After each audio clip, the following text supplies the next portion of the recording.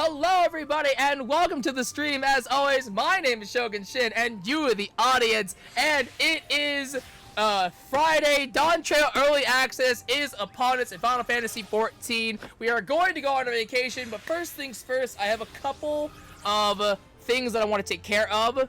Right now I'm currently just going through all of my jobs, looking at new abilities, configuring hotbars, just taking care of all that business. The game plan is going to be, I am going to run through MSQ, so MSQ is first, and then off stream, I'm going to be grinding jobs. I need to focus on my crafters and gatherers first, and then all my other jobs after that. And then once we finish MSQ, we'll go through leveling Viper and Pictomancer, as well as doing our, like, ether current quests and like all the side quests and stuff like that that are going to be in the area. We'll start doing those as well, but MSQ is going to take priority first, and then also we'll do Viper and Picto job quests on stream, but again, that'll be after MSQ. MSQ is the first thing and everything else is basically secondary. But right now, first things first, I do want to just take care, I am just currently just going through all of my jobs to make sure that everything is kind of all set and I don't have to worry about anything. Alright, so Plunge is done, Living Shadow. Yeah, the fact that like these ability things are really cool. The fact that you can like put them on the bar is really nice, but I do like that they let you just put them. They don't like take another slot, you know? They don't have to take another slot, which is really, really nice. So I appreciate that. So that's good. Weird. I summoned Living Shadow out somehow. That was weird. Okay, whatever. Anyways. Scholar. Alright. Let's see. Chain Stratagem goes into Baneful Impaction. That's cool. Summon Seraph goes into Consolation, which is really interesting, actually. That's neat. And then Art of War 2, Protraction, Expedient, Consultation, I believe it's Succor, and Seraphism is a whole new thing. Cool. That's problematic. Alright. Seraphism's going there, which means that it's also going there, because I don't have anywhere else to put it. I wish more things were consolidated. I definitely wish more things were consolidated for Scholar. But this is fine. Yeah, this is fine. And then these will cannot be assigned. That's fine. Alright, cool. Very cool. White Mage. To be honest, White Mage is gonna be a little awkward because I don't really play it that often. So Presence goes into Glare 4, which is interesting. Temperance goes into Divine Caress. Okay. That's Glare 4. Medica 2, or Medica 3 is just Medica 2. And then Divine Caress is Temperance, which is fine. Yeah. Oh, Astro. Right. Astro. Okay, right. We lost a lot of things. We lost Minor. We lost Astro Dyne. We lost Play. We lost Draw. We lost Redraw. So, okay. Okay. So, Divination goes into Oracle now, which is fine. Okay. So, we have Draw, Play 1, Play 2, actually play 1, play 2, play 3, and then where is my Minor Arcana? Okay, neutral sect. Goes into Sun Sign, that's fine. I still have Macro, which is fine. Macro goes into Micro, that makes sense. Alright, Helios Conjunction, which is new. This is just Aspected Helios. Okay, never mind. That's fine. Alright, cool. That actually works out perfectly. That works out so perfectly that I'm able to actually just have all of the plays and all the cards work exactly where they should, that's really nice, actually. That's actually super nice. That's really convenient, actually. Hells yeah. That's hella convenient. Love that. Alright, Sage. That's my adventure plate. That's not what I want. Sage. Okay.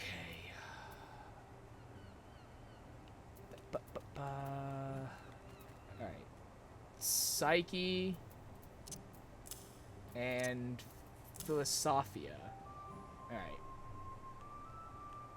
Alright. They're just basically gonna go here. Where's Cardia? Yeah. Philosophia goes where basically mirrors Cardia. And then Psyche is there.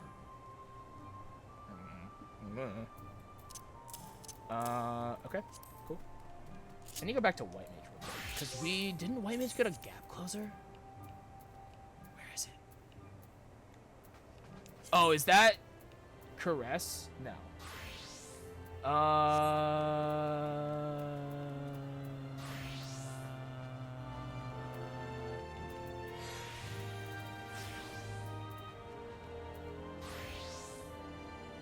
Ethereal Shift, here it is. Meaning that needs to go there. Or it needs to, we might need it. I might need to move something. Because I don't like it here.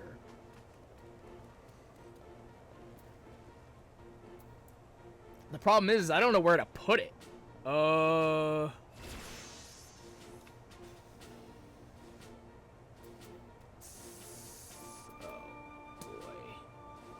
Oh boy. Okay.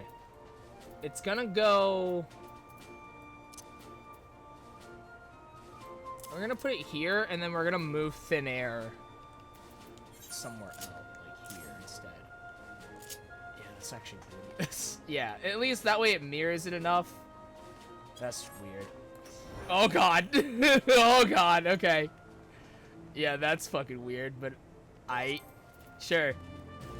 That's weird. Alright. Red Mage. Red Mage.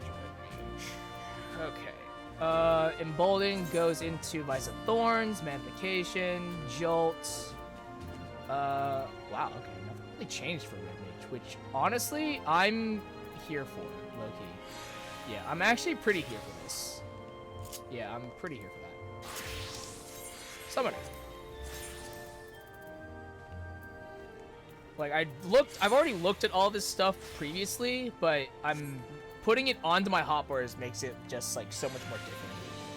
Alright. Summoner. That's the fine. Lux Solaris is new. Okay. So, Lux Solaris has to go somewhere. And Fester doesn't go anywhere. It's just Lux Solaris that needs to go somewhere. Okay. So, let's put Lux Solaris here. Because... Actually, no. Let's put it here. That way it mirrors... It does not mirror. Alright, never mind. I'm just gonna put it... It's just gonna be over here, I guess. It's a weird place to put it, but... Sure. Okay, sure. Black Mage. Alright, so we lost Sharpcast, rip. Honestly, not all that upset about it. I'll be real here. Really could not be any less sad about it. Ley Lines goes into Retrace, which is actually pretty nice. High Thunder is Thunder 3. That's Thunder 4.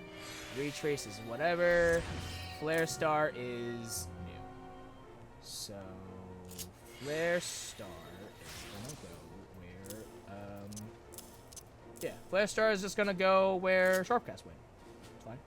Because we'd only hit Flare Star when when the gauge is full anyway, so it really won't matter. Okay. Almost done here. Alright. Rip Horizon. Feels bad. That being said, though, that might allow me to move TCJ, which would be pretty dope. Kunai's Bane is Trick Attack. Fleeting Raiju is fine. Bunshin goes into Phantom. Yeah, we can move. That allows me to put TCJ on, and I don't have any overflow, which is actually really nice. Yeah, that's super, super nice that I don't have any overflow now with TCJ. That's cool. That's actually sick. Reaper. Okay. Communio.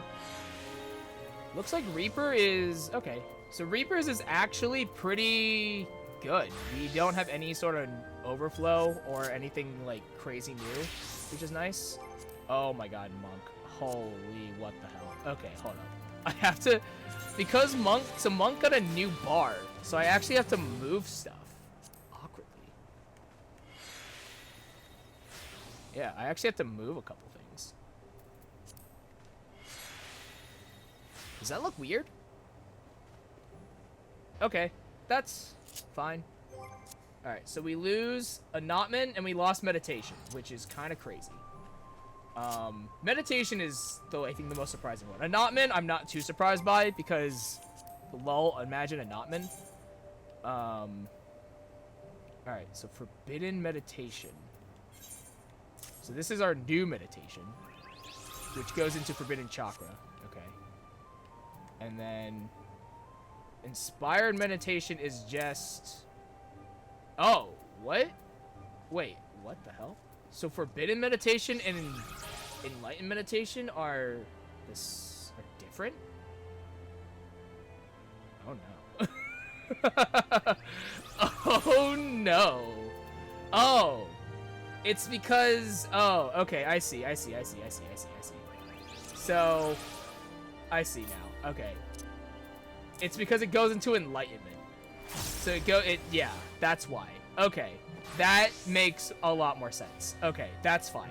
That's fine. Riddle Earth will change into Earth's reply. That's fine. Riddle Wind will change into this. Blah, blah, blah, blah, blah. Okay. That's fine. Jesus Christ, that scared me for a second. That scared me for a hot second. Alright. Those are good. Those go into Wind's reply, which is all well and good. Alright, cool. We're done. Good. Okay, that explains why we have two different meditations. We have the AoE meditation, and then we have the single target meditation. Okay. That's really weird that they did it like that, but I'm not too mad about it, honestly. Yeah. I'm not really that mad about it, so it's whatever. It works out, so that's fine. Samurai. For whatever reason, Hagakure is still in the game, and I don't know why. But you know, whatever, I suppose. Honestly, I really don't care about Hagakure. I kind of wish it wasn't here, to be honest. Akaze, Tengetsu is just Mind's Eye. Okay. Gyofu is just Hakaze. Zanshin goes into Ikishoten, right? Okay. Alright, congratulations, Hagakure. You have made it to the actual hotbar. Good for you, I guess. Shrug.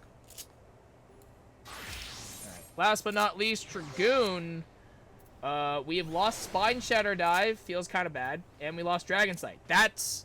Dragoon mains, I feel like, are really sad about that. That sucks. Spine Shatter Dive is actually really upsetting. I did like Spine Shatter Dive. There wasn't a big use to it, but, like, it was cool. It was the jump, you know? It was the thing. Alright. High Jump goes into that. Dragonfire goes into Rise of the Dragon. Sure. Gear Skogel goes into Nastron. That makes sense. Yeah, High Jump goes to the Mirage Dive. Star Diver goes into Starcross. Okay. Alright. Lance Barrage. Alright. Those don't change. Okay, cool. Alright, so we actually have a touch more space now, which is really nice. That is actually super, super nice. or that we have a little bit more space. Does it suck that we lost Spine Shatter? Yes. Dragon Sight's also really sad. I'm actually, personally, I think I'm more upset that I lost Spine Shatter Dive. But what can you do, you know? What can you do? Okay. Next order of business is I have mail. So let's go get my mail. Because it's all my Mountain Dew stuff.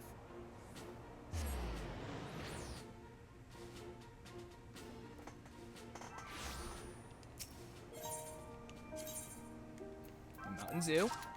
Feels good.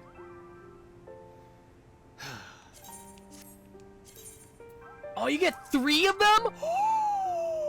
That's actually sick as fuck. Oh, shit. Oh, shit. I thought it was only 1 of these, but you get 3 of them? Oh, shit. That's actually amazing that I get 3 of these. So these, I saw on Twitter that apparently these Mountain Dew, these sparkling citrus refreshments, it's a 4% experience bonus versus any other food item is 3%. So these actually give you more experience than any other food item in this game, which is kind of insane. The fact that I got 6 of them is actually amazing. That's hella sick. All right, Mountain Zoo. Emits a refreshing note that summons forth your Mountain Zoo. Woohoo.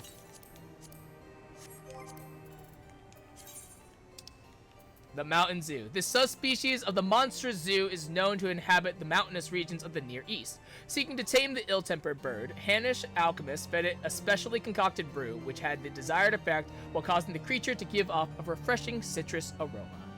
I can't remember the last time I felt so refreshed. The Mountain Zoo. It is mine now.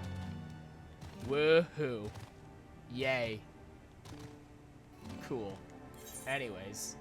Yeah, the fact that these are 6 is, or that we get 3 each. I thought it was only 1 because the site made it look like it was only 1. But okay, that's cool. Neato. Very neat. Very neat. Very cool. Very cool. Okay, good to know. I will save those for now.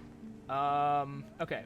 Next order of business is gold saucer.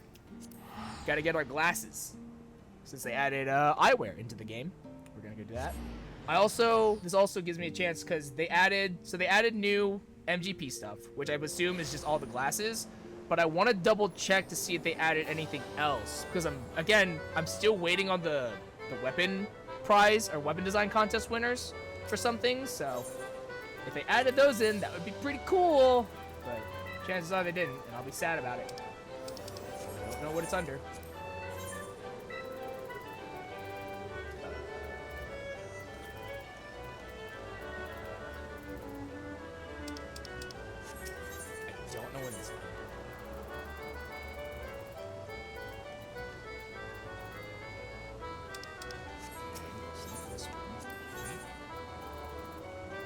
They're on the mounts, hairstyles. Oh, here they are. These. Okay.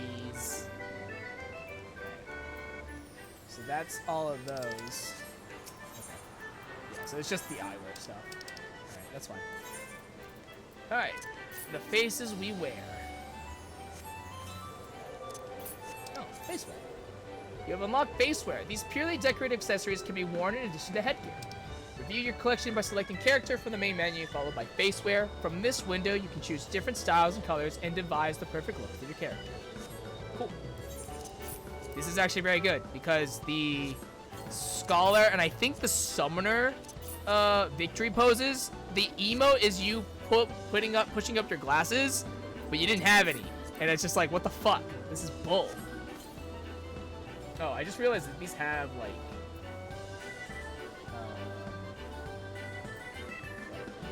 an illustrated periodical on fashionable facial accessories. This particular issue contains a cover story on bold, rounded spectacles of varying colors. Cover story, striking shaded glasses of varying colors. Cover story on subtle, lightweight spectacles of varying colors. Cover story on miniature yet stylish round frames of varying colors. And the thick-rimmed, bold frame glasses of varying colors. Cool. Very exciting. Very exciting stuff. So now we have basement. Very exciting. I guess just yeah. Alright, cool. I'm actually gonna go ahead and low-key. I'm actually low-key gonna do this. Oh, okay. This doesn't... Interesting. So this... I was under the impression that it was going to cover the lenses too. But apparently it doesn't do that. Which I actually really appreciate a lot, actually. So these are the rimless. Oh, I like these. Oh, hell is yeah.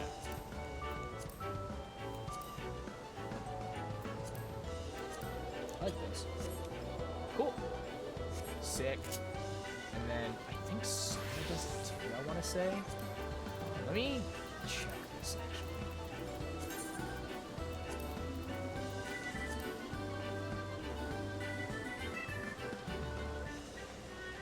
No, just bounce. No, there it is, battle stance. Yeah. Alright, so it's the battle stance, but Summoner does it too. And it's just a canonical thing, and it really bothers me. Man, my eyes. They look good. Our character looks good now. I mean, we always look good, don't get me wrong, but still. I think we do sunglasses, I feel like. Oh, I hate those. I hate those so much, actually. I think we do the minstrel ones. Because I think they lend into the summoner kind of aesthetic, you know? I don't know what to do. I think we want to go something light.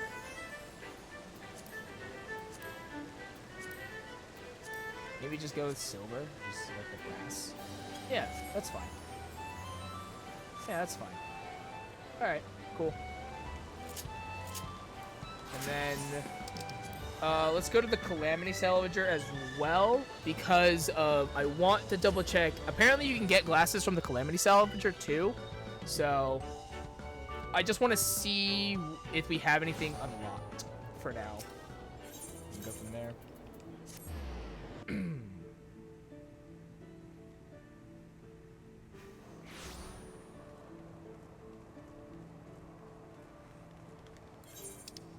Oh, we do have one more. Oval. Used to unlock oval spectacle face. Cover story on bold, rounded spectacles of varying colors. Take a look at those two. Alright. Spectacles exchange. Converts. You exchange the rose-colored spectacles personal effect for the rose-colored spectacles face wear. Oh, okay. So I guess I did have some.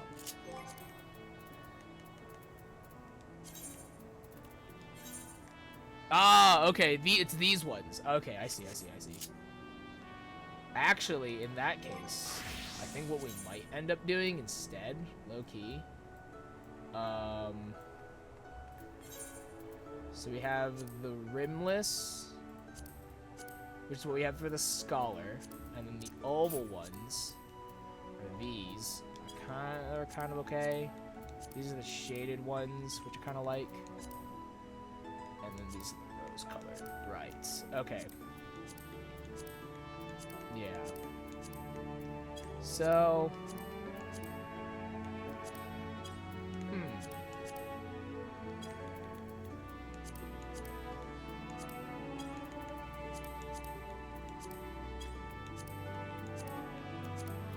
I don't know.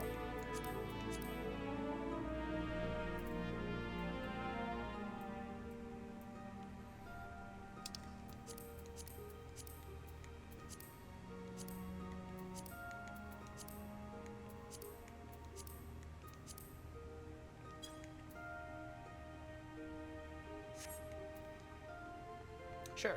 We'll do the green for now. I like that. Alright, cool. Alright. After all of that, it is now time for MSQ. Let's do it. Hi-ho, hi-ho, to Old Charlie, and we go. Let's get this ball rolling.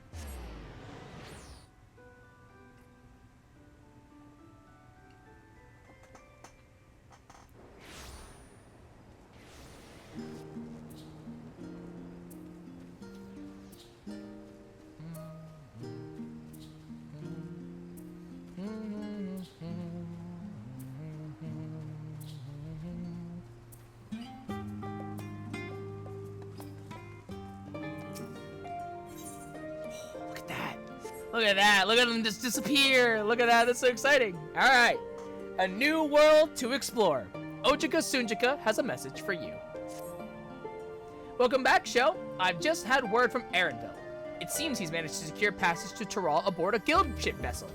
Why don't you wait in the main hall while I go and inform your travel companions? It should take only a moment.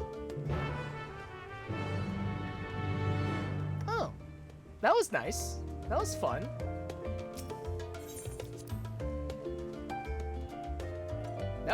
That felt very different.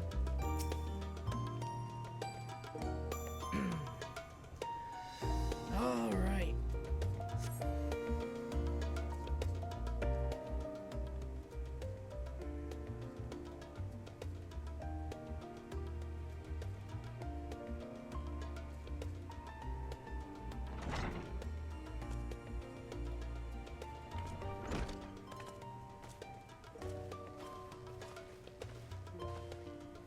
Ojika gave us the good news. We've made ready to set sail at a moment's notice. The only one yet to arrive is Erenville himself.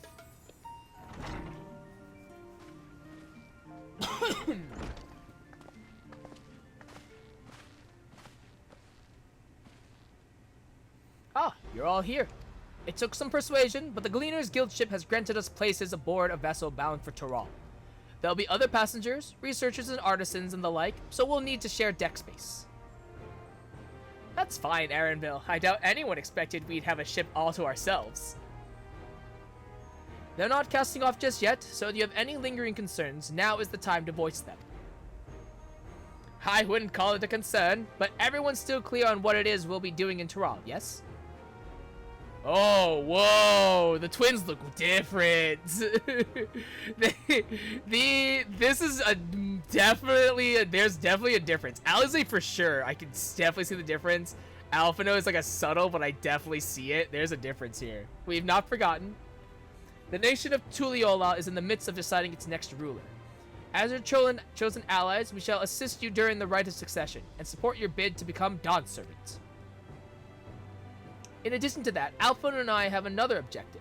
It's actually really interesting. So with this update, with this update, you can definitely see, like, you could already tell that there's a difference between Alphino and Alize, but like this update, there's like, you can definitely tell that there's a difference. Like, you can definitely tell that Alize and Alphino, like, are still, like, yes, they're twins, but you definitely can tell that they're not nearly as identical anymore, which is really, really interesting. As part of its reconstruction, Garlemald seeks ways to reconcile and re-engage with its neighbors. By visiting Tyrrell, we hope to learn more about how its myriad cultures interact with one another, how they find common ground, develop stronger ties, the sort of insights that might help our friends in Ilsebard. Yeah, her eyes are way softer, I agree. But we'll pursue this goal in our own time. You can be assured that we'll give the contest all due attention. That's all I ask. Otherwise, you're welcome to do as you like. You wanted to find out about your grandfather, right, Cryle? I can definitely see, so the Lalafell faces, it's a really subtle change, but it's like, I don't know how to describe it. Like, the head feels more proportionate to the body itself. Like, it just seems a little bit more natural.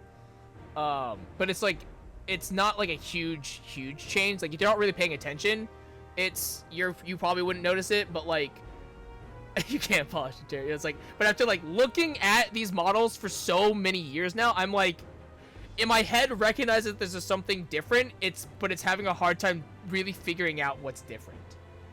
Yes, as far as we could determine from the old missive I found, he had been tasked with investigating the Golden City by your father, the Dawn Servant. Yet oddly enough, we have no record of that investigation in our archives, and nothing to explain the earring which accompanied the letter. Thus, for reasons both official and personal, I should very much like to get to the bottom of this mystery. There's a little bit more difference in a Wuklamot from 6.55. It's not as much of a difference just because I only saw her for a couple scenes in 6.55, but I definitely do see some stuff. I'm sure there'll be a chance to speak with Papa. You can get your answers right from the source. I look forward to meeting him. In any case, you're not the only one with an interest in the City of Gold. The Golden City is a children's bedtime story. I am part of this expedition only because the Third Promise has commanded that I serve as guide. Still playing the part of the stoic servant, I see. What of you? Don't you dare tell me you've changed your mind. Also, my character also looks really different. I might go in actually and change some stuff, because like, again, my character looks more like, it's more doll-like, which isn't bad. It's just different is my biggest thing. It's just different. And it's like, again, I've seen my character for so many years that it's like something is different and it's weird. Let's see. Always sailing with the wind, take us as you please. We won't make you done so by standing here and talking about it. I go wheresoever adventure is to be found. That's what they tell me. Right then, if all are still committed to the journey, then I say we make ready to depart.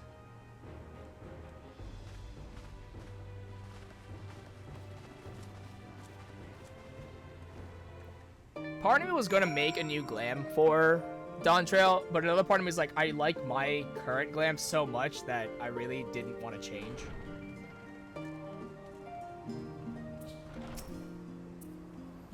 Eager as they are, the others have already left for the harbor. We're not in danger of missing the boarding call, but perhaps we should be on our way as well.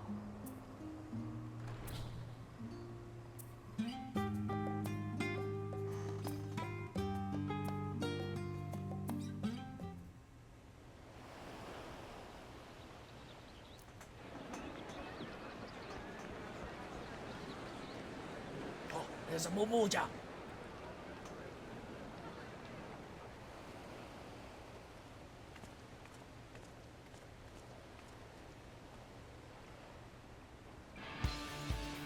Savoring the moment? I can feel your excitement, your eagerness to explore the unknown. Well, for once, the fate of the world doesn't rest on our shoulders. We might even get a chance to enjoy ourselves. Do not be so quick to relax. Though Tural may seem but a short sail away on a map, the vast seas between brim with peril. The treacherous waters of Shade's Triangle alone have claimed countless vessels. Is that supposed to be the Bermuda Triangle for this game?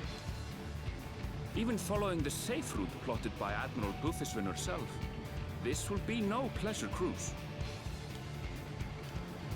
Perhaps, but my voyage here was uneventful enough. Disappointingly so. Either way, the two of you have first-hand experience, which will be of great comfort in I might have to days boost ahead, the I'm music sure. in this game for this expansion, honestly. I think we're at like 75 right now. What was that? Aye, it's nothing new to us. All aboard! We're casting off! It's time. I trust you have everything you need? Let's go!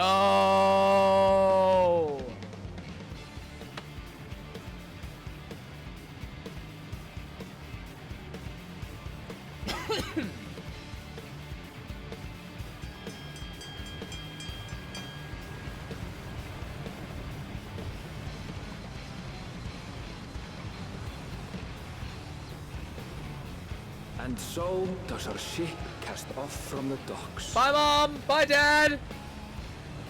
We sail west, as Cattenram did some 80 years Bye, past, Mom! Bye, Dad! bound Bye, for the other New World, boyfriend! known to her children as the Love you, continent of Tural. proud dad. Look, no, that's dangerous. What are you doing?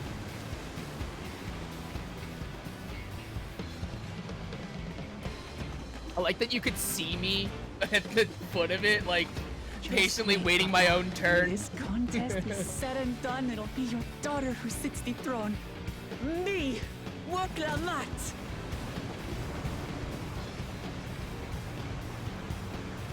Just me patiently waiting my turn.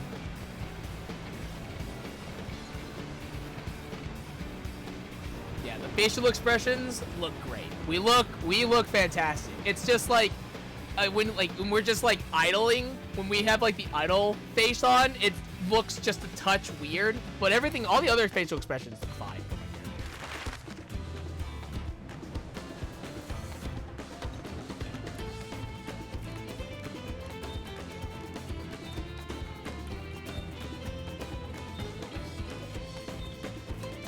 So exciting. It's so exciting to actually be in, like, to have a storyline where it's like we're just here to ball out, go and like have some fun, maybe save the world, but that's not even like a priority.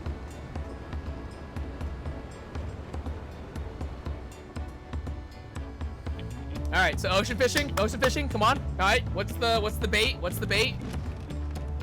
Need to get that spectral. Need to get the spectral. Come on. Let's go. Smooth sailing so far. Aye, so far so good. Look at them. It's like not even, they're no longer like super generic faces. Like they actually look But this relatively sea, unique. She's a fickle one. Calm one moment, blowing a gale the next. I'll take my rest while I can then. Aaronville actually sensible versus all of us were just like, who fucking cares? Who gives a shit?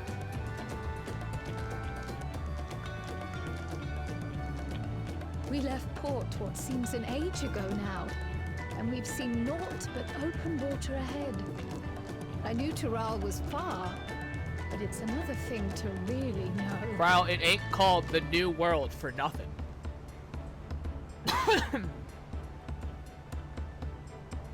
Speaking of which, some of our fellow passengers have made this trip before. Several times, in fact. I was able to learn a few things about Tuliolal and the right of succession. Since we still have a long way to go, why not have a chat with them yourself? I'm sure you have questions of your own.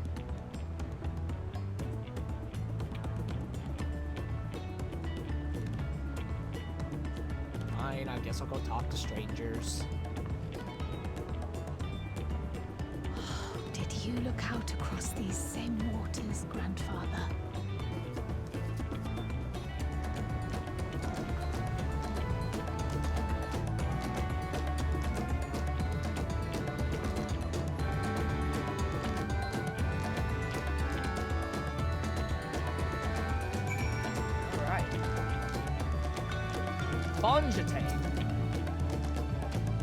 Oh, this will be my first visit to Tural. Bonjatane's the name. I was working at Estame's Aesthetics in Old Dog, you see, but my employment with them came to an end. That's why I visited Charlotte in the hopes of starting over. While I was attempting, and failing, to find a new job, I seized the chance to board this vessel when I overheard a room for another passenger had suddenly opened up. I'm told the Dawn Serpent welcomes all regardless of origin, and so Tuliolal seemed like the perfect place to begin anew. Hopefully things will be better this time. I can feel my edge start to dull on these long sea voyages. How about some light sparring later? Deep breaths, deep breaths. You okay, Wooklamot? Have you spoken with other shipmates? Tural is still a good distance away, and it might be pleasant to pass the time. Tired mercenary. I see you in Eorzea before. You great and famous hero. Gah, I've had enough of playing the simpleton. There was a time when we took great pains to maintain the deception, but with more of you Eorzeans coming to Tural, it's become impractical. Wait, what the fuck? You mean to tell me that almost all of the Mamulja came to Eorza acting like they didn't know English, like they didn't speak normally? Okay, I guess. This is fucked up. Besides, my mercenary days are over. Too many of our warband have fallen, and so we head home to lick our wounds. Okay. I like the shift. Like, imagine like seeing like an immigrant worker like talk to you in broken English and then be like, you know what, fuck it. I don't know why I'm pretending anymore. Fuck it. My story. Well, since you asked, I wanted to retrace the historic journey of the great Ketanra. You know, the first Eorzean to set foot on Tural almost 80 years ago. The Mamulja's leader is said to have welcomed Ketanram with open arms and sent him home with a bounty of silverware as a token of their friendship. But the real treasure was the crops he brought back: polpatoes, tomatoes, and corn, which spread across Eorza like wildfire. His great adventure led to a culinary revolution. The tales of Ketanram returned to Tural several times after that, but his ship vanished during his last recorded voyage, and he was never heard from again. That even a seasoned explorer like him can be such an end as testimony to the ocean's peril.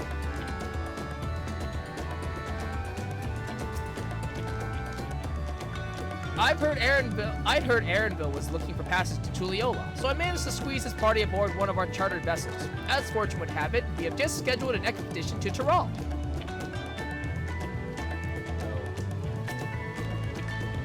Oh, this is passage to Old Charlotte. Never mind. I was gonna go down and talk to Aaronville. An adventurer, I presume? I'm a merchant myself, based in Ul'dah, specialty imports and exports, Eorzan and Turali both. If this is your first crossing the salt, as they say, do remember that the social mores of Eorza are not necessarily the same as those over yonder. Consider this: it is not uncommon for the various races to be referred to instead by their names of certain clans. For the Makotse, the Hetsaro, the Hrothgar, the Ziral, and not because every member of a given clan is of the same race, but because many individuals of said race are associated with that clan. A fair assumption in certain cases, but take care not to give offense. I'm told this vessel has been equipped with a barrier generator to protect it from storms. A reassuring thought, though I nevertheless pray there will be no need for it. Did you want to make a wager? We're taking bets on who will be sat next in the Dawn Servant's shiny chair. There are 4 claimants in the right of succession, your young Wook Lamont being one of them, of course. But from what a Mamulja bloke was telling us, the other 3 are all strong contenders. Not too many keen to risk their coin on the 3rd promise. Oh, let me grab.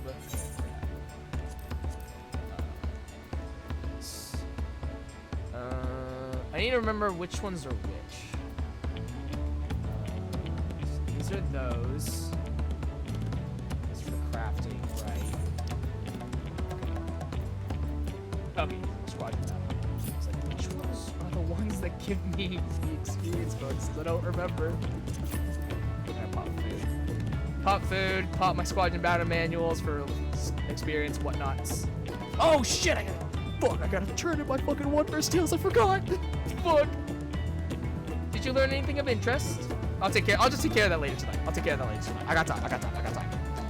Oh, I hadn't heard of that about the clan names. We should have booked Lamont and Aaronville teach us the ones we should know. Actually, it's getting a little chilly up here on deck. Let's all gather in the cabin.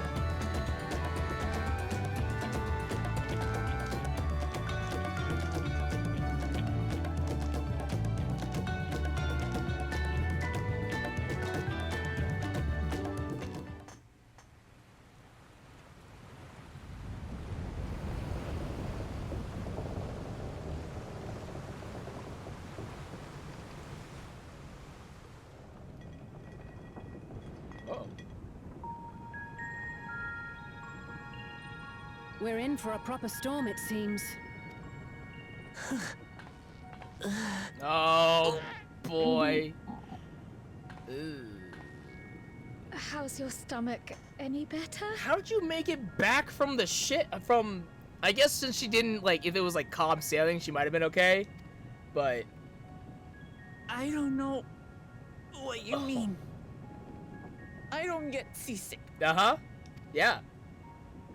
I'm just feeling a little nauseous is all. That's from the sea. So you're sick from the sea. Isn't that what seasickness is? Yep. Erenville, you were born in Tural, yes? Do many Vieira live there? The Shatona, as my people are called, have settlements mainly in the north, in Shaktural. And your family? I know nothing of my father, not even his name. As for my mother, She's either dead or she still lives in Shaktural. One of the two.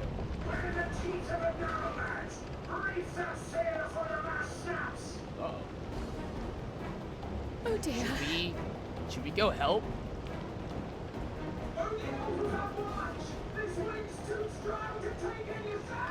Okay, we should go help. Uh-oh.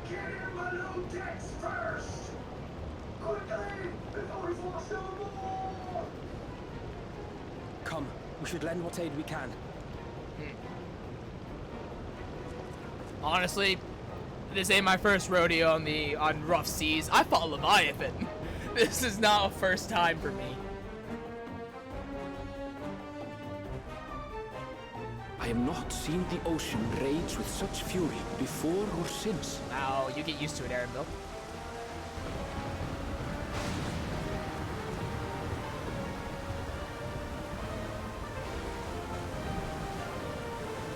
The heaving waves tossed our ship about like a toy, sending sailors tumbling. Uh-oh.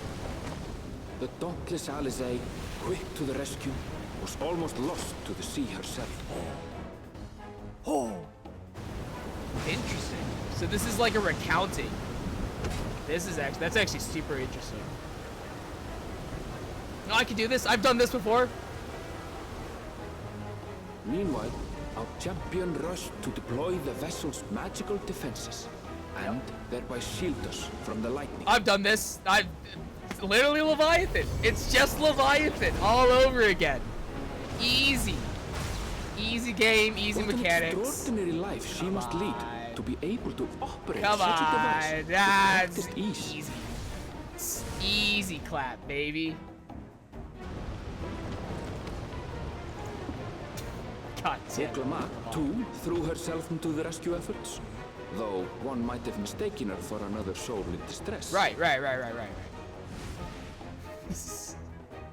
I've seen people call Wooklamat Wooklamau, and honestly, it's really upsetting that is mildly accurate. Like, By the time the unruly seas had calmed, our strength she's was out. all but spent, She's fucking out. and we had yet to even glimpse the shores of Tural.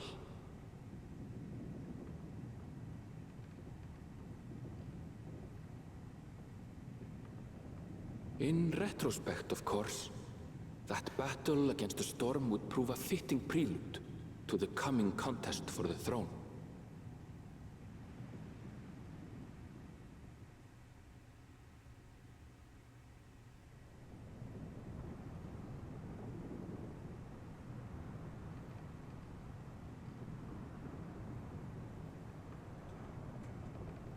Wow, everyone left me? Okay, that's cool.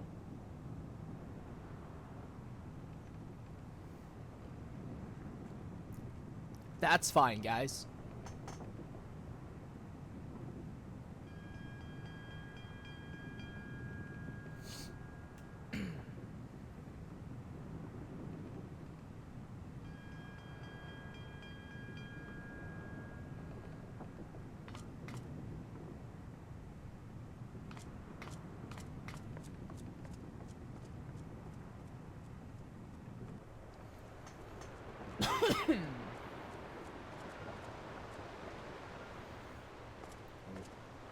That lighting, though.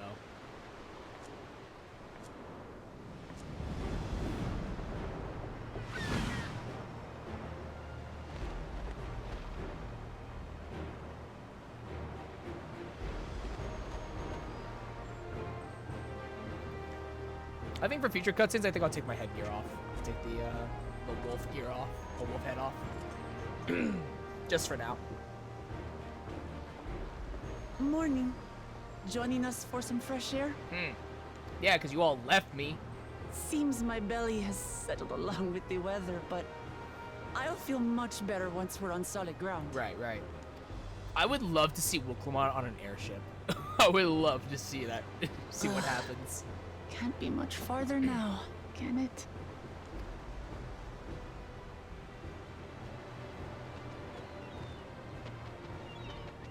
Seabirds. Seabirds. Land must be near. You need only hold out a while longer.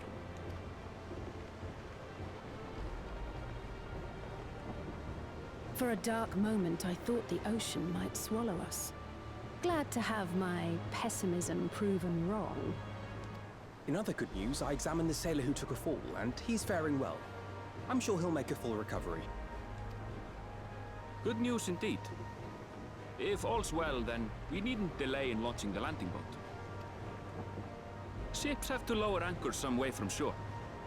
Too close, and they risk having their underbellies ripped open by the reefs that crowd Tuliola's coasts. Come. Hells yeah.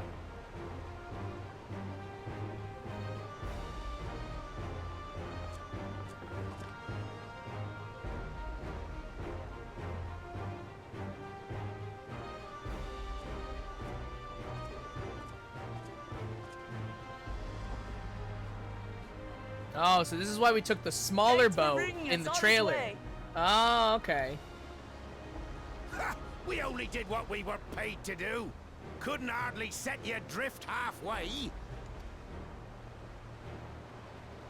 If anything, it should be us thanking you for helping us through that beast of a storm.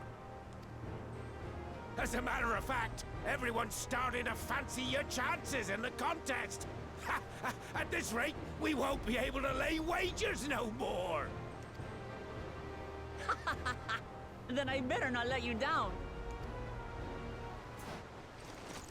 Uh-oh. Easy, stomach. Easy. There you go. Deep breaths, deep breaths. We're the last to board. If there's nothing left to say, then let's shove off, shall we? Mm-hmm.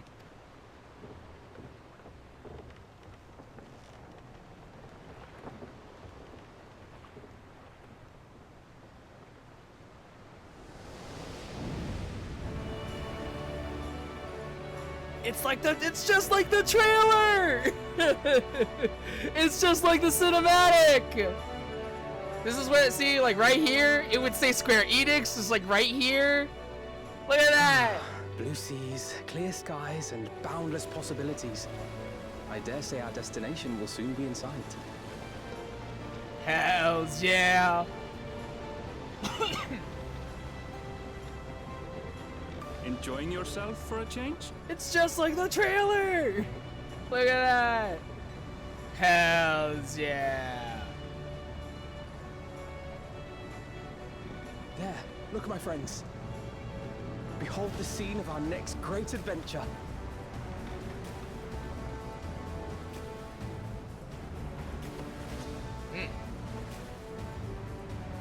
At last, we are come to the land you call the New World.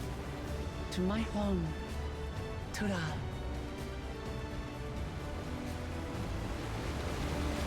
And cue the title drop. Do it. It's vacation time, baby. It's vacation time, baby. Let's go. Let's go.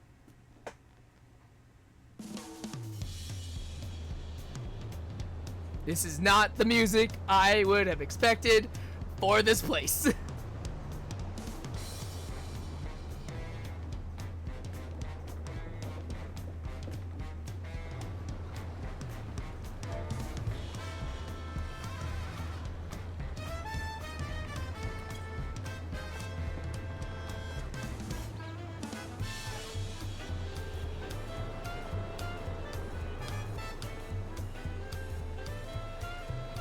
Ooh, baby. God, look how vibrant it is. I thought Razadhan was, like, bright. Oh my god, this place is hella bright. Like, everyone in the crowd is so bright.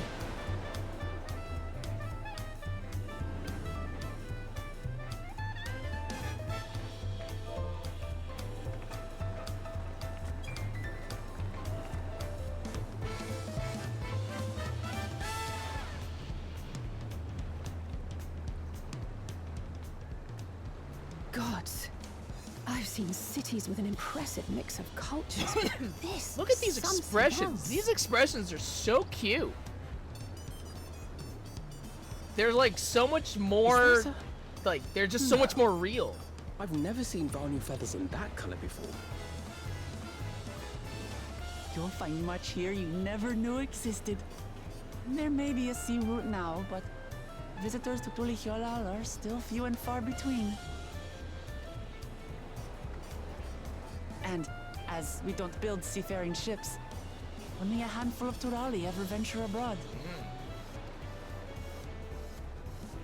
Mamulja sellswords mostly. Those willing to play the fool sail with Lominsan merchants to secure employment in Eorzea.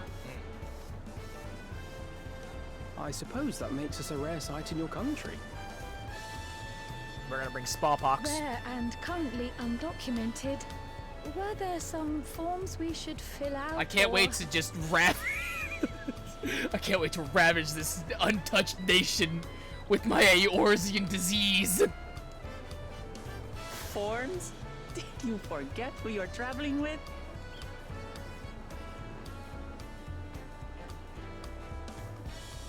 Whoa! Look at these! Look at you! My You God. are outsiders? Visitors to Tural? Yes. Yes, we are. Please don't arrest us. Yet. We are. Our nation is soon to hold a right of succession to choose its next Dawn servant. We will not abide interference from foreign agents seeking to foment trouble. What brings you to Tulihyolal? Okay, so awkwardly, we are here. I can answer that. These fine people are allies in my succession bid.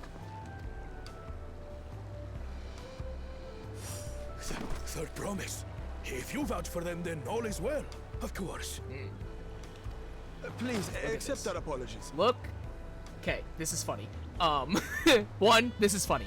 Two, just look at this. Look at this texture. Look at this. Like, you can actually see, like, look at the gleam.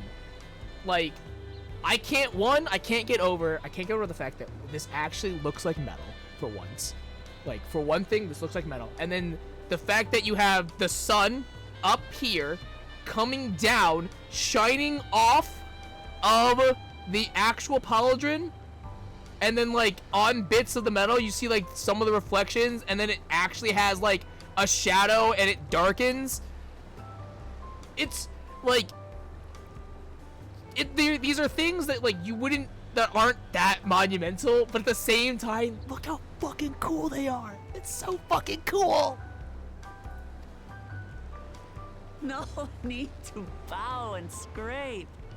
That our soldiers are so diligent in their duties fills me with pride.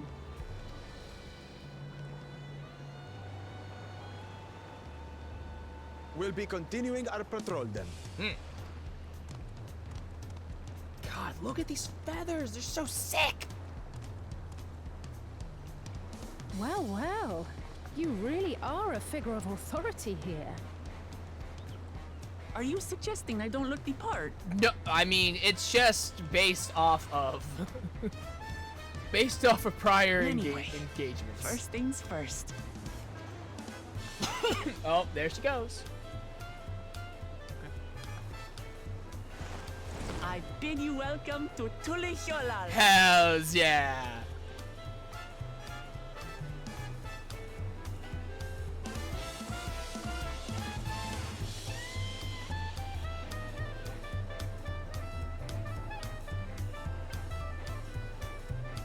We're absolutely going to go attuned to everything.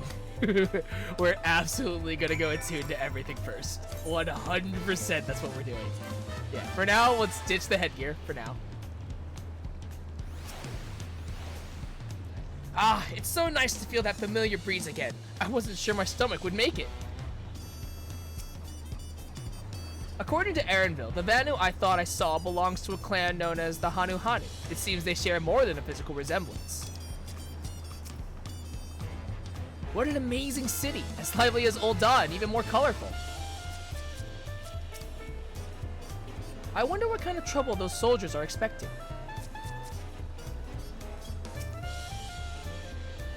Well, despite the storm's efforts to the contrary, here we are, safe and sound.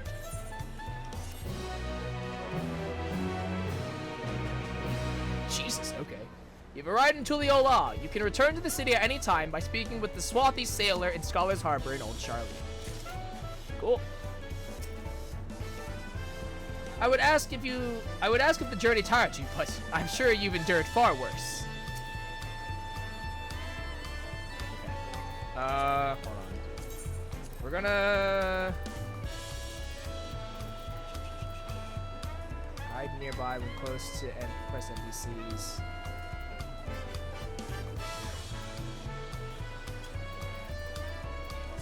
The fact that there are so many people, like, is kind of insane. Like, you can just, it's already doing its job trying to isolate, but, like, it can't. The nation of Tulliola, 645. Okay. This is actually just really important because we're at 665, so far we're okay, but just good to know. Alright. While being on solid ground has improved Wookaloat's mood, her stomach appears to be lagging behind.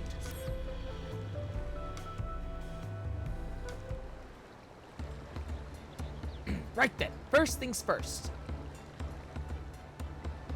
Ooh. I, still a bit queasy. No more boats for a while. I realize we've just arrived, but we should get you familiar with the city before the rite of succession begins.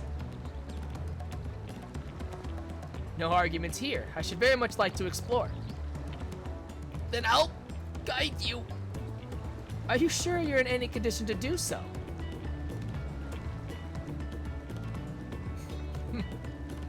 Aha! We were wondering who these strange folk were, so the third promise has found herself some new followers then. Followers? Wookalaat, are you unwell?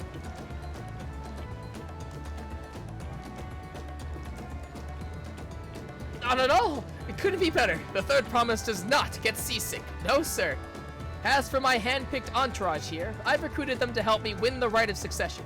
I was about to show them around the city, in fact. That sounds lovely. But a group of foreigners is going to attract attention, especially if they're in the company of the third promise. Everyone will be curious. We certainly were. Your siblings have a tendency to, command a respectful distance, but you're just so easy to approach. And I enjoy it so much when you do. Please, don't ever worry that you are a bother to me. You're very kind. Good day to you, third promise. Third promise. Interesting. They did have a point. Wookalaat is technically royalty here. Like it or not, a person of her station surrounded by this many outsiders is bound to draw a crowd. Wait, what do you mean technically? I suggest we move in two groups so as to attract less attention. Just technically ignoring me then. Cho, you and Kral can come with me. I'll take the twins then.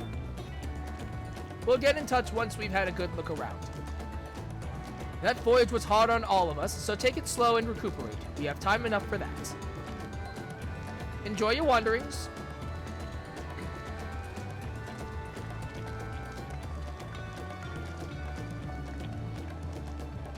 Perhaps we should wait a bit, at least until Wookalaat's nausea subsides. No need for that. Look, I'm ready to go.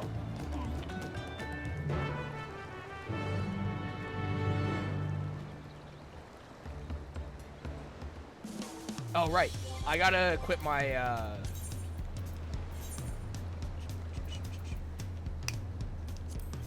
This gives me more bonus experience until, I think, at least level, I think 91, 92 or something like that, I think.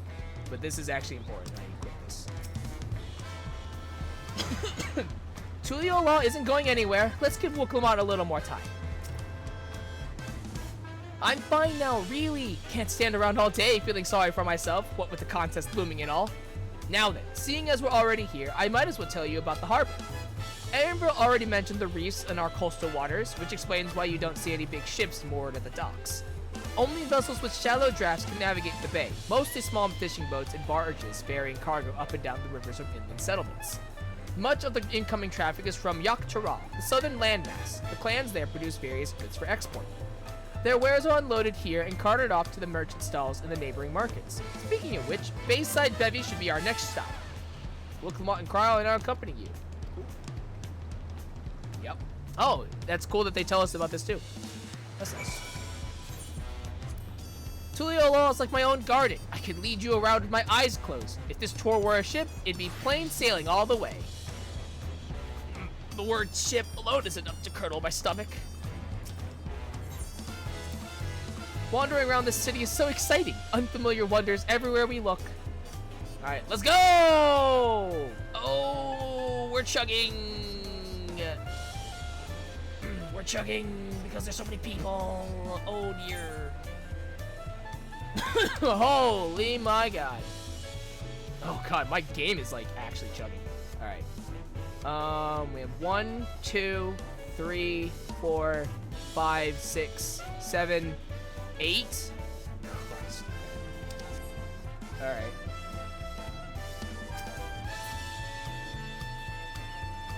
Oh, I thought I saw Alpino and Alizé. No. Okay. Alright, hit the Aetheryte first. Yeah, I think my game is definitely having a hard time with the amount of people, the new graphics, all that jazz, and streaming as well.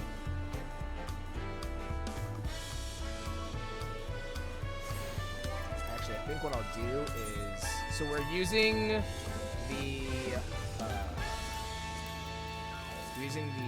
standard. Let's turn this down.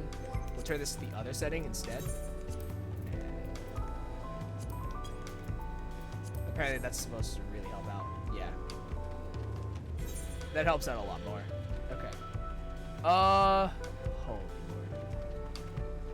Oh my god. Oh my god. Trying to navigate this whole place is gonna be insane. This place is huge. Tyria. Merchants. Alright, let's go!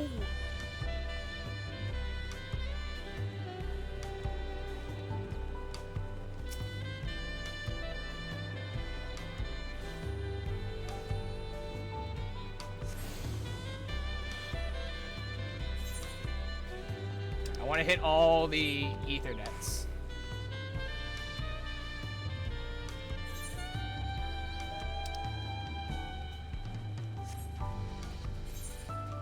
Exaltation, the Resplendent Quarter.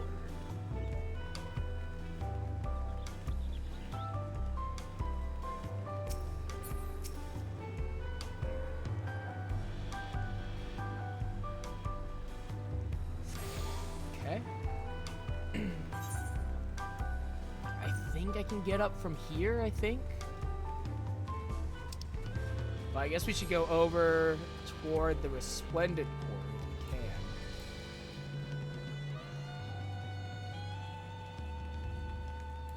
Take stance.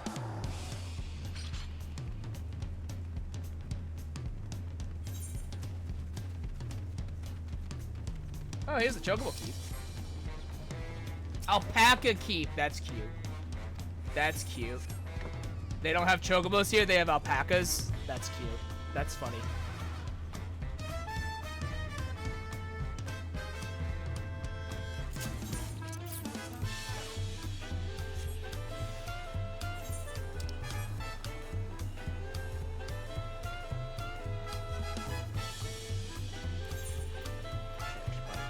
Something else for food stuff.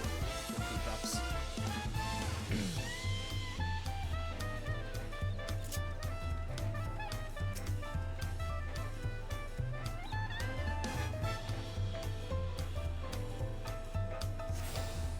Tuned dirigible. Alright. I know I saw a ramp that led up to here, so we can do it that way. I wonder if there's a jumping puzzle in this place. I'm sure there has to be, right? Like, with how much verticality is in this map, I would assume that there's a jumping puzzle somewhere, you know? But I have no idea. Whee!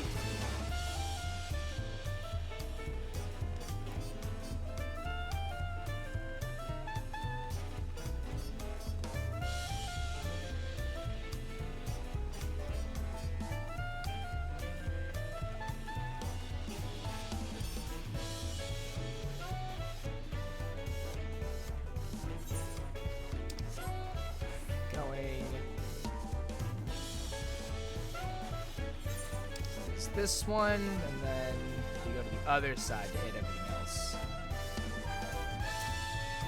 Oh, look at them! They're drawing in the dirt! Look at them! Oh, look, he's drawing! Oh, it's so good! You're doing great, champ! This guy's growing up to be a Pictomancer. That's a Pictomancer in the making if I ever saw one right there. Hells yeah. You're doing great, buddy. Fuck yeah. Oh, look at that. Look at the baby Mamulja. Look at the baby Mamulja. Sweet baby Mamulja. Hells yeah.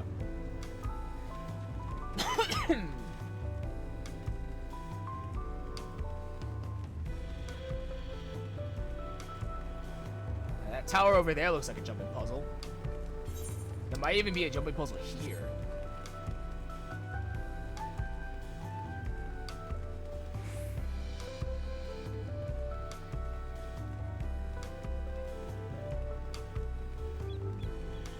Oh, interesting. The guards have the same axe that Pokemon has.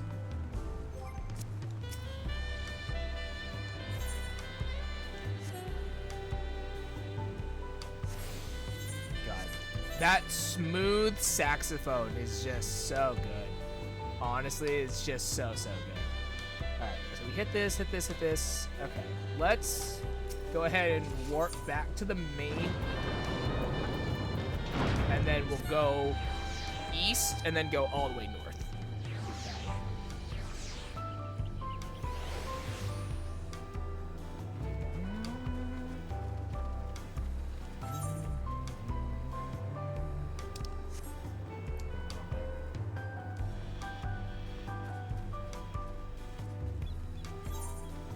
This map definitely feels way bigger than Charlian. Charlian felt kind of big, but it didn't feel all that huge, you know? This, like, looking at this map already, it's already pretty huge. Like, and there's just so many wide spaces, you know? Oh, fuck, script exchange. Oh, I can't do this here. I'll have to do that later. Whatever, it's fine. Let me check my Wondrous Tales just right quick. Okay, good. My Wondrous Tales is for next Tuesday. Cool. I have time. I just have to make sure I do it later tonight.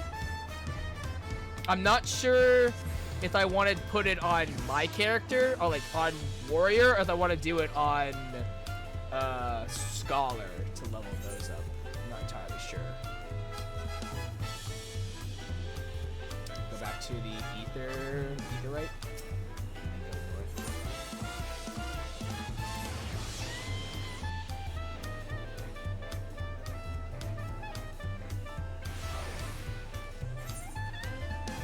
I will probably take care of Ether Currents. I'll probably take care of Ether Currents off stream, at least just like as far as like finding them goes, so that way I don't detract from MSQ all too much. Like, I'm doing this now. I'm only doing this specifically now because of we're only gonna get 2 major like Aetheryte sets, those stages or whatever. So it's like I might as well just do this now.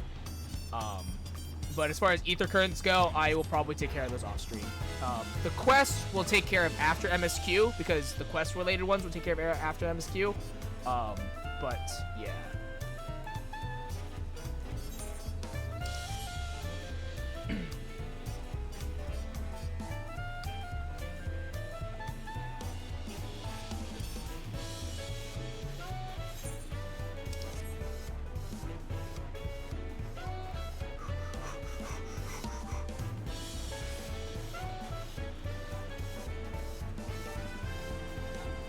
So, Tuliolol housing when?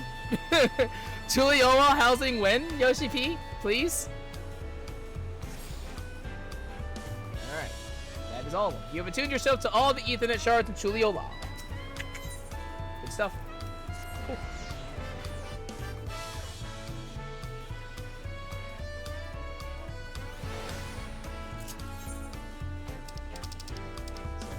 it is. There we go. There is our Dawntrail. There's our Dawntrail Aetheryte menu. Hells yeah. Very exciting. Oh, it's almost the night theme, which is really exciting.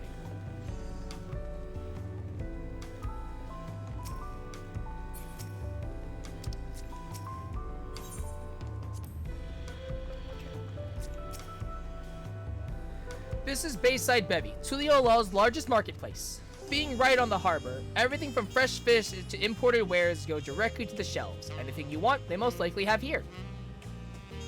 Oh, right, I should mention that here in Tuliola, we buy things with Pel, a currency that the Pelu Pelu created. But don't worry, more and more trade is coming in from Eorzea, so most shops are happy to accept your guild. There's also Wachumeki Meki, another market to the east of here, but that can wait for another time. I have other places I want to show you first. Next, we'll head back a bit, then northwards up the stairs to a certain plaza. I can't wait to see the look on your faces!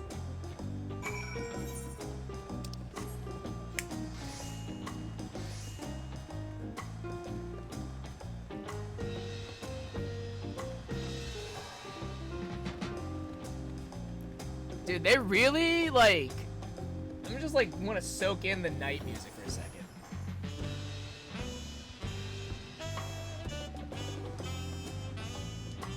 While I don't mind the music, I love the music. Don't get me wrong, I love it. It just feels a touch odd with the aesthetic of the place, you know? With the aesthetic of this place, the music's just a bit weird. I would just say that. It's just a touch weird, but I don't mind it. It's hella good. What do you think of that, eh? Goodness me, you have Aetherites in Tuliola? I think I told you before, but my brother, Kona, spent 3 years studying in Charlian. He fell in love with the nation and its ways and brought back to us the knowledge of Aetherite construction. Papa warmed to the idea at once, had one built immediately. Did you do the attuning thing? If you're ready to continue, we'll head down again and then up the slope to the side, right at the top of the gate, which leads to Shaktaral. That's how he said it. I was like, how do you say it again? Shaktaral. Let's make a stop at Bright Plume Post on the way, though. That's the headquarters for the Lands Guard. That's our, I assume, like our police. Make sure you attune to the Aetherites. I don't fully understand how it works, but I do know you'll regret it if you forget. Thank goodness for Aetherites. Though I don't share Wuklamot's dislike of ships, I'm not especially eager to make that voyage again. Alright, there we go. Now we're starting to get more additional thingies. So.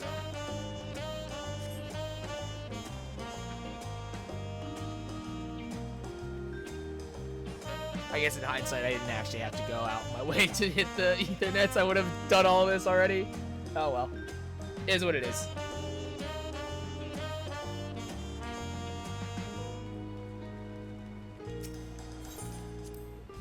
We have a lot of narrow, winding streets that crawl up the sides of the mountain. As you can see, though, the builders made sure the city's main thoroughfares were wide enough to accommodate wagons. Trudging up and down all these slopes and stairs is exhausting. I understand now where Wuklamot gets her endless endurance.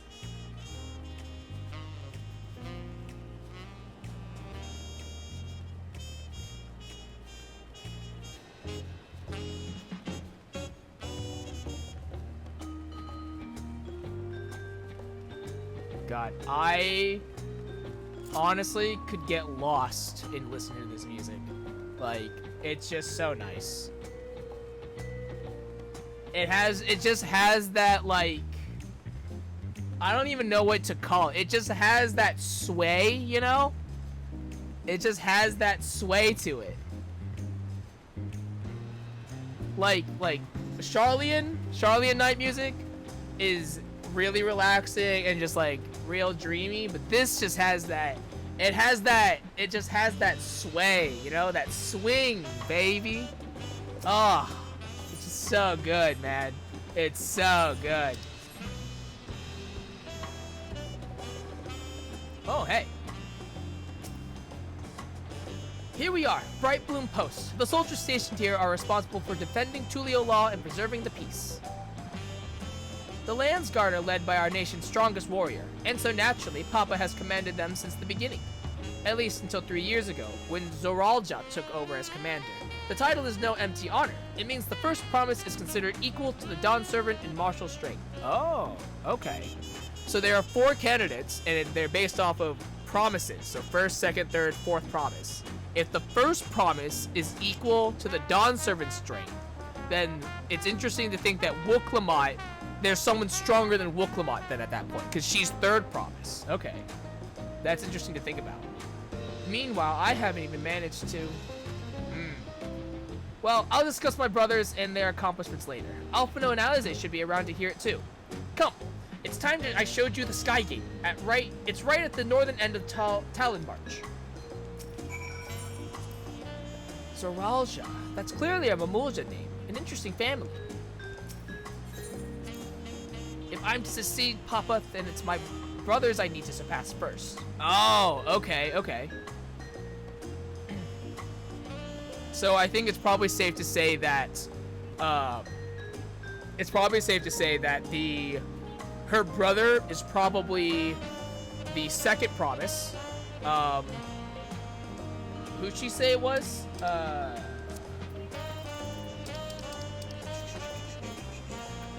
Zoralja, right? Zoralja was, hold on, I wanna look this up.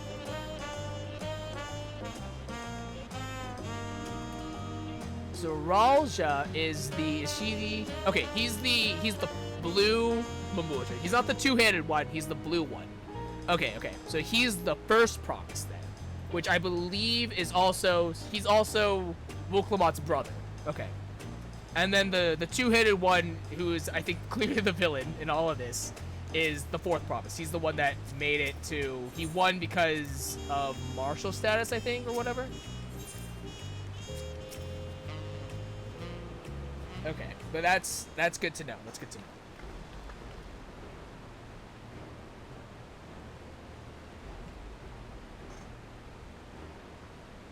Massive, isn't it?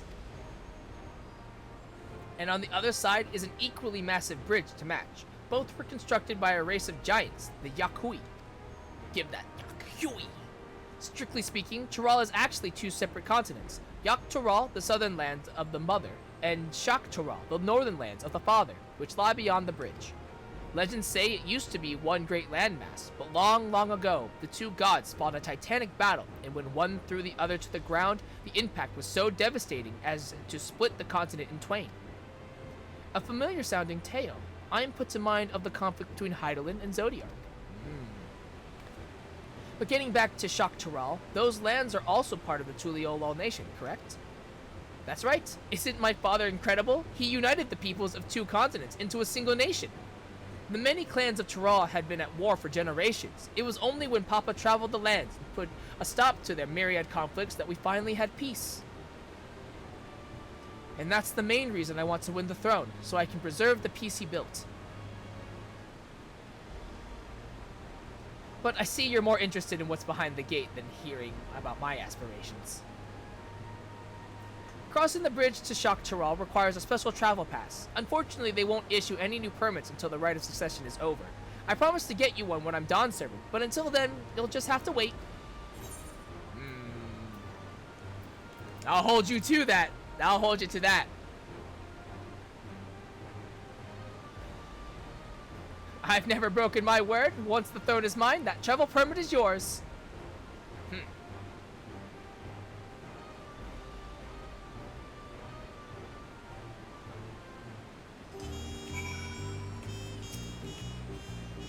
Tired from all this walking? Take a moment to rest and we'll continue the tour.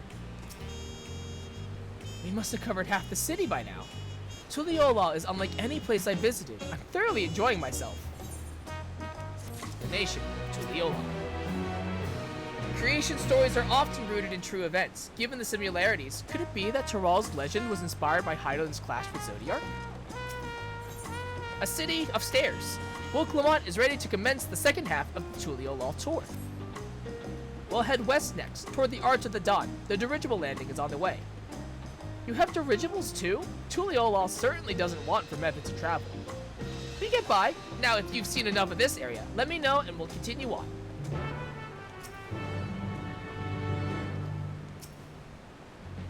The Arch of the Dawn is on the other side of the city, so speak up if you see something that interests you as we walk. Okay.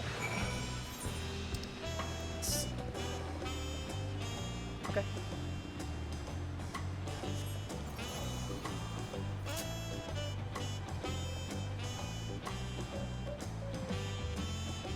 Talk about something.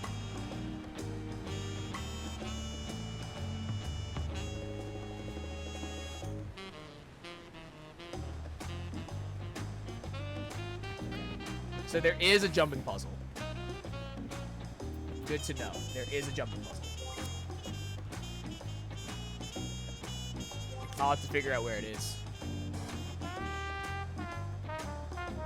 My guess is it's probably here. This is the highest point on the map. It's probably there if I had to guess. But I don't know. I hope you aren't too tired. There's plenty of sights to see. I'm struggling to conceive how one could construct an entire city on the side of a mountain. This was originally the site of Yakhui Temple. The giants built it when they were first making the bridge of Jacques Tarot to appease the god who slumbers in the great ocean trench.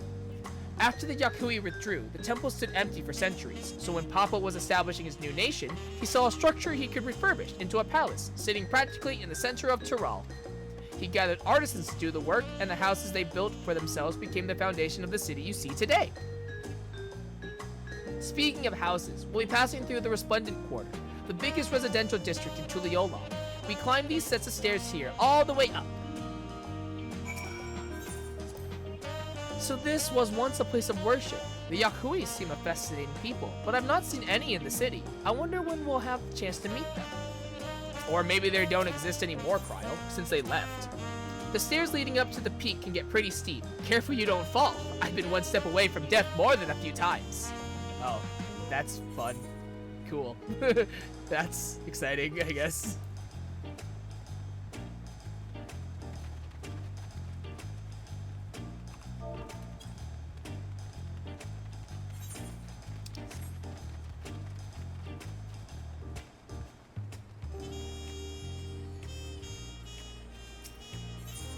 Discuss the palace. Papa's palace is called Volok Shunsa, which roughly translates to Invincible Resilience. You probably want to take a closer look, but we'll be coming back here later. Let's move on for now. The sheer scale of this place is incredible. I wonder what that carving at the top represents. Carving at the... Oh, that. Yeah. My guess, jumping puzzle's up here. It either goes all the way to the top here, or it goes into here. That's my guess, at least.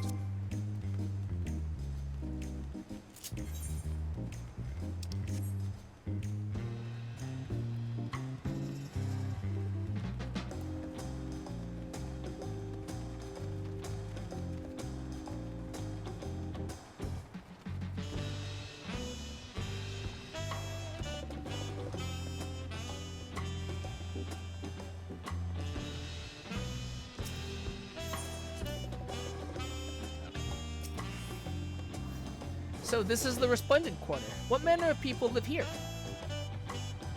Oh, we have residents from all the Yaktaral clans. Mamuja, Zeral, Pelu Pelu, Moblin, Hanu Hanu. We also have Tonawata, Harastoro, and Shitona, who moved south from their ancestral lands to Jacques Tarot. In essence, it's a gathering of people from every corner of Tyrol. A true representation of Tuliolol's diverse character. The adornments on each building contribute to the eclectic cultural aesthetic. It's all so beautiful.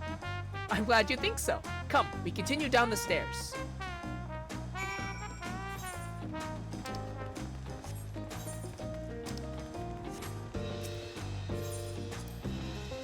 You might hear the here in Tyrol referred to as Tonawata, one of our major clans. As for Aaronville, he belongs to a Vieira clan known as the Shitona. Oh. You need only look to the children playing for a sense of how peaceful things must be here. Yeah, for reals though.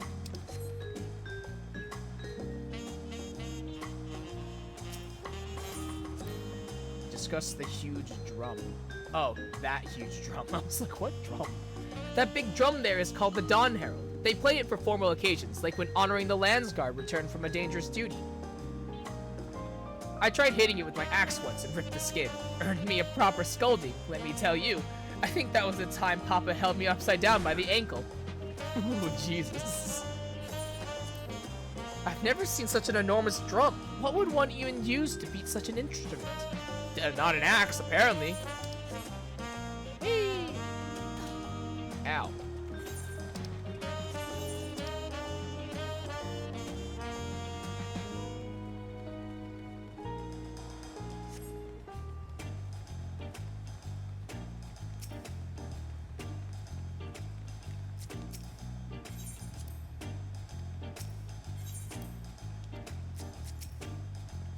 And here are our dirigibles. Not bad, eh? Dirigibles. I hear other nations use airships to sail the skies, but you'll only find balloons in Tuliolol. We have them for the exact same reason as the Aetherites. Kawana brought back the plans from Charlian, and Papa thought them fantastic and commissioned their construction.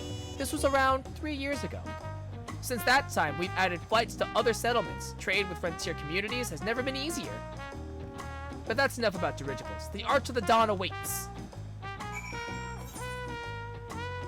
So Wuklamot definitely has like a couple chips on her shoulders, for sure. Because like you have the first promise, who is apparently just as strong as the Dawn Servant, and then you have Kona, who went to Charlian, got his masters, and then came back and with all these technological marvels. Like you definitely can tell that Wuklamot has a huge chip on her shoulder.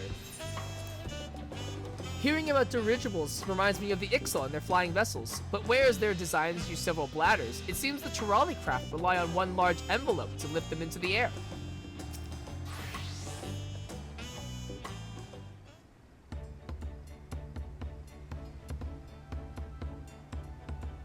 This is it, the Arch of the Dawn. When the Giants were still here, it was known as the Yogg-Tural Land Gate. But when Papa founded Tuliolol, everyone began using its present name in honor of his great achievement. Though this gate is Kozama Uka, the wetland south of the city. Oh, through this gate is Kozama Uka, the wetland south of the city. Depending on what the right of succession asks of us, we might end up going in that direction. Kozama Uka, the name alone is intriguing. Speaking of which, what were those fluffy animals we passed earlier? You've never seen alpacas before. This is our first time seeing alpacas. Ah, those are alpacas. Fearsome four-legged fiends. I agree. I second this, actually. Fearsome. They seem quite placid to me. Cryle, you don't know, man. You don't fucking know. You don't know. You'll learn soon enough, Cryle. You'll learn soon enough. Dude, I don't know if you can really see it, but like my eyes are hella glowing and it's awesome. But forget the alpacas. I have something far more important to show you. Come along.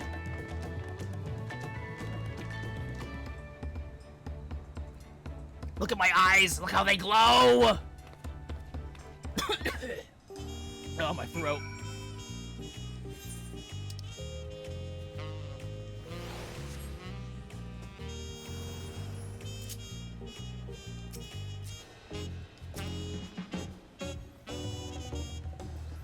Are these pillars what Kumut wanted to show us? If you wish to learn the history of Tuliolol, then look no further. These stone pillars, you mean?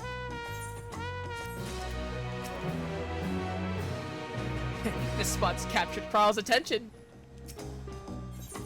A saga in stone. Kral regards the stone pillars curiously. What is special about these pillars, if I may ask? At a glance, they might look like ordinary stone decorations. But if you take a really good look, you'll see there's something much more interesting. I suppose we ought to do as Wuklamot suggests. The following event cannot be skipped. Okay.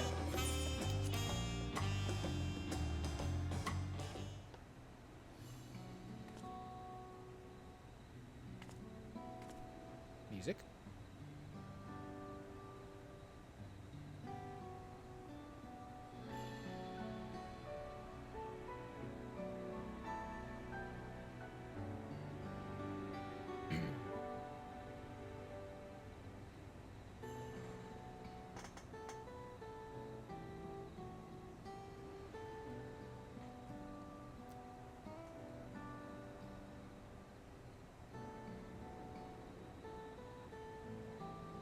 Pictures? Wait, no, these are glyphs.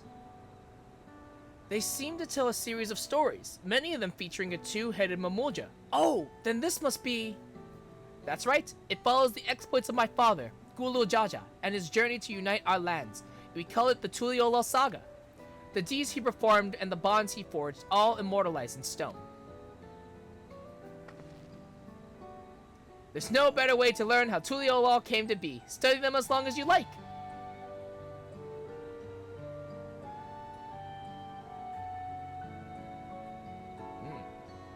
Whoa, what the hell? Oh, what the flip? This is weird. Oh, this is different. Okay. Hi, Wooklamat. The 4 stones closest to us cover the first half of Papa's travels. Let's start with those. Okay. Oh, this is like really cool actually, that they like have the arrows and like you can hit them. That's weird. Alright. Lay of Brotherhood, Lay of Reeds, Wooklamat, Lay of Pots, and the Lay of Repast. Alright, I guess let's start here. Go from left to right.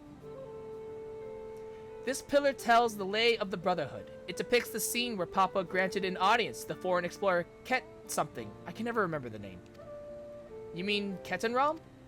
Ah, that's the one. Ketenram's arrival in Tural is what prompted Papa to embark on his own journey. It's said the two grew to be close friends, brothers in spirit, if not in blood, but no one knows what became of the explorer in the later years. Ketenram's disappearance is a mystery in Eorzea as well. The records say he traveled between our land and yours for a while, but then it's assumed he was lost at sea. The Lay of Reeds. Here we have the Lay of Reeds. This is the story of when Papa visited the Hanu in their village in Kozamauka. Ah, the people Alphino almost mistook for Vanu. If not for the colorful plumage, he spent a fair bit of time among the Vanu in the Sea of Clouds, so it's no surprise he took an interest in your countrymen. I don't know what it is with your Vanu, but our Hanu are a bright and cheerful sort. They hold this one festival every year, very famous, and lots of fun.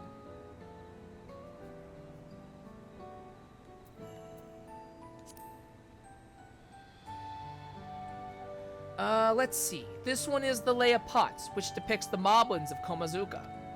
They might wear odd masks and sound weirdly muffled when they talk, but the gold and silver work they sell is the best you'll find anywhere. Moblin goods are the standard when it comes to gift giving. Clearly, the Vanu weren't the only people with distinct Turali counterparts.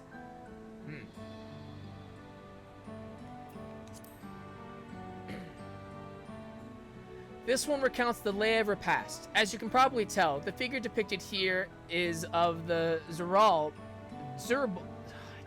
I'm gonna need a pronunciation for this, like me. For decades, the Zirbal and the Mamulja were at war for control of the forests of Yaktel. The actions Papa took to end that conflict have since been hailed as the first steps in the founding of Tuliyollal. There is a clan of Hrothgar in Bosnia known as Hellions. In their society, the women rule as queens, and the men serve as devoted subjects. Yet here in Tural, Zarabal men and women appear to be of equal status. How dramatically culture can vary with location. If you're done with the first half, we can move on to the second. View the second half of the pillars.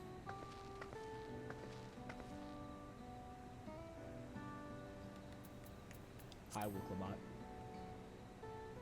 And these 4 comprise of the rest of the saga. The Lay of Gold. The Lay of Gold. This pillar shows one of the Pelu Pelu, whose homelands is in Urkopacha. Having created our currency, the Pelu are rightfully known as the Merchant Clan. They oversee Tuliyollal's markets, and their traveling peddlers are a common sight no matter where you go in Tural. Don't let their size fool you. They might be mistaken as children, but beneath those beaked masks, they are clever and calculating traders. Oh, so like they're not just all kids, they just are short? Interesting. Lay of Ice. Oh, this one is my favorite. The Lay of Ice. It depicts the battle with the legendary Tural Vidral Valley Garmanda. I should explain. A Tural Vidral is a creature that has lived for far beyond its usual lifespan and awakened to preternatural power. Tataru described the Far Eastern auspices in a similar fashion. Could this be the same phenomenon?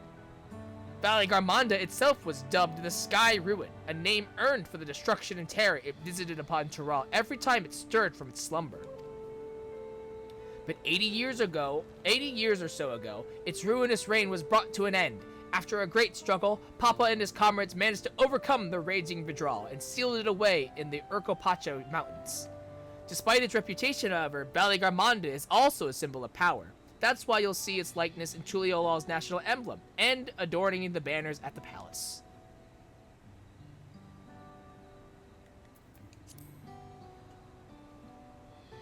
Oh, this one is unmarked. Papa says he left a blank pillar for the next chapter of Tuliyolal's history, whatever that may be. And the Lay of Proof. Ah, the Lay of Proof. That big fellow is the Yakui, the largest of Tural's people. Oh, they do exist. These giants once used their great size and strength to establish a dominion encompassing all of Yak Tural. Having brought the southern reaches to heel, they turned northwards, setting their sights on Shak Tural. You'll recall that massive bridge they built beyond the Skygate. Sometime after launching their northern campaign, however, they just gave up. They abandoned the lands they'd conquered and withdrew into the mountains of Urcopacha. I've never even seen any of their kind so much as set foot in the city. This was a people with the power and resourcefulness to raise a temple on a mountaintop and build a bridge across the sea with stone. What would move them to renounce their ambitions and their place in Turali history? Had your fill of history then? Yes, thank you.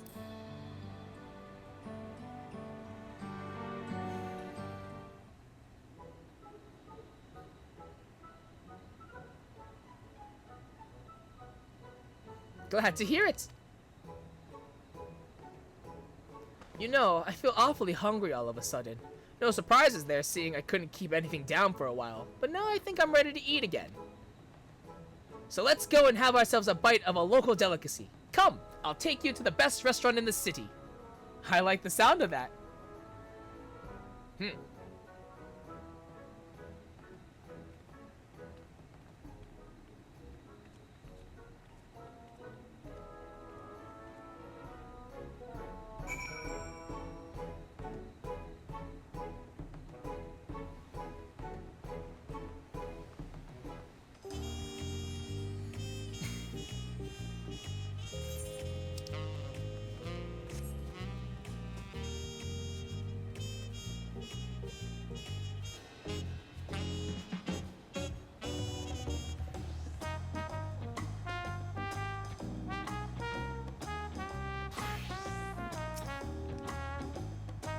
What a lovely establishment. I'm reminded of the Bismarck in Limsa Laminsa. Have you ever had tacos? They're a Tuliolol classic. You bake a crunchy shell made from corn flour and fill it with meat and salad. Oh, corn tacos? Blech. I'm more of a flour shell kind of guy personally, but there are some corn flour tacos that are pretty good. But I'm more of a flour shell, honestly. A lot of shops and stalls sell them, but I like how they're made here at... This is a name. This is a name. At Zibalya TA? Best. Sure. Okay. And I need one right in front of me, right now. Let's head downstairs and place an order with old Brook Ivu. Well, come on. I'm serious. I'm gonna need pronunciations for all these things from the love of God. Please. Whoa! Look at all these people. Look at all these people! God damn it. This is Brook Ivu, the owner. Don't let his unassuming appearance fool you. When it comes to making tacos, he is the greatest artisan in all of Tural. Every dish looks delicious. At the risk of sounding like Wookwoomot, the mere sight of so much fine cuisine is making me ravenous.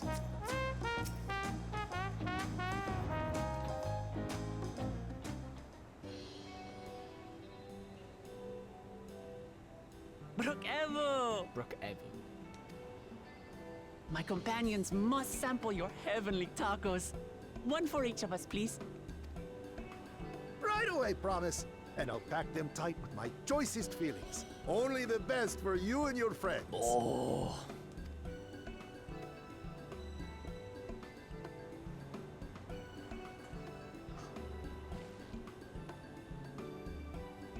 Did you hear the Silver Scares are back? Seems their overseas foray ended in disaster. More than half their warband is missing, including their leader. Silver scales? Aye. And now keen to rebuild their broken reputations, the survivors seek the Golden City. A fool's errand. How many hopefuls have disappeared in search of that fable? They should count their lucky stars they came home alive at all.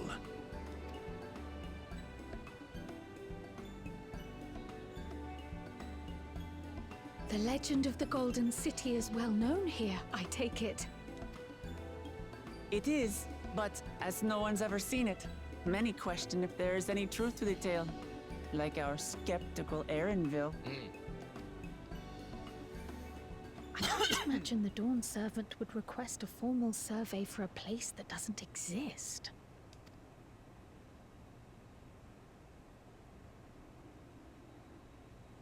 Are we not going to talk about the silver scales and who they are? Are we not going to talk about them? Now to find a spot with a pleasant view to enjoy our How crunchy dare you spoils. tempt me with the bag? How dare you? Show me those tacos, goddammit you! I have known big fat tacos my entire life. How fucking no, the tacos! Oh. You fucking monster! If it isn't the third promise. Oh. No. What's wrong? Hello. My tacos. I don't know these ones. New salt. Does the other head not talk? Dredge from foreign waters is my guess, brother. Okay. Of course, that's There it it. is. Wooklamat is so afraid of the coming contest that she went crying for special help. Alright. Was there something you wanted, Bakul Jaja?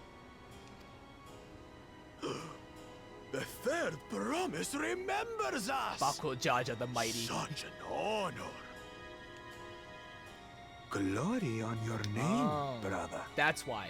I was like, I was gonna make a comment as to like, oh, that's cute that they have to put the mighty there, but they have to distinguish the two, so you have the mystic part. Yeah, they distinguish them. But they're both Bakul And on Jaja. yours, brother. I know my rivals for the throne. Nothing more. Another child of the Dawn Servant? No, this one's different. No, this brute. We have no ties to their farce of a family. Unlike these This is our stealing villain. Got it. housecat, we are blessed siblings, the elevated chosen.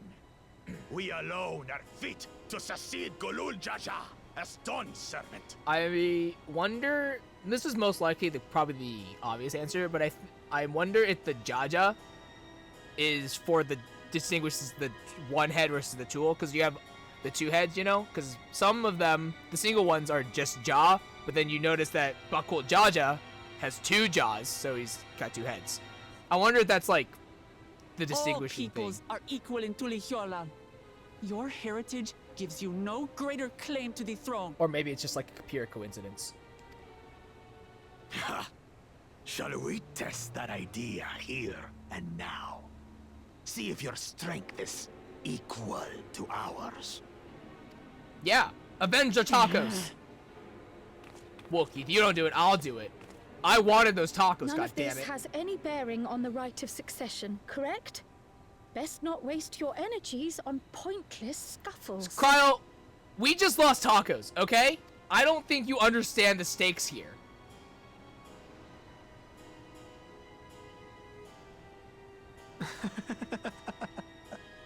The kitten comes to the house cat's defense.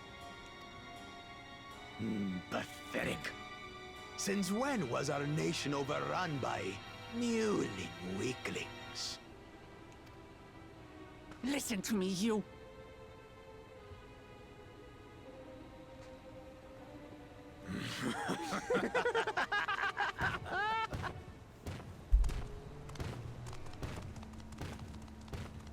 he seems nice. A two-headed mamulja. I knew of them, but that's the first I've seen in the flesh. Some get it into their twin heads that they're destined to follow in my father's footsteps. So they travel to distant lands to hone their battlecraft. Those are likely the ones you've heard about. Are there other two-headed claimants? No, just Bakul Jaja. Even in Tural, his kind are far from common. Birth The defects, got it. Mamulja people largely belong to one of three clans. The Hubigo, The Hubio. Oh, Taco! the Bunewa, Oh, okay. and the Dopro. Interesting. Every once in a great while, a two-headed offspring is born from a union between the brown-scaled Hubiko and the blue-scaled Bunewa. The child grows to possess immense strength, both physical and magical. How come not the third one? Blessed siblings indeed. How come not the third one? Fuck the other one, I guess. Forget them.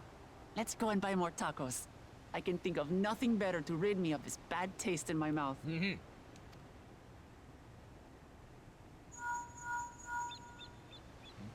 Enjoying your tour of the city, I trust. We've seen our share of notable sights and took a moment to rest. We're getting As tacos. such, we're ready to present ourselves at the palace for the rite of succession. Shall we meet you there? Sure, but we're getting tacos first. The palace it is. I'll let Wuklamart know. So, Destiny calls. Perhaps we can return for more tacos later? feels bad. So it goes. Feels bad. Oh, she has to pick up the no. It's so sad. Oh no.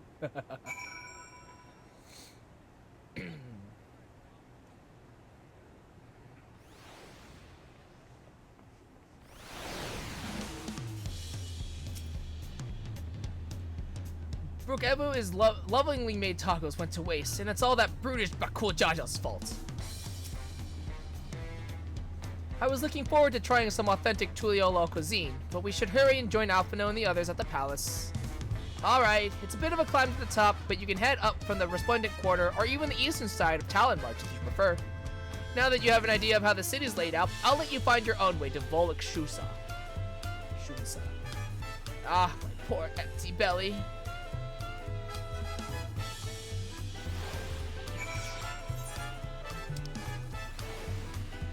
Well, imagine walking up there. This is why we got the Ethernet shards.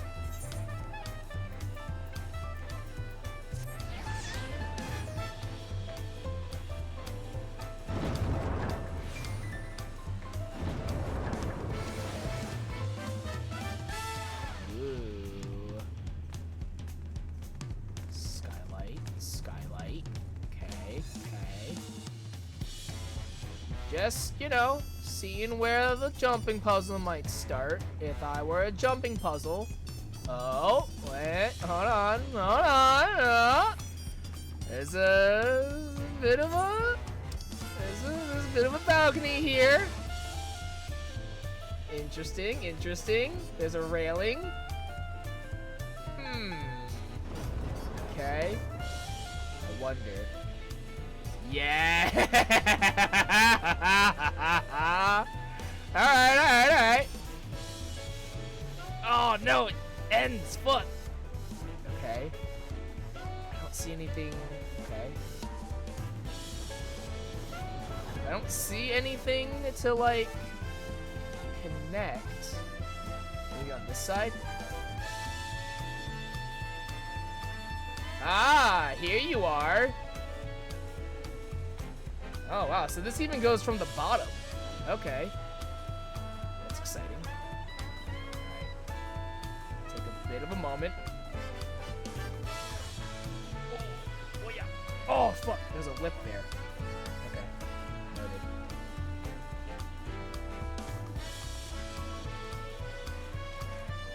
Fuck! Oh my god.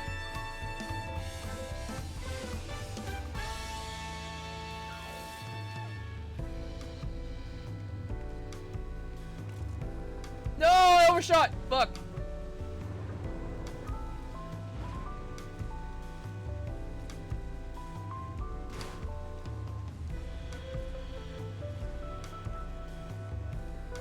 Shit.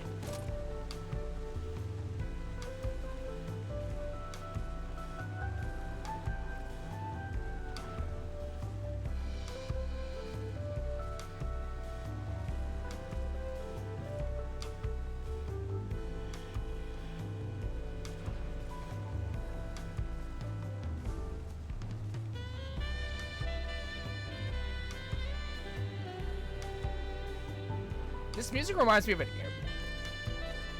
That's like, or like the Weather Channel, you know? Yeah, it reminds me of like Weather Channel music, which is, again, is fine. It's just like the vibe. It's just not what I expected from this place.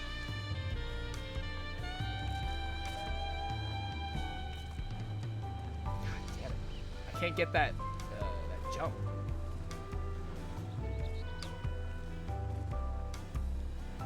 I keep hitting my head. I think I just need to go out more.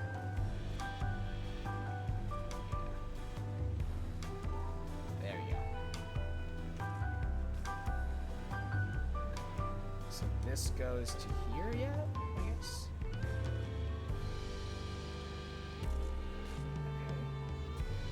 And then... Oh, okay. So you jump from here to... So from here to here, and then probably to one of these, I guess. Probably to here then, I guess. Yeah, that's probably it.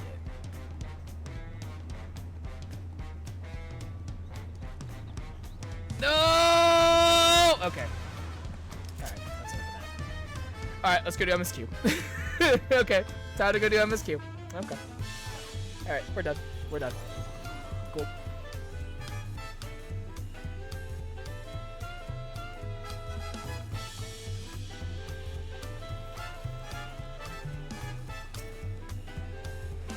Alright, there are so many narrow winding streets, but even if you get lost, all you have to do is keep heading up and you'll arrive at the palace eventually.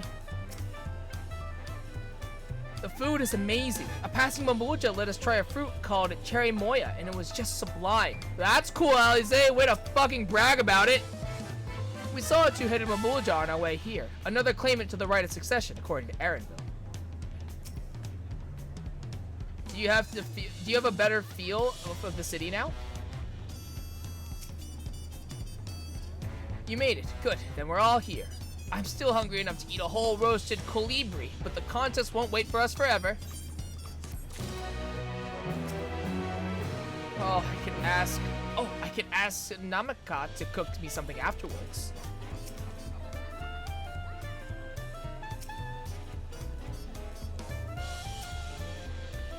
Upon speaking to Aaronville, several cutscenes will play. It's the rite of succession. Aaronville has been waiting patiently for your arrival.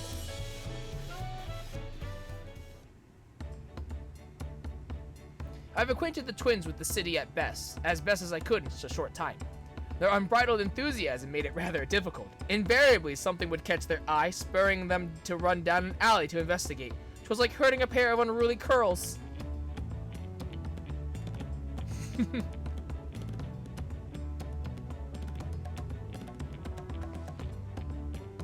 I understand all too well. Charlian had the same effect on me. Right then, now it's time we saw the inside of the palace. Papa will want to know I'm home and to meet the alleys I've chosen. Given how impulsive he is, though, there's no telling what we might be in for.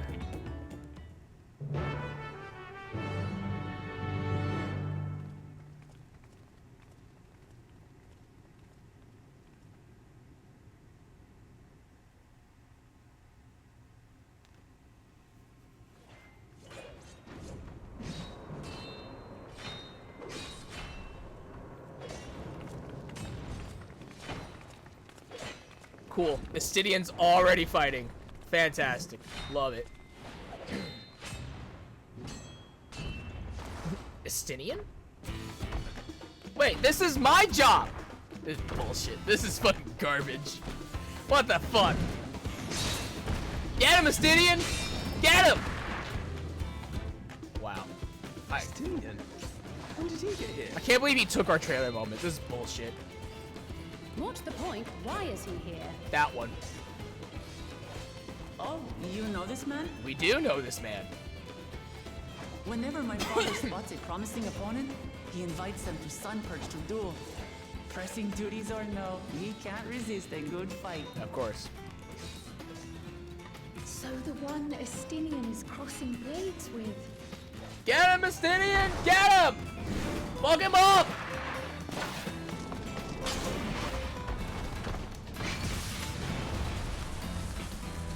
I can't believe Estinian's already level 100. This is bullshit. What's up?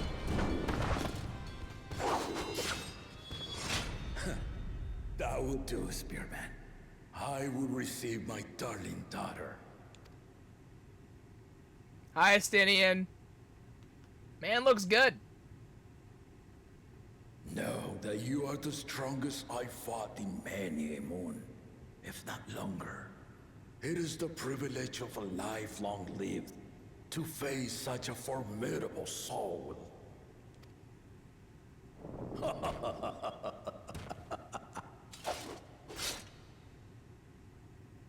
If it's formidable you want, then look no further than that woman there. Ayy.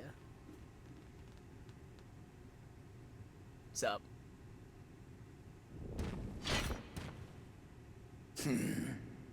I see you, warrior.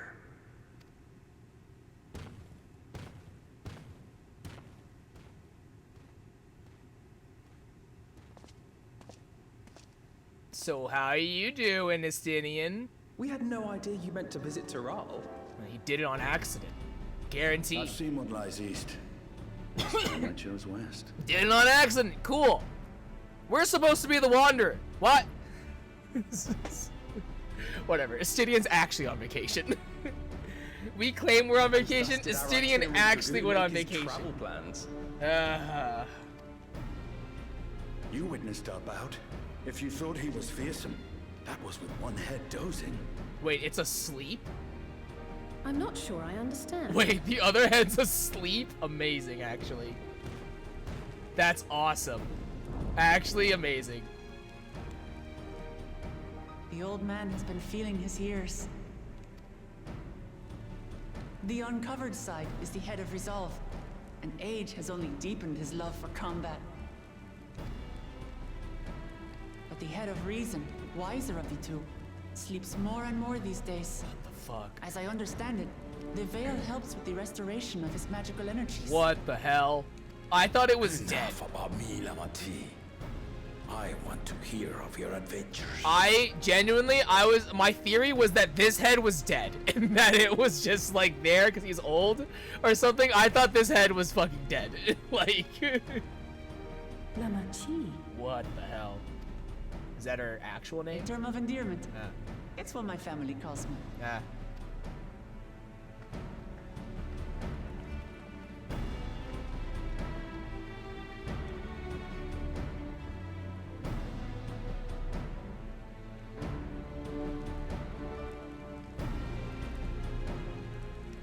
Oh. When last did we see you in the palace? Greetings, Solonesh. It's Erenville now, Dawn Servant. I assume that's his actual name. I took the name while abroad, and have since grown accustomed to it. Interesting. Erenville, then. Oh, he's so... He sounds so unapproving. And these others, I assume are Lamati's recruited allies.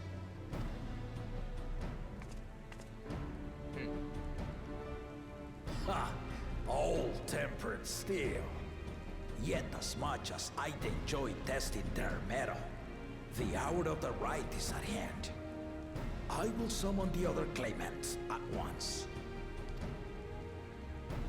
Then I shall leave you to it. Oh, you're just gonna go? You don't want to, like... Fortune, my friends. You don't want to, like, come with, man? You're just gonna... Okay. Cool. My man really went to just go continue his vacation. That's cool, I guess. That's fine. It's not like I was the wanderer or anything like that in a past life. No, whatever. That's alright. Fuck me, I guess. Whatever, dude.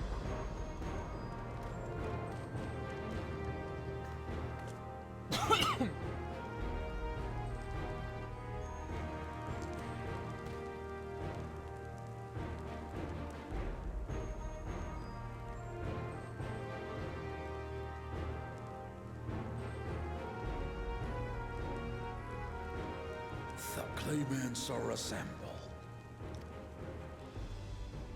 The first promise, Zorolja. The second promise, Ona. The third promise, Uklamat.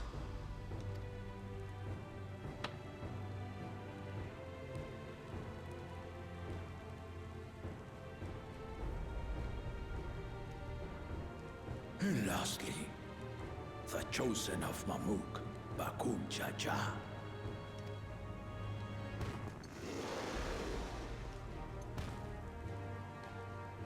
You four will compete in the rite of succession, the outcome of which will decide who takes my place as Dawn Serpent.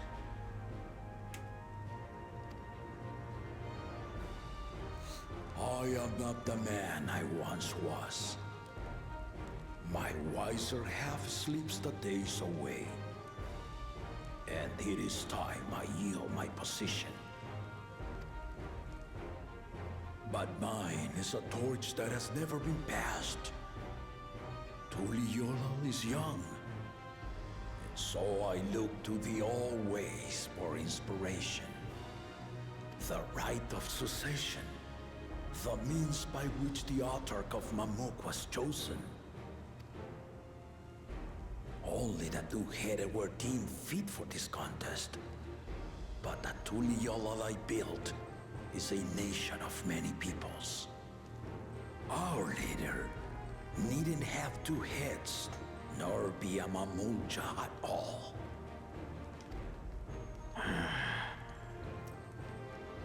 So I gave the right of claimant, not only to the son I sired, but to my adopted children as well. Okay. Yet the opportunity to So the Mamulja is an actual, like, blood relative versus the why a recent tournament offered a place in the contest as the winning prize.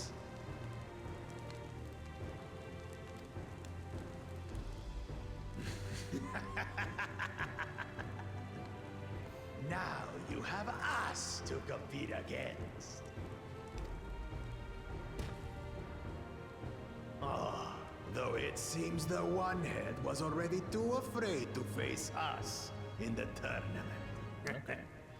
So he won he's got his place as like he fought to get up here, so that way he had a right, basically, rather than just being. Our brother was in Shock Tural leading the Landsguard on a campaign to eradicate a Tural Vidral. Yeah. Rather than it just being nepotism, essentially.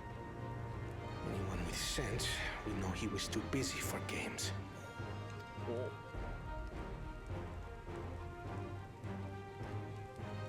Now for the part you've been waiting to hear. The nature of the contest itself. To triumph in the right of succession, and thereby claim our nation's throne, you must travel the lands of Yogg-Tural and find the City of Gold. Interesting.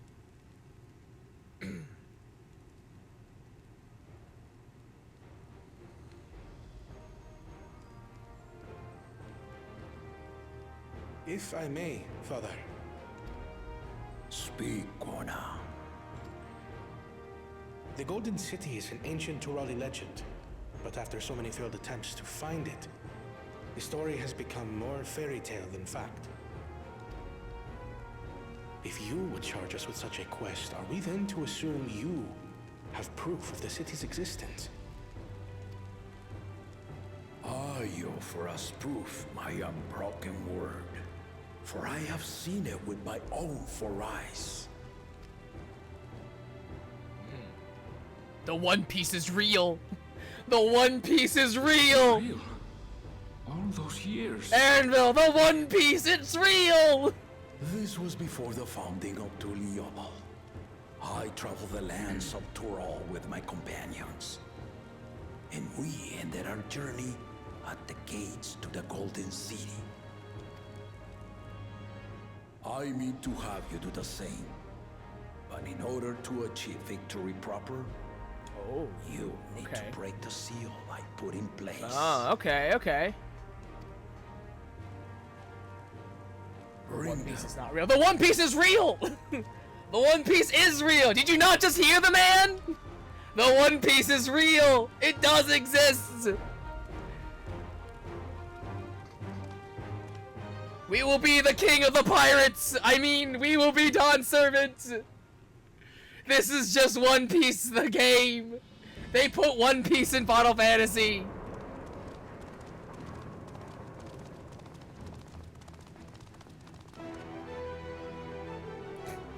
Dawntrail is just One Piece, the expansion. Let's fucking go! That is a stone tablet. Neat. Oh, are these all from the pillars outside? Yeah.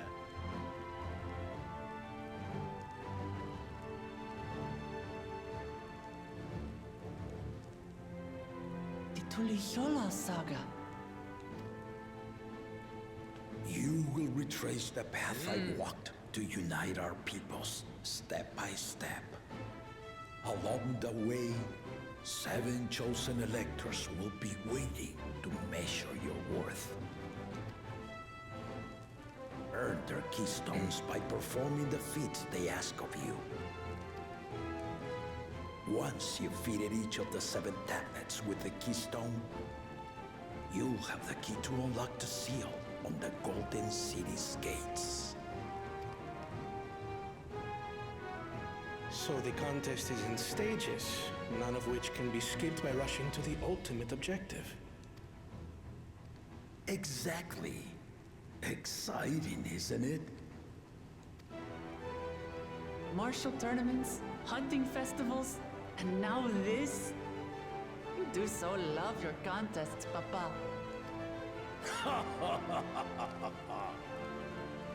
Were I a few years younger, I would have joined in myself, giving you a proper challenge. You may think the ride is tedious or nonsensical, or both. But I am yielding our nation's throne. I mean, it's pretty simple. Find the One Piece, become king of the pirates. I've seen this play out. Indulgence. I understand the game. A waste of time. Just name Bakunja just successor and be done with it. Get him! Get him! Fuck him up! The right of succession Get him! begins now. Fuck him up, Galul! I'll be watching your progress with great interest. No shot. You just wait! You just wait! Before you leave. Ah, right. Gotta get our punch card. It's cute and it's a cute idea. Get a punch card, find One Piece, become king of the pirates. Easy. Easy. You are one of Lamachi's allies. Speak freely. I am Cryle Baldessian, representative of the students of Baldessian. My name is perhaps familiar to you? Ah.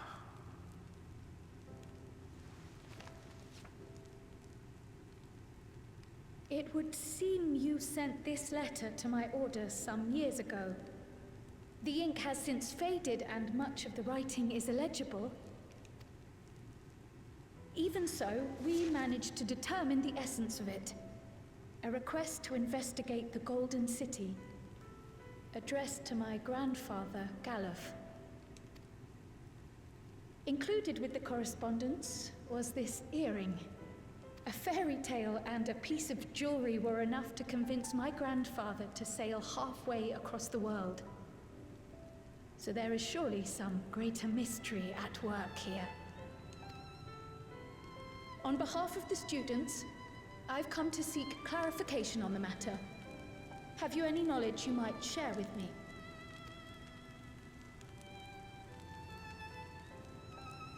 He'd probably be like, I was, but since you're working with Muklamon. No, not at this time. Yeah, it's like, I would if you weren't helping my daughter try to be the god servant. So, unfortunately, I have tasked the in claimants fairness, with finding the Golden City. I fucking called it. Fully request would afford one of them an unfair advantage in the right of succession.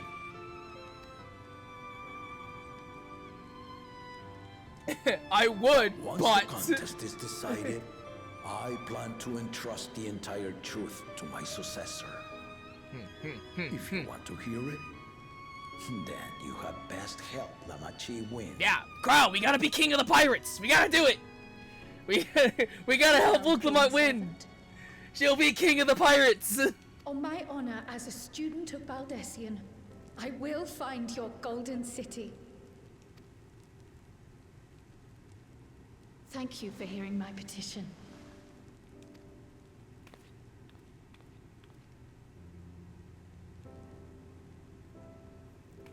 All right, so if this is just One Piece in this is just Final Fantasy One Piece. We gotta establish roles. Obviously, Galul Jaja is Goldie Roger and Whitebeard at the same time. It's literally both of them. Honestly, you should be proud, it worked perfectly because there's two heads. So this one is Goldie Roger and the other one's Whitebeard, or vice versa. Take your pick. I think Wolkamon has to be Luffy, which is kind of upsetting. Like, it's a little upsetting that she has to be Luffy, because she's technically the captain of our team. That would make us Zoro, like, obviously. It would also make sense, because canonically we would be a Viper. We're playing Warrior, but we would be Viper, so we are obviously Zolo. I suppose. But are you sure you wish to be part of this? Aaronville's probably Nico Robin, if I had to, like, pick one. Like, or Cryo. Cryo could also be Robin, I guess. I don't know. It's like it's a bit of a toss-up. Alize is... I don't know. I don't know. Alphino, I feel like has to be Chopper, but, like, Chopper's too much of, like, comedy fodder, you know? I don't know what the twins are. Our third yet. promise is not wont to take no for an out. answer. Though you may have agreed to help, I worry that you were swept up in her relentless enthusiasm. Aaronville, I'm on vacation. I could not care less of what's going on. I mean, I care, Or perhaps obviously, you've but, been like... lured by the glory of the Golden City. Either way, this contest for the throne will place you and yours at the heart of political turmoil. Aaronville, when have I not been at the heart of political turmoil? I fucking killed the Pope in Heaven's War. I killed the Pope in Heaven's War. No, hold on, no, let's back up. Let's back up for a second. A Realm Reborn, I was framed for regicide. I killed the Pope in Heaven's Ward. I literally overthrew Garlemald occupation in the Far East and in Alamigo. And then, in Shadowbringers, also went to another world and fucking got rid of that dictatorship too. And then Endwalker, I killed God. So... If you are second-guessing your nothing's decision, new, Aaronville. Tell me now. Nothing's new. This may be my last chance to help you withdraw. I don't care. Nothing's changed, Aaronville. I killed God already. I don't know what else we could do, truly. Okay, we would do it for him, I guess. We do it for him. And there's no telling what awaits us on the long road. No, you're right. I want to go see my cat boyfriend. You're But right, what's Aaronville. important I'm out. is to be true to yourself. I miss my as you cat walk. boyfriend, so I guess I'm quitting. Only then can we hope to be content when we arrive at the end of one and step forward into another.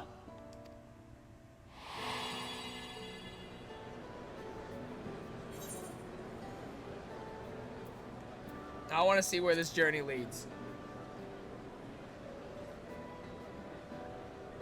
Really, I would say the bottom one, but I want to see where this journey leads. I'm already so in you are it. committed to your path? Yep. I will speak no more of it then. As for my own involvement, I can no longer conduct myself as a mere guide, I think. Not after the Dawn Servant's revelation. Yeah, after finding out that the One Piece exists, Aaronville? Yeah. Yeah, real exciting now that you know that the One Piece is fucking real. I will refuse to call it the City of Gold. It is no longer that. It is going to be called the One Piece. That's what it is. From now on, further reference to the City of Gold is now the One Piece in this entire game. Fearsome meme. Make no mistake, there goes Tuliola's mightiest warrior. You're a youth? First promise. Our village needs aid. The cold weather stunts our crops, and the children of our village go hungry. Silence, you! Going to go find the One Piece. Once you ascend the throne, I beg of you, grant my people new lands, please. Serelja. Kicks him. Take heart, tiller of the soil. The resilient son, blood heir to the Dawn Servant, has heard your pleas. Cool. Anyways.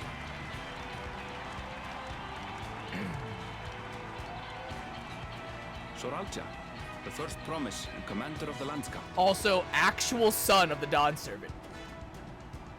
Soralja, the Palaceer. As he was so careful to remind the crowd, Soralja is indeed the natural child of Gurul Jaja. And Resilient Son, is that another title, like the first promise? After a fashion. Common knowledge has it that two-headed Mamulja cannot sire children. Oh. Yet Soralja was born all the same, with the head of Resolve's features and the head of Reason's scales. An extraordinary example of life's unyielding resilience. Interesting. And a warrior's reticence. He says little, but the way he moves... I know a hardened soldier when I see one. He's a natural swordsman, a gift he inherited from his father. Some even say that the son has already surpassed the sire. Should he come to power, the first promise means to employ that martial prowess in the conquest of foreign lands. For this, he and his supporters have been labeled expansionists. This puts him in direct opposition to Wuklamat, who advocates for the preservation of peace. Okay. So he's You may recall that she spoke of a claimant who cannot be allowed to rule. That is Soralja, the warmonger. Oh, interesting. I'm surprised that it's him. Okay. Huh. Cryon, are you alright? The echo. It gave me a glimpse into Zoralja's ambitions. I didn't get an echo. Deep and unknowable. I didn't get an and echo. abyss, yet at the same time, a roaring, unquenchable fire. How come I didn't get an echo? What the hell? It was a trifle terrifying, to be frank. Huh. Okay, so I guess First Promise is actually our villain, which is interesting. I guess First and Fourth are our villains, but that is actually really interesting. I'm surprised by that, actually. Huh. Second promise, you must bring us more marvelous conveniences. More dirigibles and trains and the like. Trains! We need you in charge to make trading easier. They have trains! The elders, they complain and complain about abandoning tradition. But we're not like them, afraid of everything foreign and new. Damn boomers. We'll show them. Have our wholehearted support. With your ingenuity and knowledge, you're sure to win the contest. Yeah, fuck those boomers. We have Forgive me, trains. but the right of succession is barely begun. I will hear your petitions if and when I am named Dawn Servant. If you will excuse me.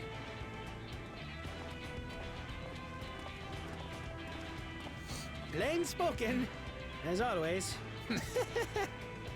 That's Arcona. Practical to a fault.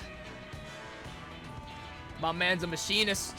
Hells yeah, respect. Here we have Kona, the second promise, who spent time as a pupil at Charlian's own studio. Now that you mention it, I think I did see him in the halls once or twice. There was nothing to suggest he was Turali, much less from a royal family. That was by design. He forwent his usual garb and took an Eorzean name to avoid attention.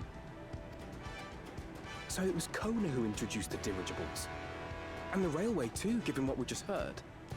In furtherance of his goal, to enrich Tuliolal with every bright notion he learned of in Charlia. He is the hope of those who prize innovation. As aloof as he may seem, Kona and Wuklamat actually get along rather well. They bicker and banter as only close siblings do.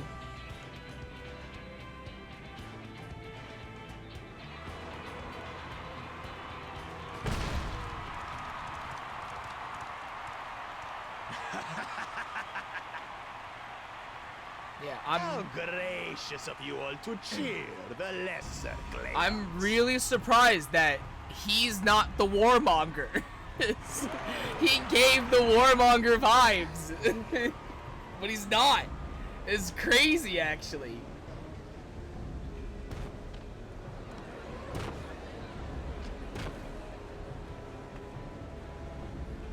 Oh, come now.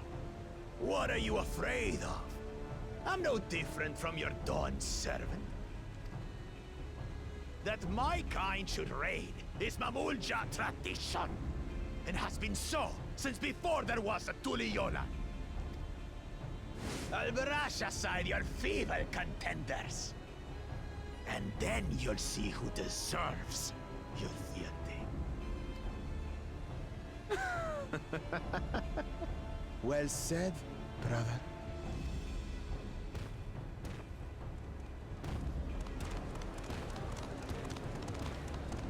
The Mamulja have finally found peace in Tuliolal. A pity those fanatics are intent on keeping that tradition alive.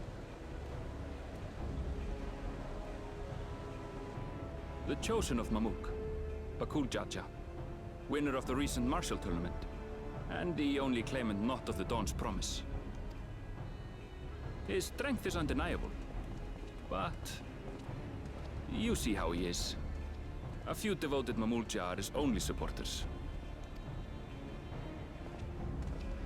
What would he do with the throne should he win it? His policies and so forth. I doubt he's thought much beyond winning the contest itself. But one thing seems certain. If he does become Dawn Servant, he will see the Mamulja exalted as the ruling class, and all others forced into subservience. Can't have that. Sounds like another that cannot be allowed to rule. Oh, and everyone left. Oh, that's actually so sad. That's actually kind of sad. Ah! Let's go! Come on! Woo! Yeah. She's got fans. Wish for one thing. The other ones that matter. The third promise: to abide together in harmony with our neighbors whom we love in this land we share. It is our way, the Turoli way. Yeah, Wokamot's got heart. Galul Jaja built for us this peaceful nation, Oh, and we no. beg you to preserve it. You have my word. Wokamot's got heart. Won't Let's let you please go go. Amazing. Until Tuliolal was founded some 80 years ago, this continent was ravaged by war. The eldest among us remember that dark era, and they are Wuklamat's most ardent supporters. Apologies. It's hard to get away. This is Namika, my childhood nursemaid. She's been like a mother to me my whole life. I told her it wasn't necessary, but she insisted on seeing us off.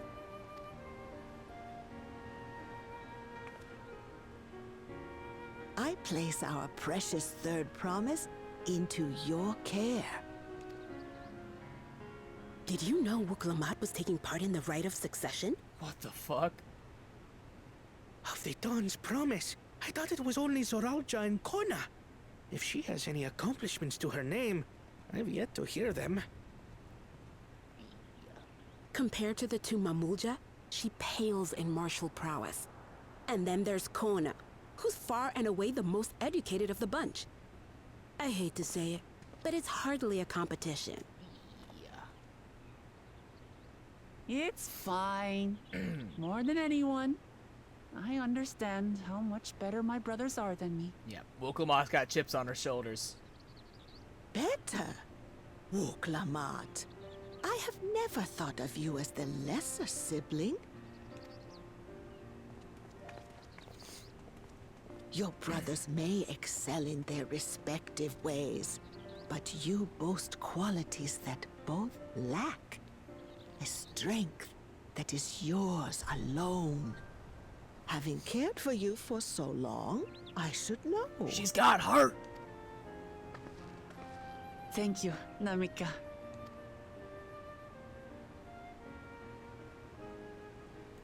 Well, we ought to be on our way. Yes, hurry along.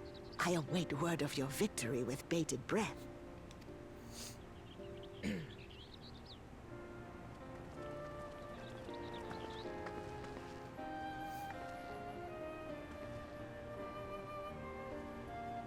Oh, she's so precious.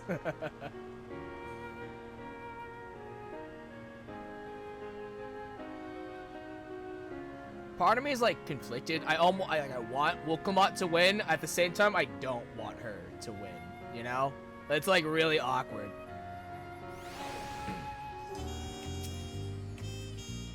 As you just witnessed, Wuklamat has no great army of supporters, not yet at least. I know not what drives Zoralja, but it engulfs him like an inferno.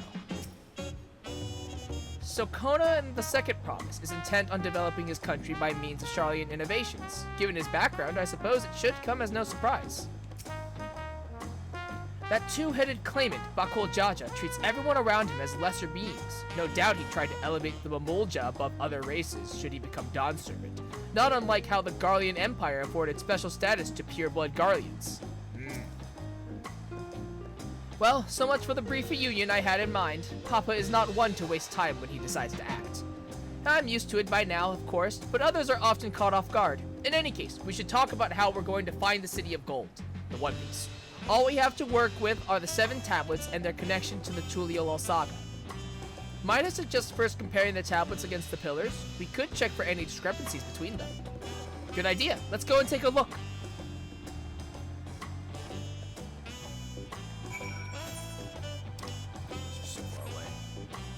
Whee!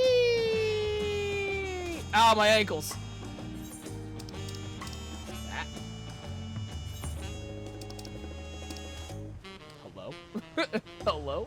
Hello? Hello? Hello? Oh, goddamn. Noted.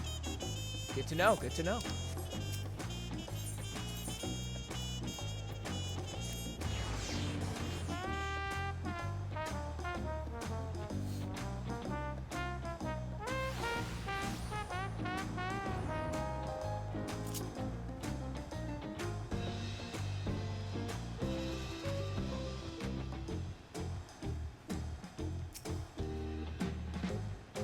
I wasn't expecting events to progress that quickly, but I won't complain. The contest is the main reason we're here, after all. I won't give up until we find the Golden City, you mean the One Piece, for Wuklamat as well as myself.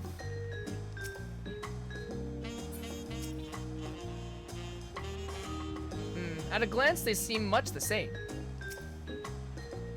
The preparation of intricately carved tablets for every claimant must have taken considerable effort and forethought. We should consider them weighty reminders that this contest is no light-hearted matter. That makes everyone. Wuklamat, the tablets, if you would. Of course.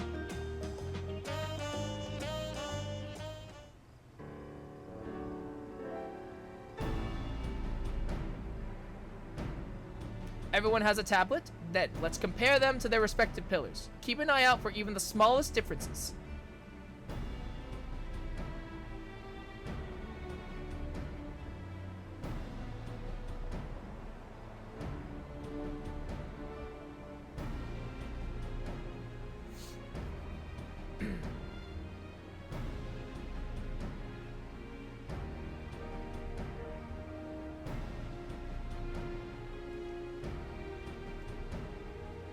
That's not the right one.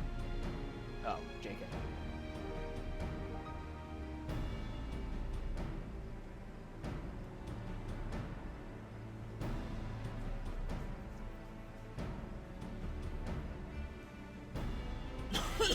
Unless I'm missing something, the glyphs appear to be identical.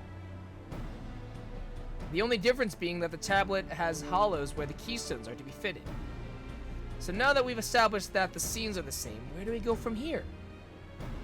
The Dawn Servant said we were to retrace the path he walked in uniting Tural's peoples, and that we would encounter 7 electors along the way. Then we have the answer here in front of us. Papa's path is all laid out in the Tuliolal saga.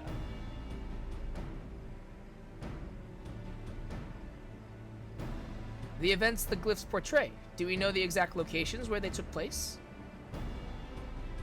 If one is close, we could go there and search for an elector. That would confirm we're on the right track.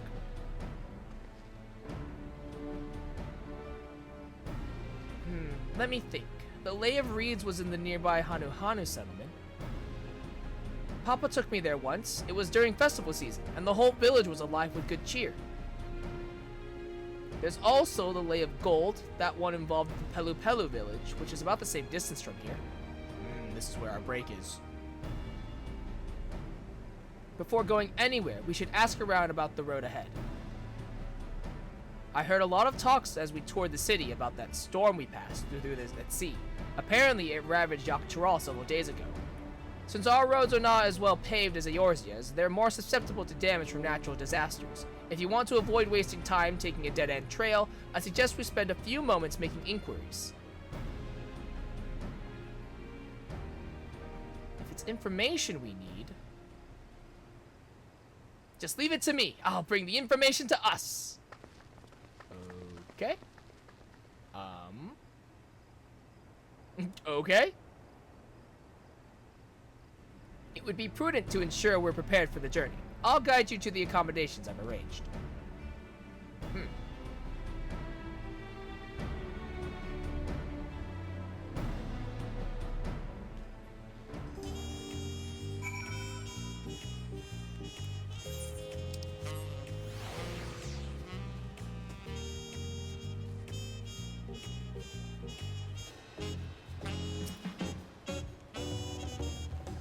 Woklamat said she would bring the information to us. I wonder what she meant by that. What a comfort to have our lodging sorted in advance. Oh, such lovely little cottages, and they're on the water. Welcome to the Forward Cabins. So this is where our hub is when we turn quests in or after arcs and whatnot. That's right, the reservation is under Woklamat's name. If you don't mind, I'll leave my companions to you. Certainly, sir. I'll go and track down the third promise. Once you've finished organizing your gear, you can meet us outside... Oh, God. Zilbaev TA. Zilbaev? Belvi? Or maybe the X is silent, I don't know. Greetings, visitors to Tuliolal, and welcome to the 4-Art Cabins. Whenever you are ready, I will show you to your rooms.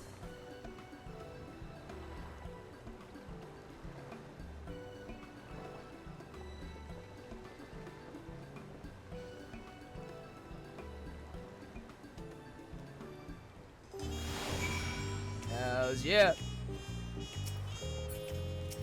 Here's our innkeep. Might as well go in, check it out. Hells, oh my god, look at this.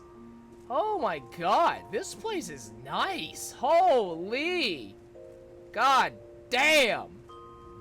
God damn. Alright. I see you. Alright. Real briefly, I want to look at my glamour page just real quick. And I'm thinking of changing my style a bit. I was gonna do this beforehand, but I figured this also would be like a good time to do it now. I think I'm conflicted because like I want to run warrior for MSQ, but at the same time, it would make more sense to either do scholar / summoner because then I just level 2 jobs at the same time, you know?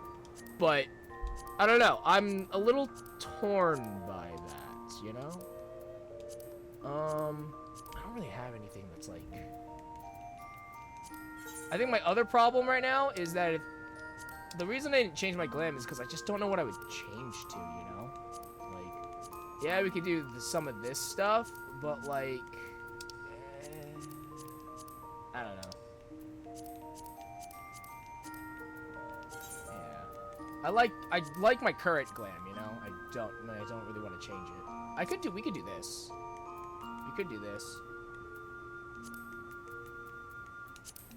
Change this die. Oh, that's right. They changed the die system. I forgot about this. Oh my god. I forgot. They changed the die system. Right. We can have 2 dies now. It's not for all gear, though. So far, it's not all gear. Let's see. Actually, do I have any pieces that allow 2? So this is one. This is one. Can we do... Where is it? Yeah, I know it's not everything yet, so like... Yeah, like some of this stuff is not dyeable. Or it doesn't have 2 channels just yet. Alright, oh, here we go. So all of these are dyeable for 2 channels. These are 2 channels. This is 2 channels. A lot of my gear is still based in the previous expansion. Oh, we could do this. Oh, actually, this could be interesting. So what's the second dye?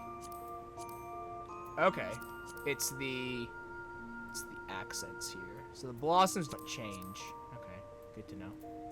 Okay, that's an idea. The Gleaner coat doesn't change. Oh wow, oh wow. It's like a lot of these extra stuff. That's actually really cool. Okay. That's actually really cool. It's like a decent chunk of this stuff. Wow. Oh, the Thavnarian, really? Wow, that is actually shocking. That's genuinely shocking. Oh, it's the accents too. Oh my god, that's awesome. Oh, that's sick as hell. Oh, that's so fucking cool. Dude, that's actually sick as fuck. Alright. Let's see, do I have any pieces of like actual gear? Do I have any pieces of actual like gear that is that can be double dyed? I don't think I do. I don't think any, like, oh, here we go. Oh, it's the ninja artifact armor. God damn it. God, motherfucker. God damn it. Okay. Okay, yeah. Yeah. I don't really have much else. Yeah. Alright. Whatever, it's fine. It's fine. Alright. Let's go. No, I'm happy with keeping it just as warrior. Because the nice thing about going warrior is that I can set the pace for tanking for dungeons and whatnot, so I don't have to worry about, so I can go through dungeons a little bit faster. And I can hard pull instead, in theory.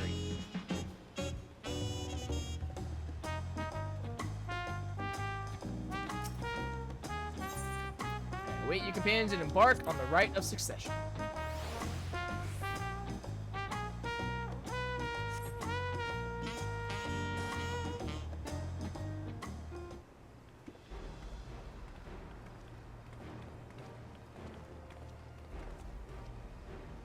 Trust you to be the keenest to head out, Shell.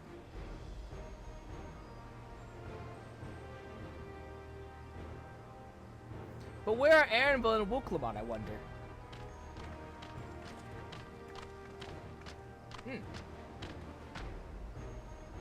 Oh, good. You're all here. Who might your companions be? Seeing as we needed information, I thought who better to get it from than the locals. These two hail from the villages we're thinking to visit.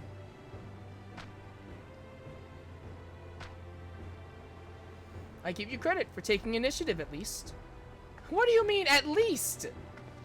I am honored that the third promise would seek my advice.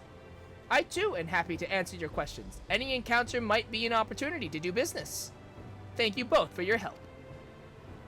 Before we begin, there will doubtless be other occasions when we need to act independently, so I brought these for the two of you.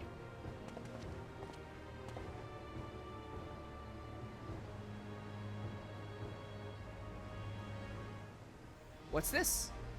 'Tis called a link pearl, a gemstone harvested from a special shell. When linked together, they allow people to communicate across great distances. Is that so? What a handy thing to have.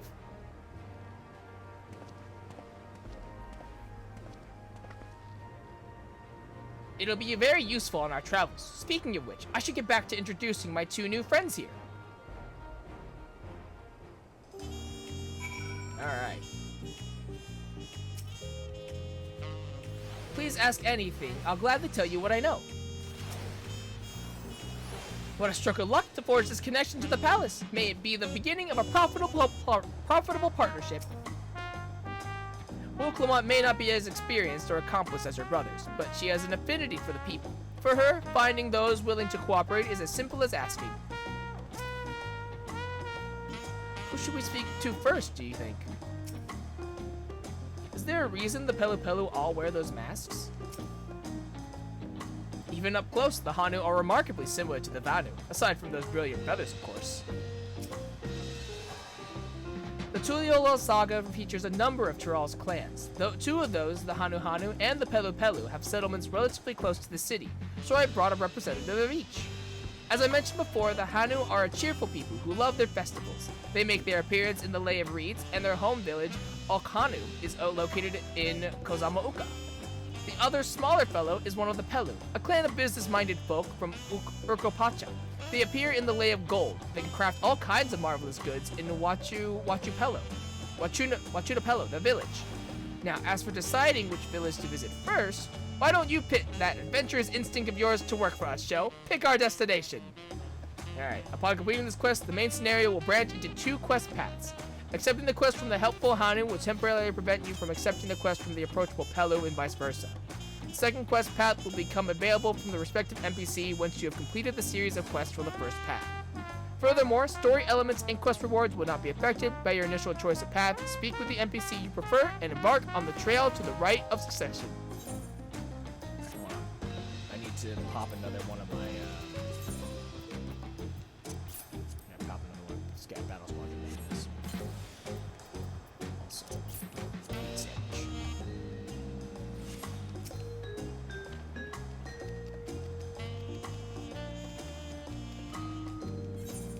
Okay. All right. I trust your instincts. All right. So, the quest to Kozama Uka will be available once you completed this quest series, beginning with the approachable Pelu Pelu. To Urkopacha. All right. And to Kozama Uka. Okay. I am gonna be right back, and then we can coin flip to see where we go first.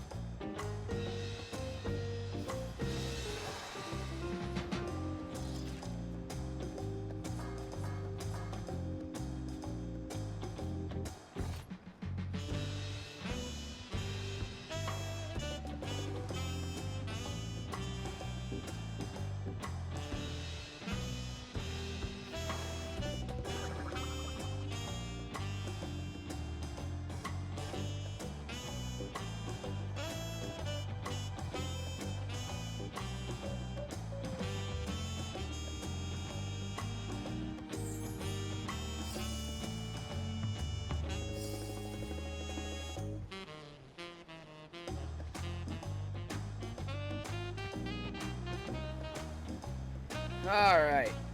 Alright, I've got some water. I've got some food. Let's coin flip this, baby. Let's do... Alright. Okay. We'll do heads. Let's see this. We'll do good RNG for Pelu Pelu. Bad RNG for the Hanu. Drop the coin. And our result is... good RNG.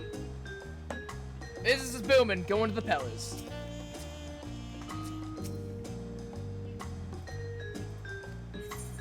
Alright, to Urko Pacha. The approachable Pelu is awaiting your questions. What is it you'd like to know? Our main concern was confirming the state of the road ahead. As I recall, to reach Urko Pacha, we depart from the Arch of the Dawn, then take the road west at the first fork. Should we be wary of anything along the way? That is indeed the way to Urko Pacha. After the damage wrought by the recent downpour, however, you'll be doing more stumbling than walking. But do take heart, when it comes to rugged terrain, we have a most dependable solution available. Come with me.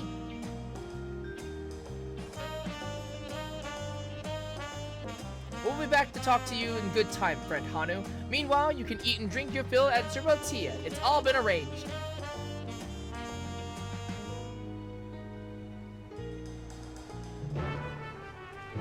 Oh! Oh!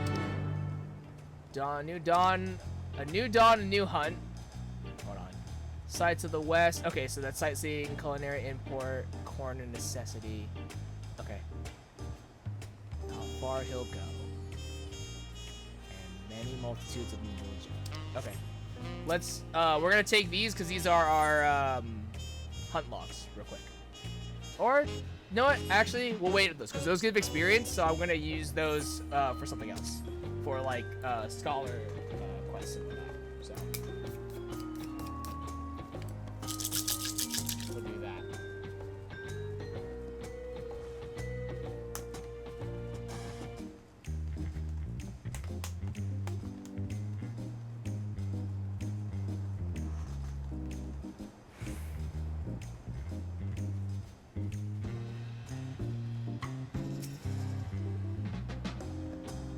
Oh my, are these fluffy babies our mounts? The Pelu all being small is confusing enough, but those masks make it almost impossible to tell men from women, let alone guess at their age.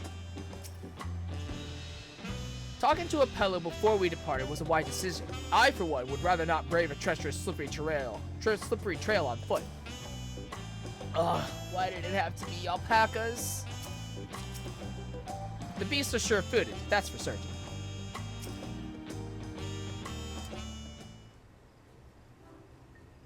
May I introduce to you our most dependable companion, the alpaca.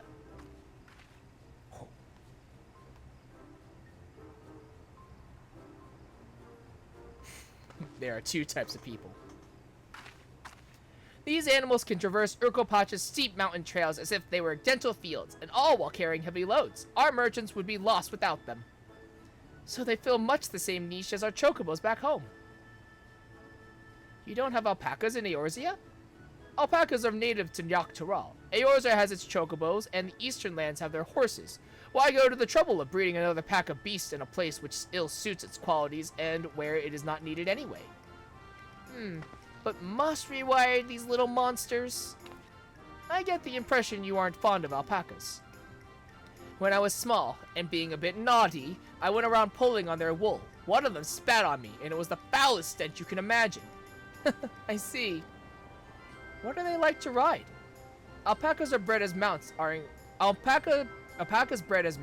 inquisitive and docile. Even those without experience find them easy to handle.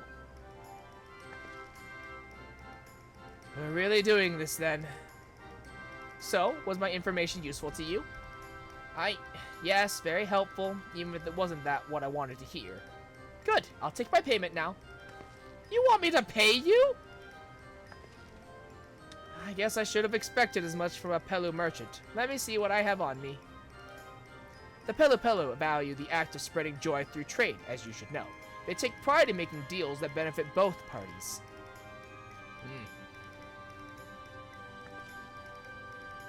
Here you go, a fair price for your fair advice. Yes, I made a trade with the third promise herself. My friends will never believe this. I should be on my way now. I wish you safe travels. Off you go then, and thank you.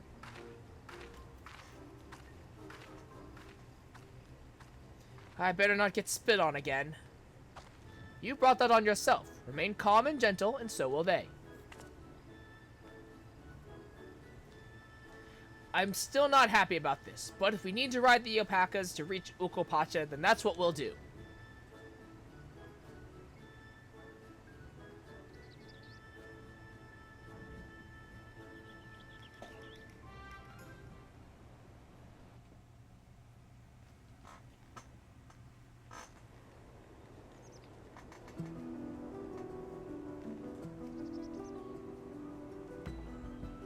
Turali poets of yore sang of a mountain that would stand tall, even should all other lands sink beneath the sea.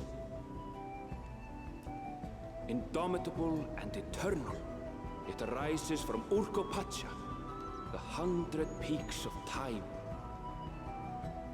Of all the beasts which crawl and fly, only the legendary Valigarmanda could hope to disturb the summit's serene majesty.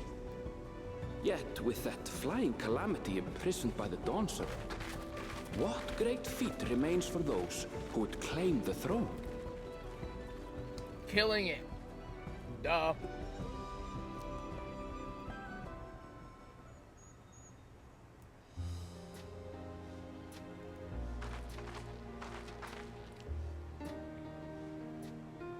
So this is Urkopacha. I've never actually been here before.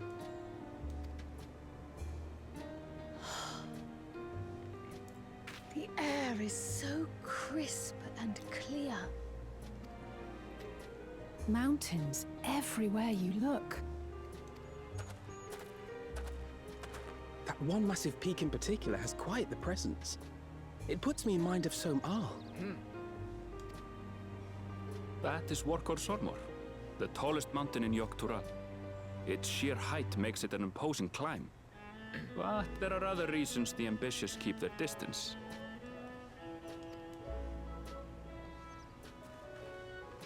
Oh? Do tell. Where to begin? Excuse me, but you're Wuk Lamat, are you not?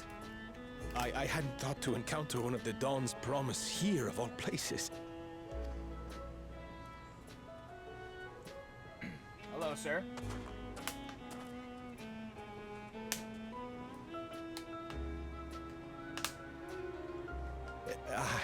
But I should introduce myself. I am Bol Nok, a weaver by trade. Well met, Bolnok.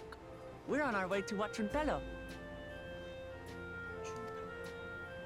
Oh, truly, I've just come from there, as it happens. I'd asked the Pelu who sell me their wool to give me a tour of their alpaca ranch. Alpaca ranch! The head rancher and I shared a bottle of mezcal while he explained the finer points of wool production. They have mezcal? They have mezcal here? Wait, what? Mezcal? Is that a local beverage? It's alcohol. I think it's alcohol. I'm fairly certain. It's an Urkopacha specialty. Yup. A spirit made from distilled agave heart juice. Yup. Yes, and it must have done wonders for my mood, for I tripled my usual order of alpaca wool. They did offer me a discount, though, so it wasn't a bad deal in the end. But listen to me, boring you with my tedious stories. I will leave you before you are lulled to sleep. Goodbye, and safe travels.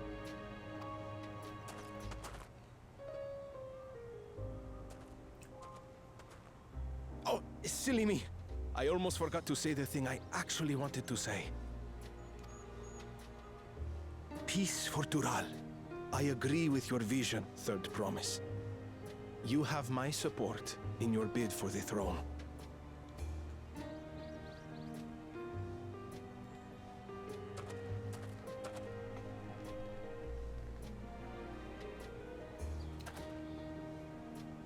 I gather from his tale we would be foolish to underestimate Pelu Pelu merchants. Alphino, you're one to fucking talk. Yes, they do more than run the markets in Tuliyollal. Pelu Pelu peddlers can be found everywhere in Tural, traveling from place to place on their sturdy alpacas. They are effusive and engaging speakers, and many's the customer who's been talked into spending more than they bargained for. Classic. They won't find this customer so easily charmed. I hope we find Estinian everywhere and he's just like doing whatever. Like everywhere we go, we're just gonna find Estinian just sort of like chilling out. I really hope that like Estinian's an Easter egg. Watchun Pelo's down the path, off the main road. Don't get lost. It's right there.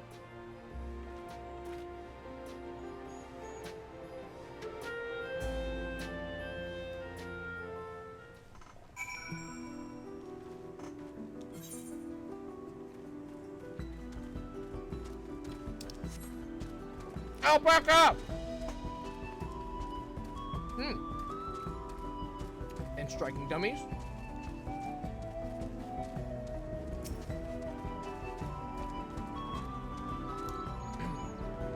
The palace crowds were more supportive of her brothers, but Wuklamut's peaceful politics do have their quiet adherents, I see. I feel the change in altitude most keenly. While mayhap not to the same degree as the Sea of Clouds, the air is decidedly thin here. I could see more buildings on the path Bolnuk was taking. I wonder what's over that way.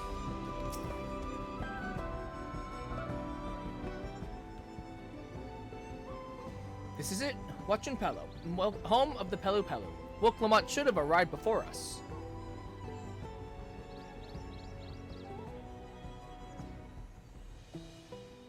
That's not good.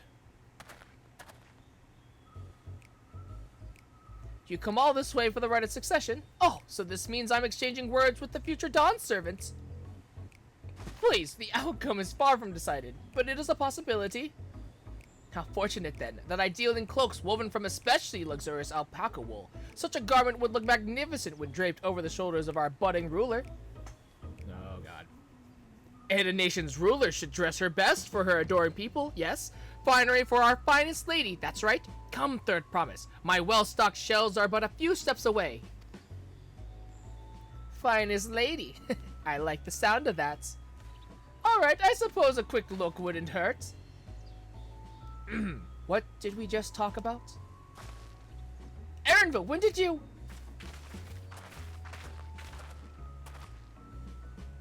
Ah, a Shatona from far off Shaktaral. Northern winters are bitterly cold affairs, I'm told. I cannot imagine how you survived them without a lovely warm cloak of quality alpaca wool. No thank you, I'm not in need of new clothes at the moment, and neither is the third promise. Perhaps another time. Of course, my shop door is always open.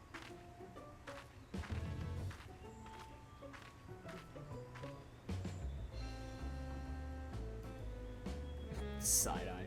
You were saying something about not being easily charmed? I was just... Oh, she's so dejected. As I mentioned previously, the Pelu people live for bringing happiness through trade. They won't cheat you or sell you defective goods. They will, however, disarm you with their deft turns of phrase, and unwitting customers like Wuklamut fall prey to this affable approach time and time again. Their only recourse is a clear and firm refusal. They won't pursue the matter should you make your disinterest plain. A valuable insight into the minds of the Pelu Pelu. Let us all take Erinville's words of caution to heart. Shut up, Alphino. Shut up. With a double nod. The quad nod from both of us. Amazing. To Urko Pacha. Alphino, shut the fuck up.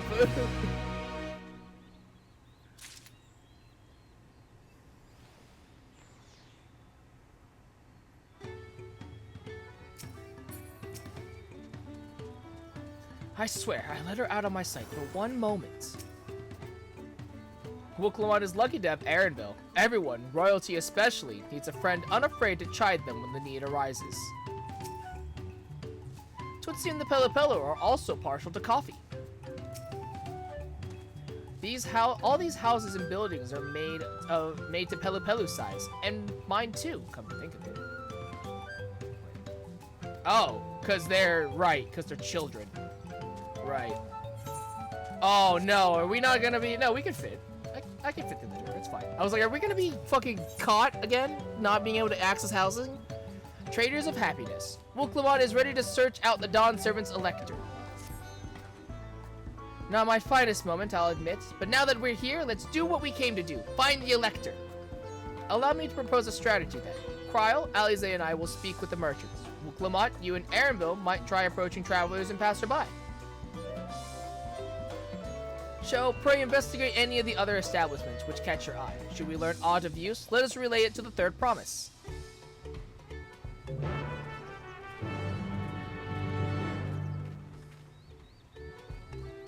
Alright.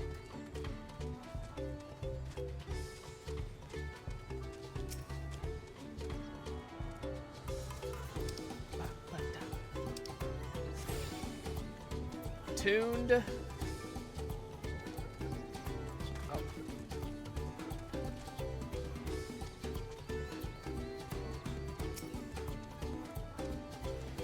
The Dawn Servant's Elector?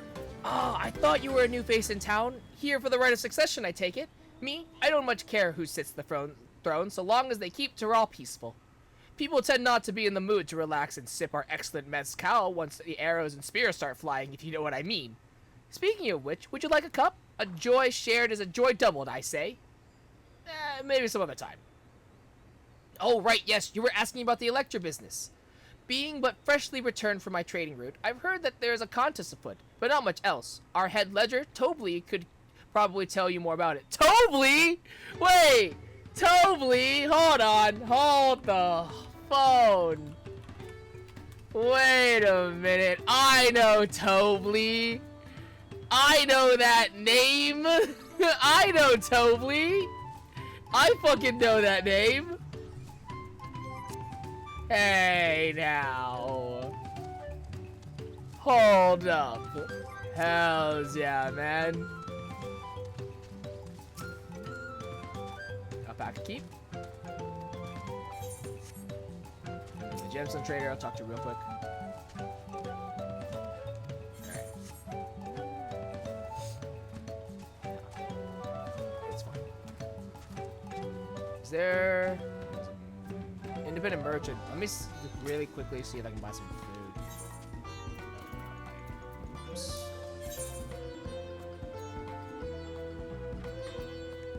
Just start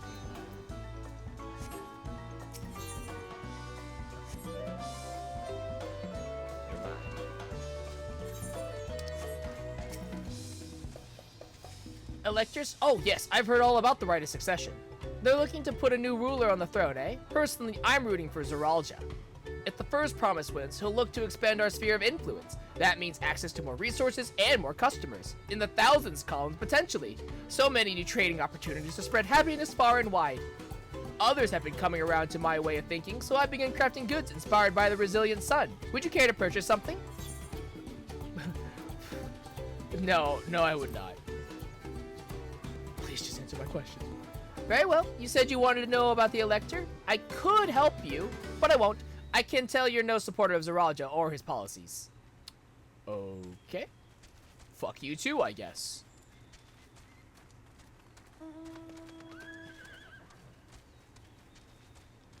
Mablu. Hello there. I'm Mablu. Do you have a question for me? Sorry, I don't know about any electors. You should take a moment to see our prized alpacas before you leave, though. Oh, but be sure to admire them from a respectable distance. Get too close, and our nervous darlings may be tempted to spit on you, and that stuff stinks. It happened to a visiting buyer not so long ago. Tobly, that's the head rancher, was so mad at me for not giving a proper warning. No one makes a mistake without Tobly noticing. He knows everything that happens on this ranch.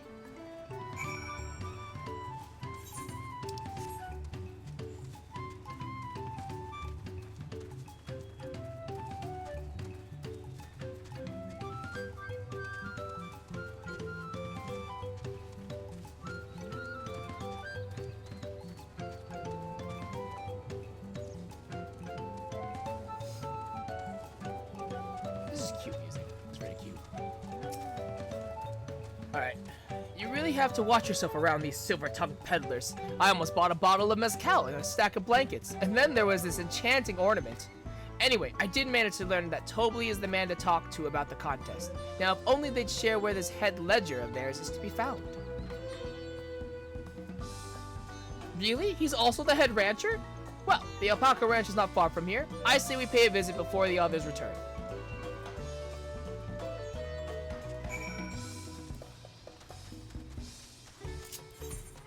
Let me pop another...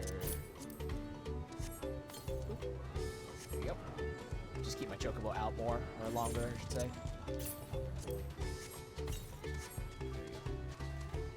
Keep him out for the hour.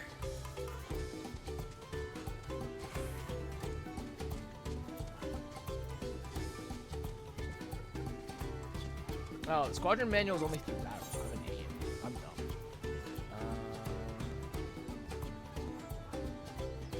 This also might be a new combat.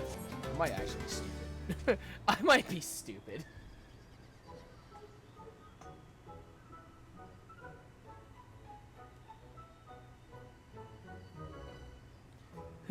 That's a lot of alpacas. Still, we know the head ledger could be here somewhere. I can't let fear deter me. Not to say that I'm scared, of course. Of course.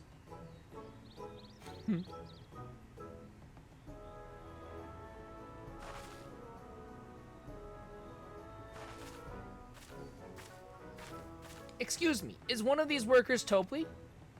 Tobley? Oh yes, he likes to mingle with the ranch hands and keep an eye on things. I can't tell you which one he is, though. You can't? Is this part of the contest? All I can say is that Tobley often mentions his favorite pungent subject. He also can't resist a profitable trade, though who among us could, am I right? Still, if you bring him a very good deal, he might let his identity slip. So it's like a game. Easy enough. All I have to do is offer Tobley a deal he can't ignore. No problem at all.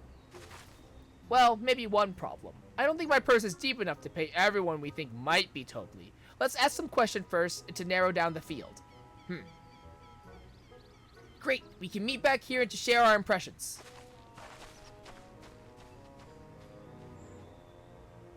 Oh god, is this gonna be like us selling fish? Oh no. Well, obviously I'm not Tobley. I mean, oops, I should have said that.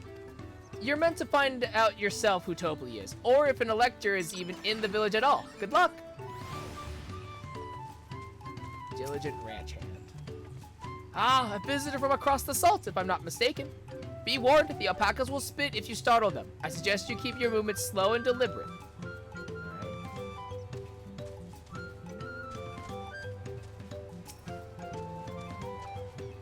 I'll sniff out the head ledger in a heartbeat. You'll see.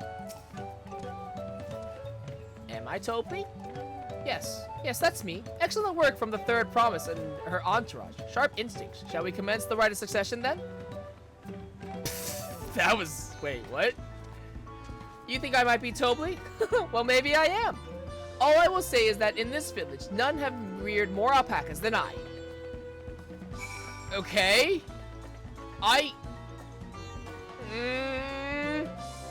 Okay. I have concerns. That felt way like... okay. Okay. I see we're both done with our interrogations. So, who do you think it is? I have my suspicions, but let's hear your pick. The diligent ranch hands, the boastful ranch hand, and the nonchalant ranch hand.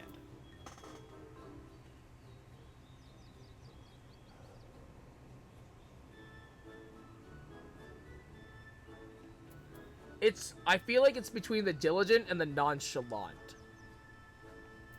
I feel like the nonchalant's way too obvious. So I would say that it's the diligent one because he's the one that actually was like, hey, don't mess with the alpacas. Like, he actually properly warned. Because remember, the other rancher was like, Tobley got mad at me for not giving a proper warning. So I would say it's the diligent one.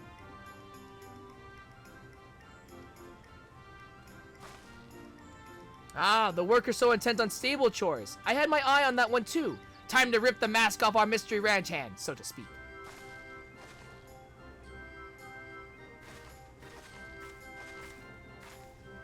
We know it's you, Tobli, and to prove it, I propose a deal. A generous sum of coin for confirmation of your true identity.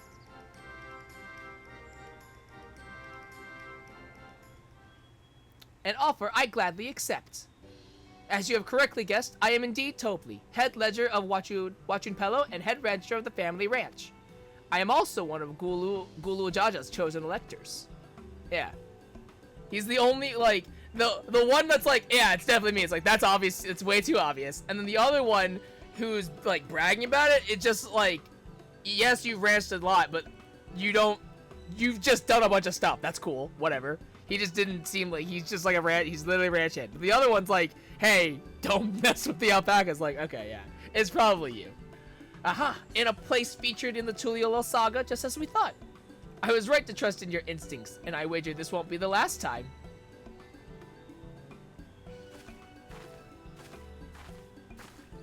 She found you fair and square, Tobli. And I'm glad she did. Would have been a pity had her bid ended here.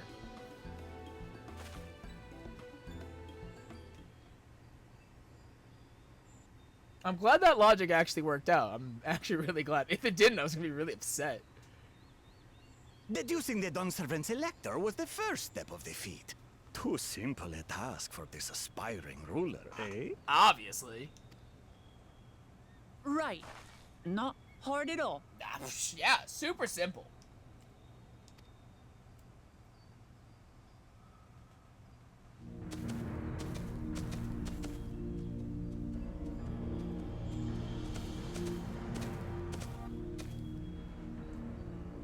Zorolja.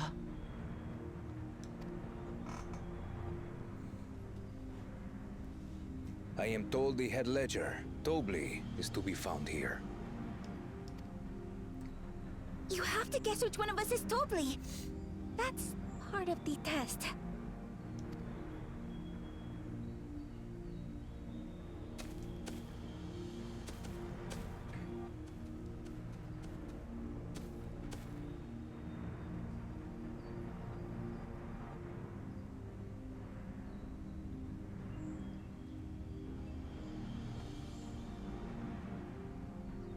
Oh, boo, coward!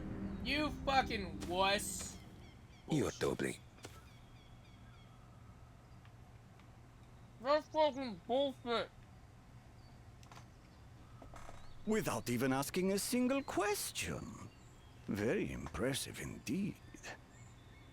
With that amusing prologue out of the way, we can proceed to the actual challenge. That's fucking garbage. Per the Dawnservant's instructions, I was free to devise any manner of feat. I considered the number of possibilities in the 10th column. But I think I have a good one.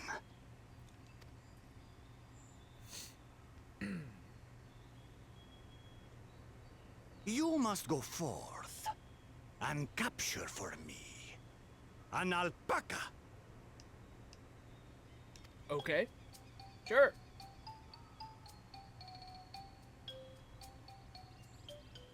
Simple enough. While I've not had the best experiences with alpacas, aren't they generally docile creatures? That doesn't sound like much of a challenge. They're docile until you fuck them up. Until you fight them. Then they become very not docile. Bring out the example! The example? The what, huh? Excuse me? The what? Oh, no.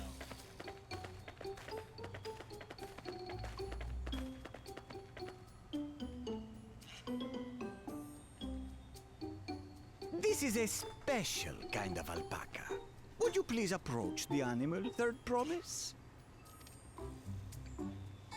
Well, come on, that's a trap. Me? Well, it should stay calm if I stay calm, right? That's what Erinville said. Well, come on, it's a trap. She's so fucked.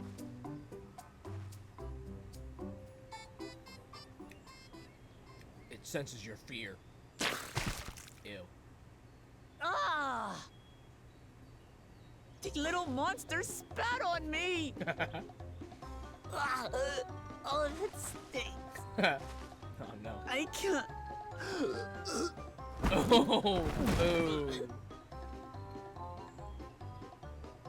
Wooklamau, everybody. Alpacas are paradoxical creatures, being both extremely curious and extremely cowardly. Huh. Press your luck when they're frightened, and you'll get a face full of spit, as you've all just witnessed. Has an awful stench, their expectoration. The globs contain half-digested food, you see, making it an effective deterrent against perceived threats. Wild valley breed like this one are especially timid and can therefore be quick to lash out. They're also especially hardy. Indeed. We take the rugged wild alpacas and breed them with our gentle domesticated stock. This produces the strong but biddable pack animals prized by our traveling merchants. You okay? That's all well and good, but did I need to bathe an alpaca spit for you to make your point? I mean, honestly, Wooklamau, you shouldn't have volunteered. So, the task is to catch a wild alpaca. That is correct. But be warned that it is a feat easier said than done. I suggest you prepare well before you enter the valley where the creatures dwell. And by you, I mean the claimants only. Allies are not permitted to assist with the catching. The alpacas will help me judge which of you is worthy of receiving a keystone. So I'm to chase down a fluffy, spitting demon. Yep. And that somehow proves I'm fit to rule? Yep. Exactly. As I said, the Dawn Servant granted me the freedom to decide my challenge. You know what? Fair enough. And when you reach the end of the ride, I dare say you will understand why I chose what I chose. Or you fail, and you will never be king of the pirates. Sink or swim, Wooklamau. Sink or swim. Very well. This won't take long. Wait! There he goes. Didn't I warn you this was easier said than done? There are preparations to be made, factors to consider. A beast is a beast. All yield to strength.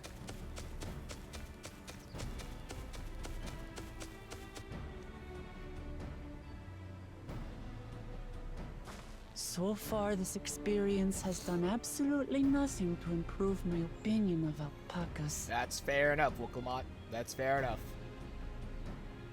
But that doesn't mean I can't do this.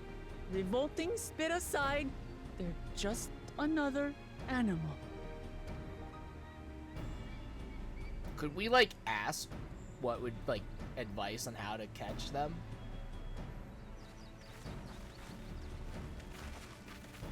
Are you all right, Wooklamau? We thought we heard you scream. The third promise does not scream. It was more of a startled yelp. Again, same difference. Scream, in other words. I love that this is the constant joke. It's just the same difference. It's the constant joke. God damn it. It's so stupid. Did you find the Elector? Oh, we certainly did.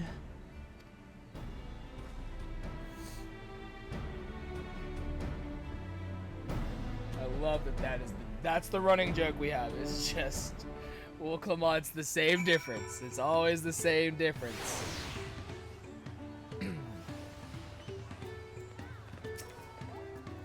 Judging by the volume of Wooklamau's scream, alpaca expectoration must have a nasty odor indeed. I'm content to remain ignorant of the smell. Zoraija puts me in mind of Garlemont's own exalted son. Of the two, though, Xenos was undeniably more arrogant. I did say remaining calm was key, but the same rules don't apply to wild alpacas. So this is our sought-after elector. I've done my duty and assigned the claimants their feet. The rest is up to them. I was impressed with how easily Zeralja found Tobli, but also sort of frightened. Because fucking what's-his-face fucking gave it away. Bullshit. I had to go and wash that nasty stuff off my face. I think I got all of it. But would you mind taking a sniff for me just to make sure? The stench has ruined my sense of smell. No. Hey, I saw that look. So, can you still smell it? Be honest. The Feet of Gold. Aaronville wishes to discuss the Feet of Gold. As Wooklamont helped demonstrate, the Valley Alpaca are wary of people. Getting close enough to catch one will not be an easy task. You might have warned me about that earlier. I have enough trouble with tame alpacas. How do you expect me to wrangle a wild one? With the proper saddle, we infuse the leather with a relaxing scent that soothes the spitting beast. Wonderful. Give me one of those then. Have you perhaps forgotten we are a clan of merchants? If you want a taming saddle, then you'll need to find a saddler and make them an offer.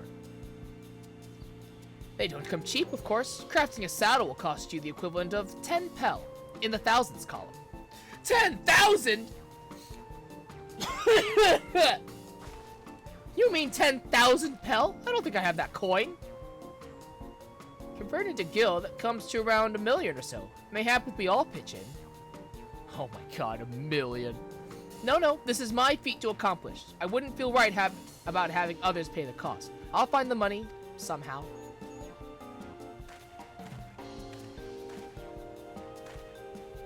In that case...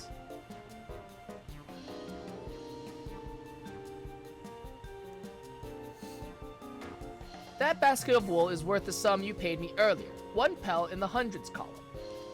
Beginning with the wool, you can trade for ever more valuable goods until you have something suitable to bargain with for the saddle.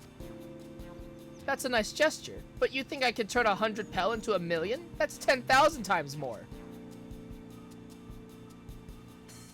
We need 10,000 pel, not 1 million, so we're looking at 100 times more. Oh, right. I panicked and got it confused with Alphina's million gil. Math is hard, Wooklamont. I get it. I'm not so sure about this trading idea. You were almost talked into buying a cloak you didn't need mere moments after you arrived. But I hate it when you're right. Then let me help you with your deal making. Oh, hello again, Mablu. I work here as a ranch hand, but I've also learned a lot about the peddler profession. If it's alright if I aid them now, yes? I guided the claimants toward the first step of the feat like you asked. As long as Wooklamont goes alone to capture her alpaca, she is free to accept assistance from whoever she likes.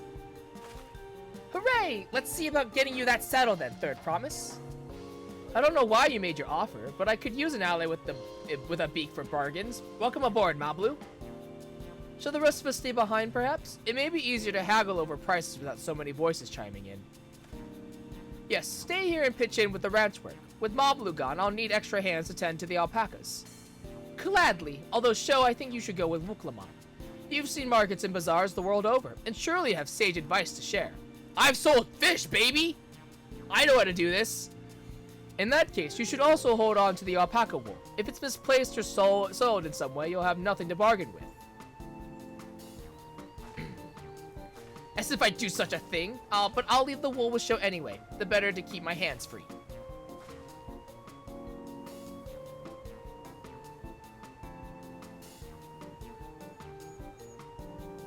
To begin, I suggest we try trading the wool to Havli, the saddler. He won't agree to the deal, of course, but it'll give us an idea of how much he'll accept for his wares.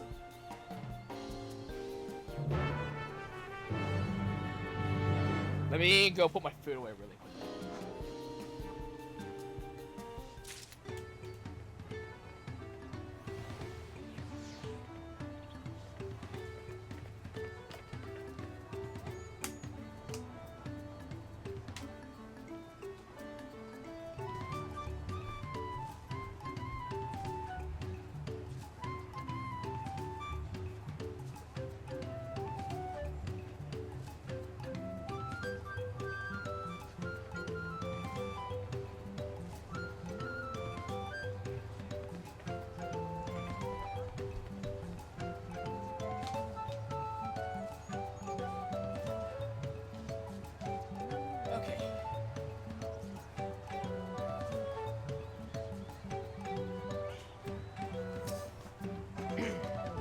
Tending the alpacas, are we? I had some experience with that when I was younger. Turning 100 pel worth of wool into a 10,000 pel saddle is exactly the kind of suggestion I'd expect from the head of a merchant clan.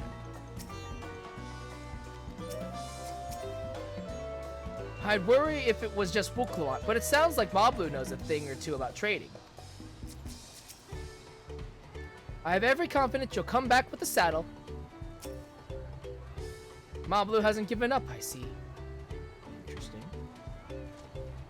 Mablu's got an agenda. From what it sounds like, at least.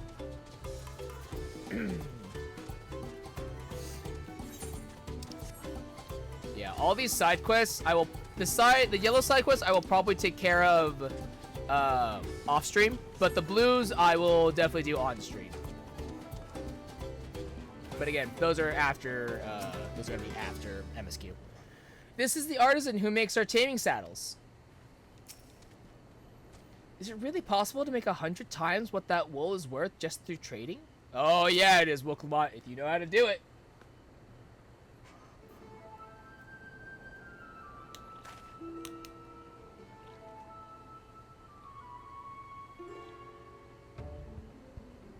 Something I can do for you? We've come to bargain. I need one of your special taming saddles attached to wild alpaca. A saddle, is it? And how will you be paying for it? With this basket of fine alpaca wool.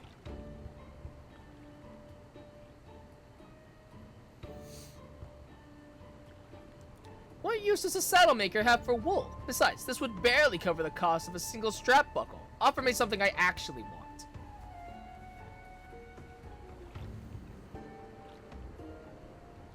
And what might that be? Mezcal. I like to nurse a cup at day's end while I inspect my finished work. Bring me a jug of quality stuff and you've got yourself a deal. This bodes well for us, Third Promise. Such mezcal can be had for only 5 pel in the thousands column. 5,000. Holy Christ. Hold on. Did you say Third Promise? Then my offer has changed. The saddle is going to cost you a jug of premium mezcal, aged 3 years at least.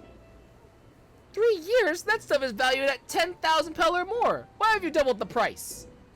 Because I must support the man of ambition who will see my business prosper. So Ralja will go to war with his cavalry will need saddles. Lots of saddles. It's nothing personal, Third Promise, but I won't sell you my craft for anything less than my asking price. Well, this got harder. Cool. I'm flashing back to that one Ed, Ed, and Eddie episode where they have to, like, trade up. Can't say that I blame him. I'm known for championing peace, and peace is unlikely to bring him more customers. Those of our grandparents' generation remember the dark days when the clans were at war. Many of these Pelu pray for your victory, Wuklamot.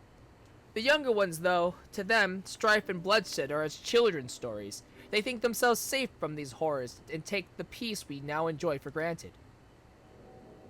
Still, others are unsatisfied with this quiet prosperity and crave the future the Second Promise envisions. They become obsessed with innovations like the dirigibles that have made trade swift and easy. Then you have those like Havli, convinced that the First Promise's plans for conquest will afford them opportunities for great profit. But what about you, Mablu? Aren't you of the younger generation? At least a year or two younger than me, I'd say. Oh, I was raised on the old tales. I've memorized the accounts of what it was like when the Yakui ruled our village. That's why I offered to help. I want you to become Dawn's servant, to keep our nation from going back to the way it was. Well then, I guess I'd better make sure I win the contest. But the type of mezcal the saddle maker wants is so very expensive.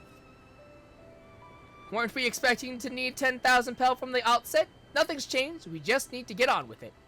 I may not have a head for trade or the stomach for alpacas, but I won't give up with the piece of Tuliolal on the line. Then neither will I. We will make you Dawn's servants. Aiming for that 10,000 pel jug right away will only bring us failure and frustration. So let's first try exchanging the wool for anything even a touch more valuable. The trick is to find someone who needs alpaca wool and is willing to trade at a loss to acquire it. Someone who supports your bid for the throne, for instance.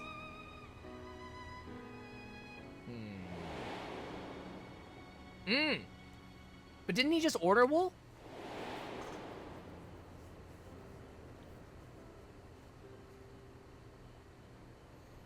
Of course, the Weaver! Bolnuk was his name, I believe. He went out of his way to say he agreed with my vision, and he was here to buy wool. I think I remember the direction he was going, but for now, let's head back to that road where we first met him. But didn't he already buy wool, though? He bought, like, a bunch. He just, like, bought a bunch of it.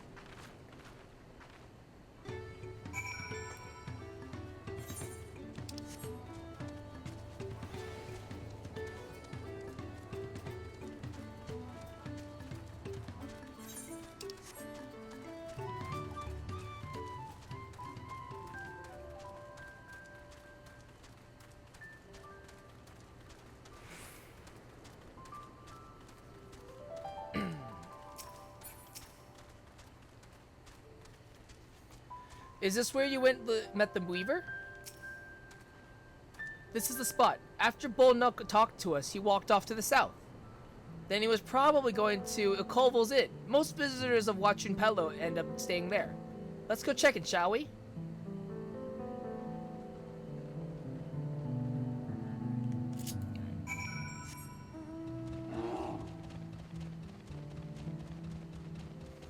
Raleigh Rattel.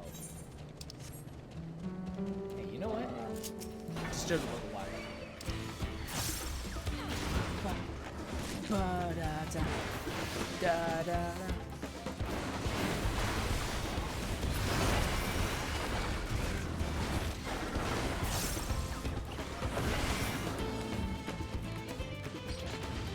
I just wanted to hear the battle music once.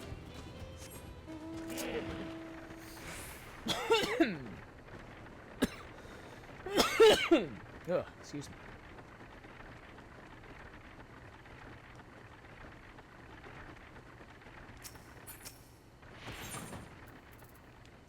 Do you have food? No.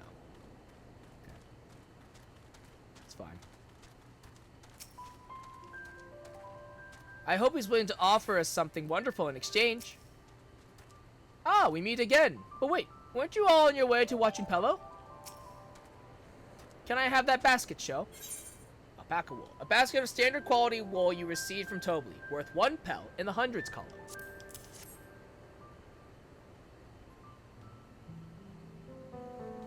Thanks. Now let's see if we can turn a profit.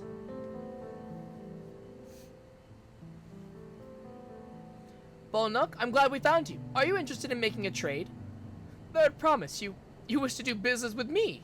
Might I ask what this is all about? We're trading up, baby.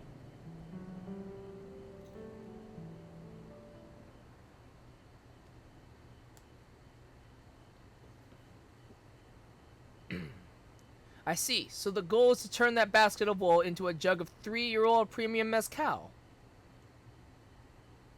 Then allow me to invest in your efforts. Peace in Tyrol is what allows me to cross freely into the lands of my suppliers. Naturally, I would prefer that one pledge to preserve that peace win the throne. Thus do I humbly offer you this wool poncho, a small token that I pray contributes to your victory. Oh, that's fine craftsmanship. A garment like that would easily fetch 5 pel in the hundreds column. That's very generous, Bolnuk. Thank you. I promise I won't let you down.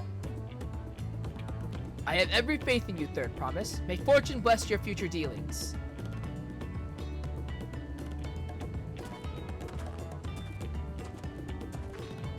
I can't believe you quintupled your investment with your first deal. We're off to a spectacular start. Only because Sho remembered our Weaver friend. All I did was hand over the wool. That's not true. The connections you build with people are vital. This is one of the most fundamental precepts of trading, one which you've instinctively mastered. You think so? I know so. Now, let's take our 500 pel poncho and trade it for something even more valuable. Here, Sho, you take the poncho. If I lost it somehow, Anvil would never let me hear the end of it.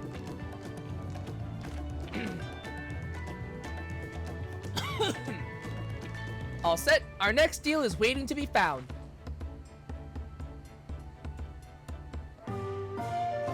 Excellent trade! Why? Success! You have traded a 100 pel basket of alpaca wool for a 500 pel wool poncho. Why did we need that? A sturdy poncho received in trade for a basket of alpaca wool worth 5 pel in the hundreds column. Why did we need this?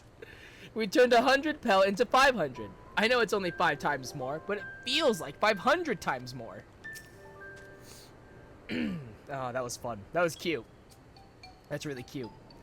Leveraging connections is a sound strategy, but we should also consider supply and demand. An individual in urgent need of a good poncho will offer more than a merchant supply simply looking to stock his shelves.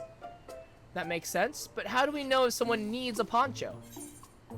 They aren't wearing one?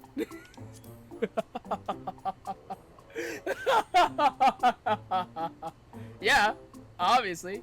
That's the obvious answer, isn't it? We look for a person without a poncho and hope they're eager to buy ours. Yes, there you go. We find the demand for our supply. So where should we begin our search for prospective buyers? So stupid. There are any number of places, but we could do worse than starting right here at the inn. There might be interested travelers. Alright. Who here needs a poncho? A lot of Mamulja hardly wear anything to begin with. There are probably Landsguard or sellswords. Or those are probably Landsguard or sellswords. Mamulja who soldier for a living prefer not to wear much above the waist. It hampers their movements. So even if they have bared shoulders, Mamulja carrying arms can be stuck on the list. Okay. This is really cool. I like that, like, you can select this. This is really sick. I love this. Tell me, who among these gathered travelers do you think might be amenable to a proposal? So professional fighters like those of the Landsguard would have little interest, though the same could be said of any Turali who prioritizes ease of movement in their work. Okay, so it's not him, and it's not gonna be him. He has a poncho, so it's probably you. Let's see, no coat or cloak, but also no weapon? Oh, we might have a winner. Oh there, friend. You're not a mercenary by trade, right? I was curious about your bold choice of dress, or lack thereof. Oh, it was no choice of mine, believe me. I was attacked by beasts on the way here, and barely escaped with my scales intact. My coat was not so lucky. I'm actually a toolmaker from Tuliolal, and was dressed quite smartly, all the better to show the Pelu I am a man who takes pride in his appearance, and therefore his work as well. But now look at me. Well, sir, this is your lucky day.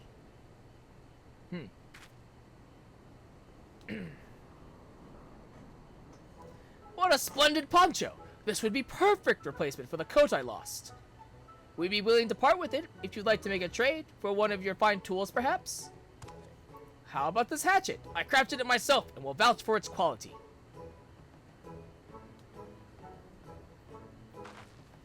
The blade looks sharp and well made. I'd value it at 1 pel in the thousands column. Hells yeah. Oh, from 500 to 1,000. We have a deal. Wonderful. A fine garment such as this should put me on even footing with any Pelu merchant. Like the eponymous owner of Miplu's mate garden, for one. Her field hands use hatchets to harvest the mate, and I thought to impress her with the tool I sold you. No matter, I have other wares to sell. Glad I am to have met you. Sounds like we know where we're going next. Did you hear that? We've already found our next buyer. To Miplu's mate's garden we go. Yes, but it's a fair distance on foot. We should take alpacas.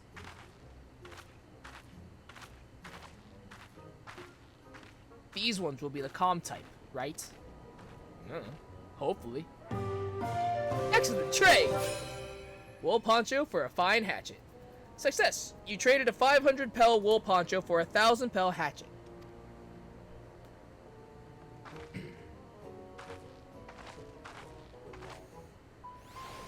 This is cute. This is really cute. This is cool.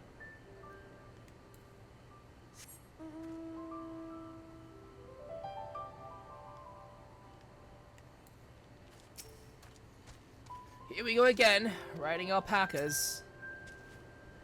Well done recognizing that toolmaker as a potential customer. If you have a mind to change professions, you make an excellent merchant. We've been doing so well, even Tobly would have to agree. Mablu's dream. Wooklamont steals herself for the ride to find your next trading partner. Before we get moving, you should be the one to hold this. With that, I suppose we should hop on the alpacas Mablu has so kindly provided. If I'm going to catch a wild alpaca after this, I can't be shying away from the tame ones. Not that I'm scared of them, you understand? Or their nasty, disgusting, foul-smelling spit.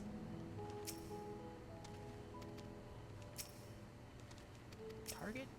Hello? Ready to go? Let's mount up! And away we go! And it's off to the mate fields we go! Please don't spit, please don't spit. You'll be fine! These ones are accustomed to people. I still don't trust them. You have a knack for writing no matter what you say. Without our alpaca friends, we Pelu would never have become traveling merchants. Can you imagine walking all the way across Tural?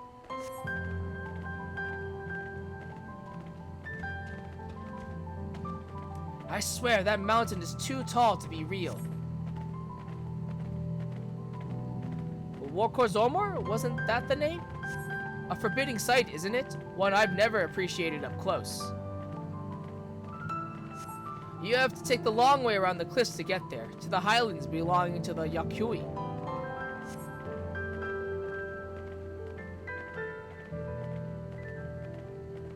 So, Mablu, you said you were learning about the peddler profession. You don't care for ranch work?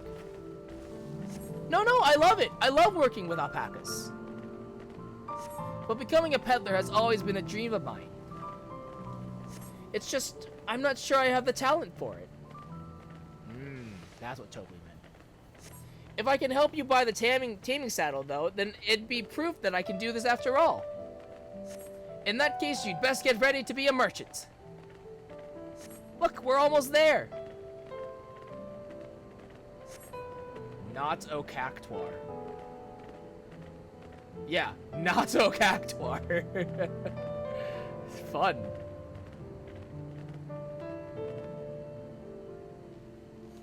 Well, they're definitely not Cactuars, like that much.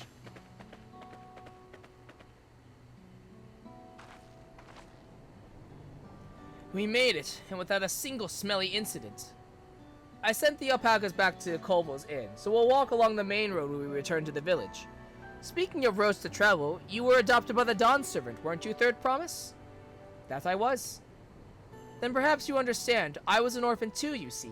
Tobly took me in. He took in all the ranch hands, actually. All of them? Yes, and everyone works hard at their chores, grateful for the opportunity to repay the head ledger's generosity. Yet here I am, the only one wanting to go off and be a merchant.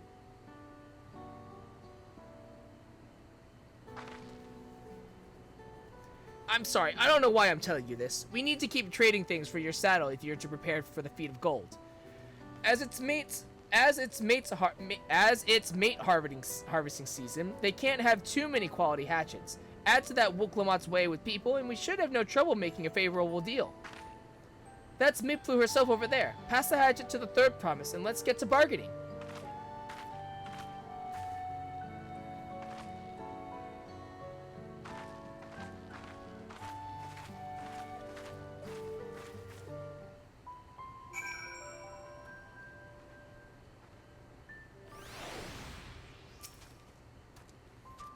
Did you give the hatchet back to Wooklamont? We should let her do the talking.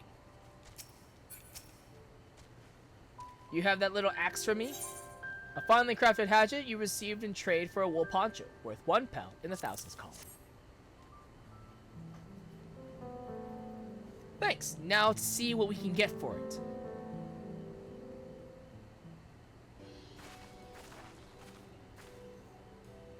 You're Miplu, the owner of these fields. I have a mind to trade if you're interested.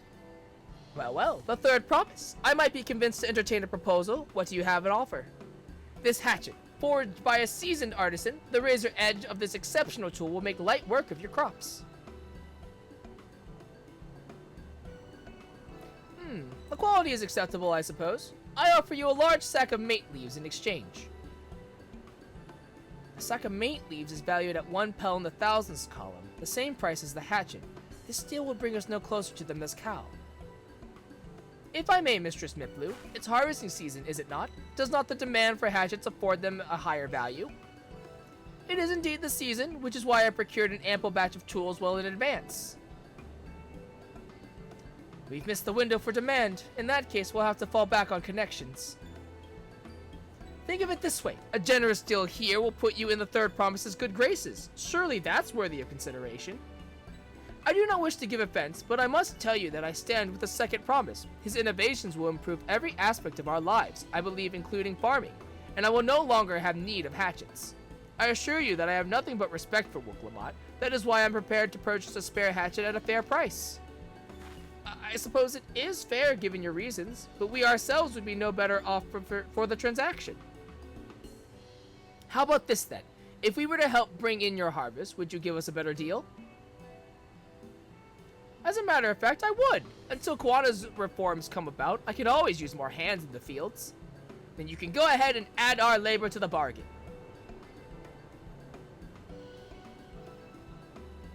Added value to tip the scales. How could I have forgotten one of the most basic rules of trading? You can rest here if you like, Mablu. Sho and I have mate to gather. Oh no, I'm helping too. Off to the fields then, and mind you, pick the healthy leaves. It'll take 5 good bundles from each of you.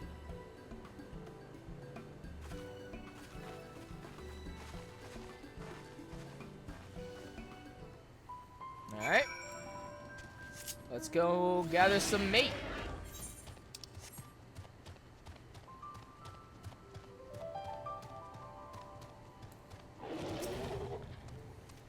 Did you see how Wooklamot came to my rescue there? She really is good with people. Oh, okay. I wasn't sure Mifflin would bite, but it goes to show that you never know until you try. Verdant meat leaves.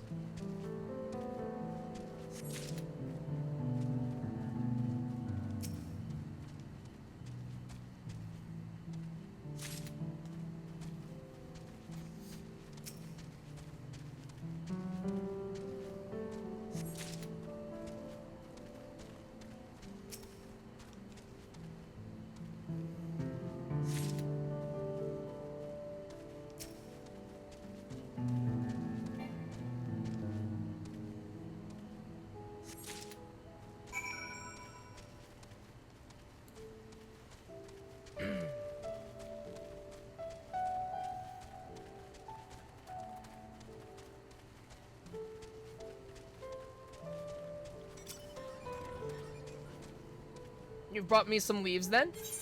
A sizable pile of freshly harvested mate leaves. An acceptable harvest. We'll see how your companions fared before I make any decisions, though.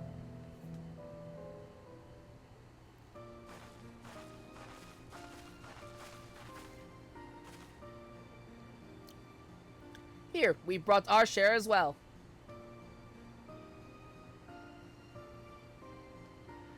Thank you, Third Promise. This is more than enough to hold up your end of the bargain. Now it's time to honor mine, after adding the value of your labor to the price of the hatchet. I am prepared to offer you a full sack of our highest grade mate leaves. Premium mates bought at the shop. 1 sack of those leaves would cost no less than 5 pel in the thousands column. Then we can bid farewell to this hatchet.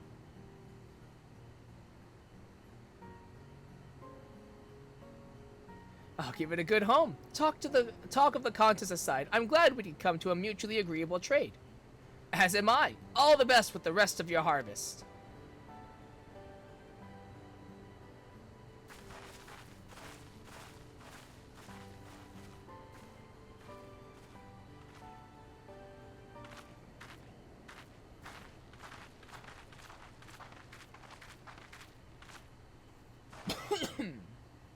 Mablu, what's wrong?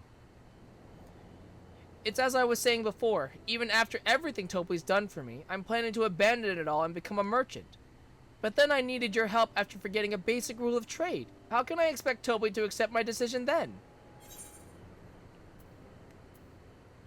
I mean, have you mentioned your plans to leave?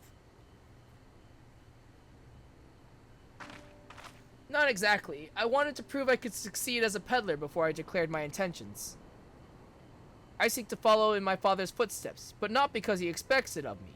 I want to preserve Tyrell's peace, and becoming Dawn's servant happens to be the best way to do it. You should live a life of your own choosing, and I wouldn't be surprised if Topley held the same opinion, so talk to him. You're right. It's better to find out for sure than worry over what he might say. Thank you for the advice.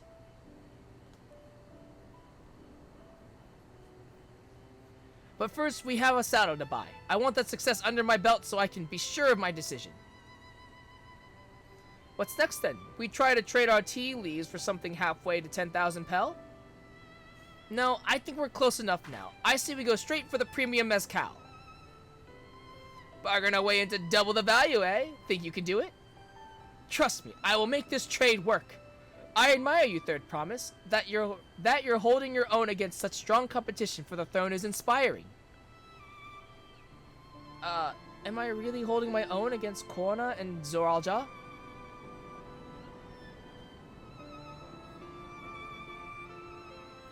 I mean, of course I am. I am Wook Lamont of the Dawn's Promise, after all.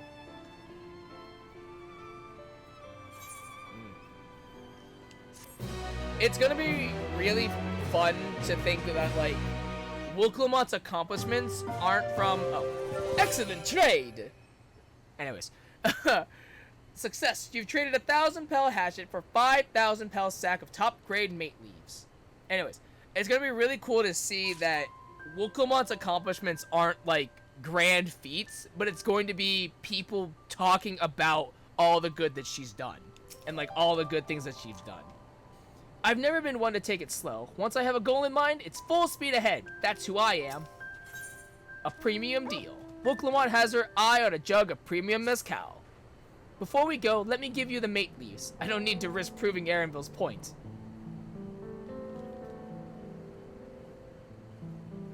Ready then? Our next stop is the Mezcal Distillery.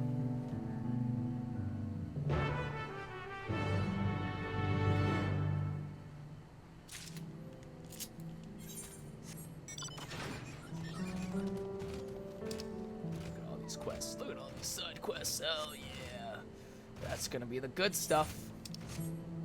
Not a cactuar. I wanna fight one.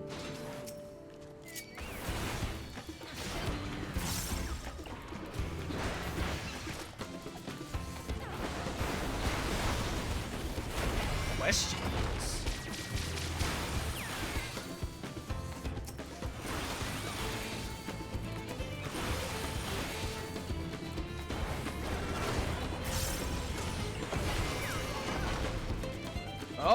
Oh, weird. Right, they changed how inner chaos looks now. Right, I forgot about that. Hold on, I gotta see that again.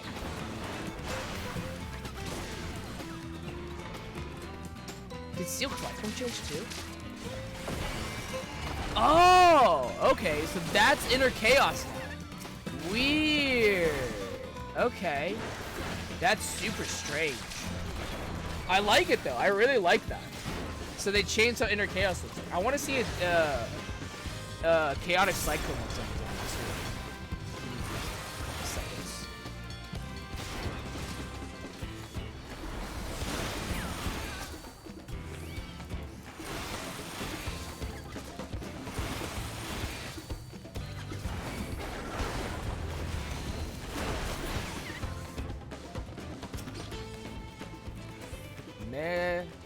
Megamagui.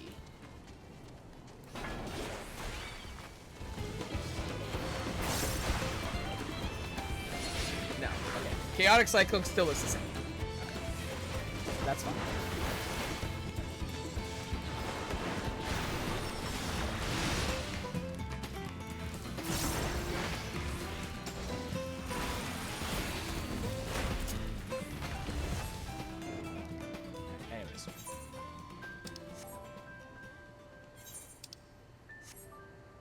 Yeah, I'll go around and find ether currents in my own time, but I want to try to focus on MSQ as much as possible.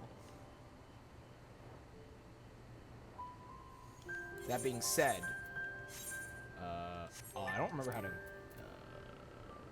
What's it under? I don't even remember what the thing is under. Collection. It is under collection. 219. Mole.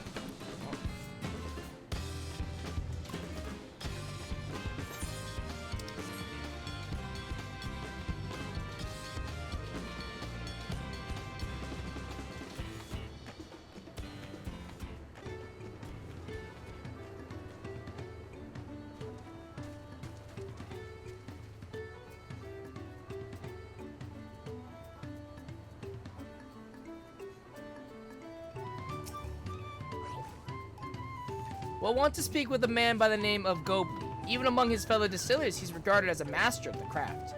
He knows the value of his product, so if we're to convince him to trade for twice what the leaves are worth, we're going to need targeted information. That means asking around and taking in the gossip. If you could talk to people here in the distillery, show perhaps Wuklamot could do the same at the village entrance. Meanwhile, I'll head to the north side and see what I can learn.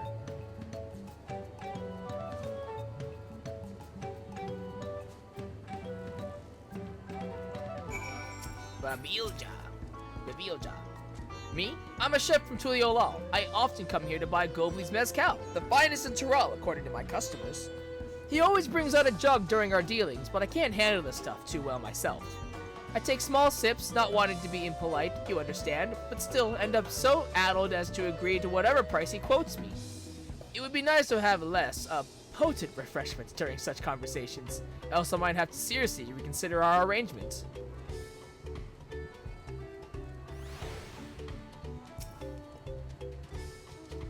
Gobley might be a deft hand at distilling, but he's got no sense when it comes to appearances. Rumor has it he's been invited to the palace for business negotiations. If he presents himself to the court wearing his usual rumple attire, though, he'll be laughed out of Sunperch.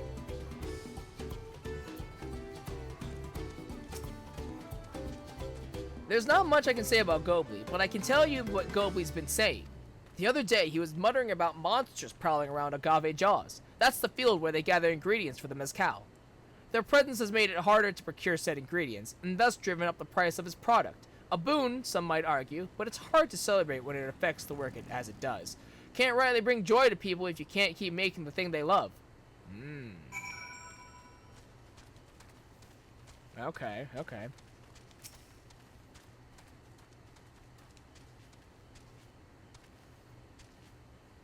So, what did you find out? Oh, we can make use of all of those tidbits. The deal is as good as sealed. As for me, I found out where Gobley is working. There's a millstone at the top of the slope behind the distillery. You go on ahead and I'll bring Wuklamot.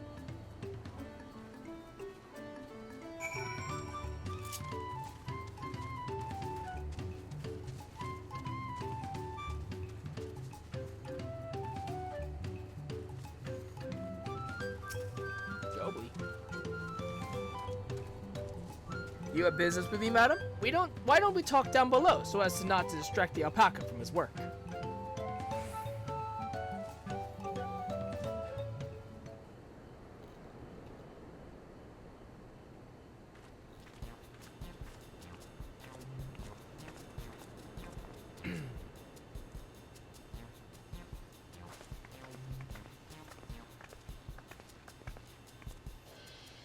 Now, what's this about? Keep it brief, if you would. I'm a busy man.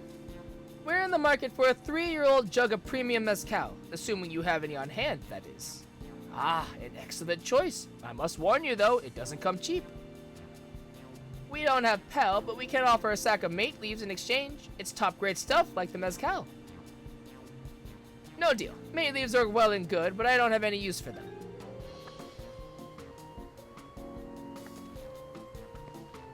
No deal, just like that. Still, I'd hate to send you away empty-handed. Why don't we sit and chat a while over a cup of mezcal? Now the real bargaining begins. Which of our cards do you want to play first? The Hobigo's chef's distaste for strong drink.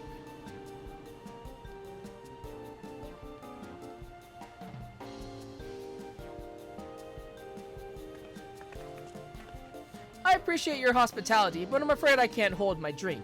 I've heard one of your regular customers, a Hobigo chef, is the same. Seeing as not everyone can enjoy mezcal, I wonder if you might benefit from having other refreshments to offer. Something like métis, for instance, and brewed from the finest leaves, of course. Oh. Ah, you're right! Absolutely right!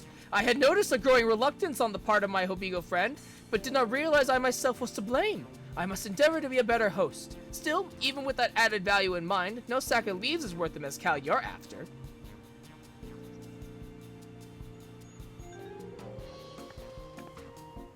Should we offer to cull the monsters causing them trouble?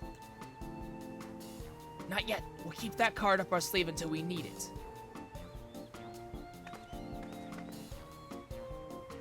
As I expect you are aware, the rite of succession is currently taking place. That's why the third promise has graced us with her presence. When the contest is decided, the subsequent ascension ceremony and banquet will be a prestigious affair. If your mezcal were to be served there, it would bring your distillery immeasurable fame. Wait, could it be that your rumored invitation to the palace is to discuss that very possibility? As a matter of fact, yes. I must admit, I'm still reeling from the abruptness of it all.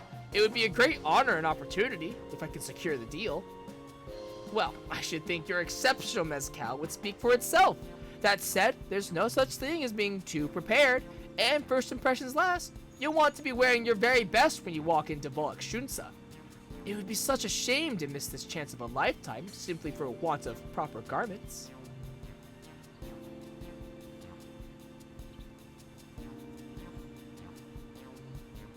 That it would. Are you saying you have garments to offer? Something ideal for court?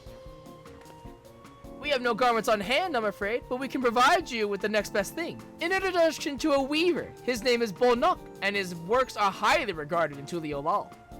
Oh, Mavu, you shrewd business Pelu. As a supporter of Wuklamot and keen observer of palace politics, he will doubtless be happy to guide you to the selection of an outfit to fit this golden occasion. That is certainly a tempting proposal, and one of which I should like to take full advantage. The scales still aren't quite balancing.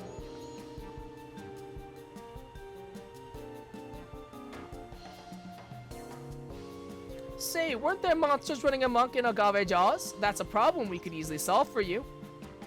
Truly, I would be most grateful for your immediate assistance. I was resigned to hiring cell sorts to clear them out. Factoring in that saved expense and an introduction to a trusted weaver, this is shaping up to be a sound bargain. Alright, you have a deal. Yes, I knew you'd come around. Give us a moment and Sho and I will take care of those prowling nuisances. In the meantime, I'll use the time to pen an introductory letter to Bolnok. The fields you're looking for are just north of Wachimpelo. Be safe.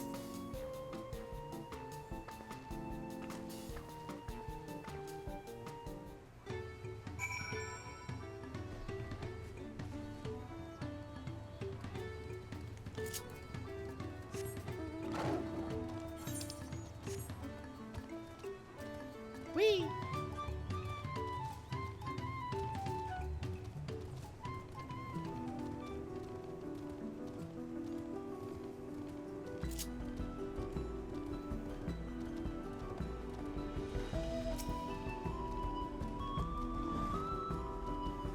That should be Agave Jaws just over there. This will go faster if we split up. Come and find me once you finish clearing out your share of the pests.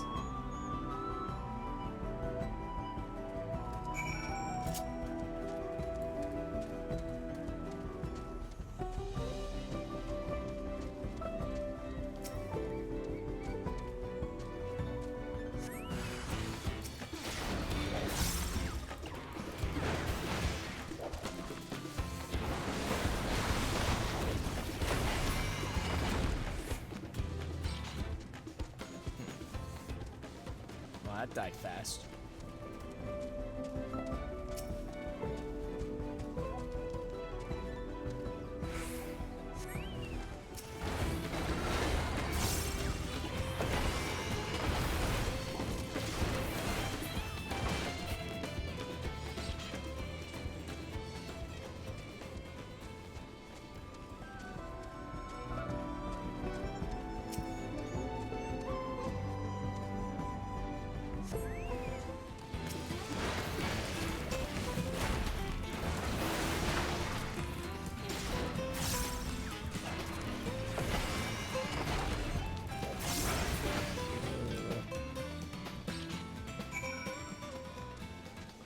Chabagidan.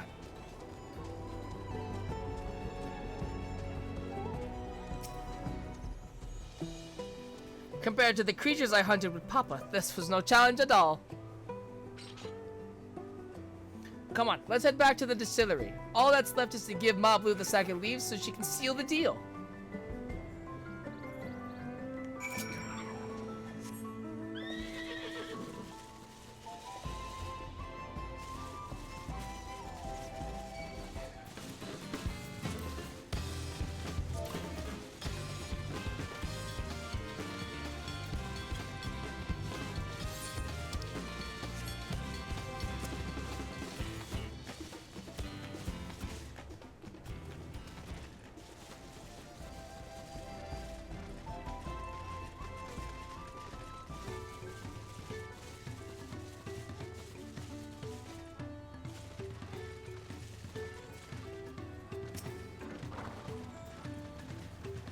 Go on, give Mablu the second leave so she can seal the deal. Finished already? Even hardened mercenaries would have taken longer. Those monsters were no trouble for you, it seems. Now, if I could just have the sack of leaves. A large sack of premium mate leaves you received in trade for a fine hatchet and an investment of labor, worth 5 pel and 1,000 skulls. Thank you for looking after our precious trading goods.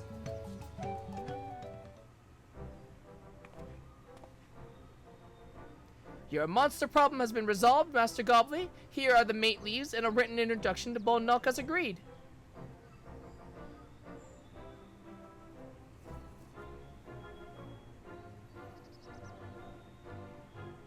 Then the deal is done. Here, you're a jug of premium mezcal, aged 3 years. Please accept it with my compliments.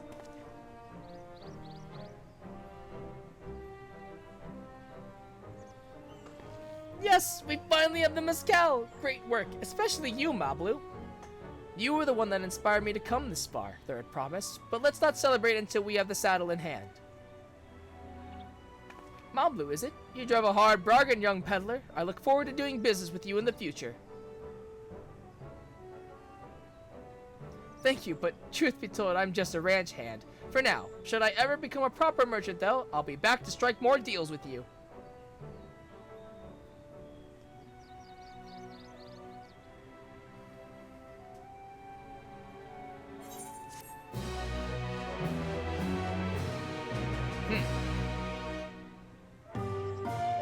Excellent trade! Success! You've traded a 5,000 pel sack of top-grade mate leaves for a 10,000 pel jug of premium mezcal.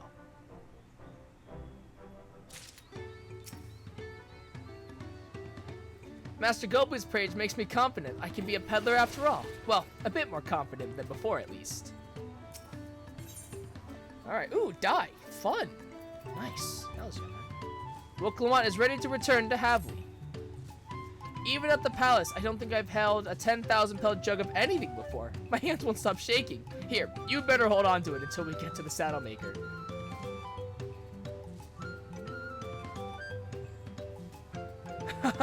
Can you imagine if we dropped it and had to start all over again? Luckily, Havli's place is not far. We just need to head across the plaza.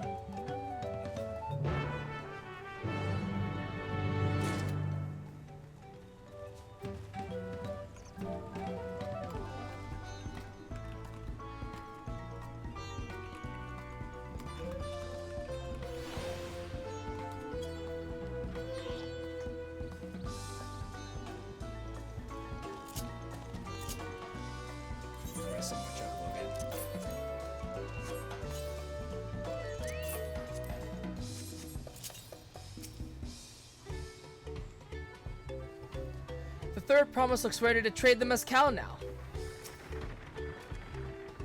This is it, the trade we've been working towards.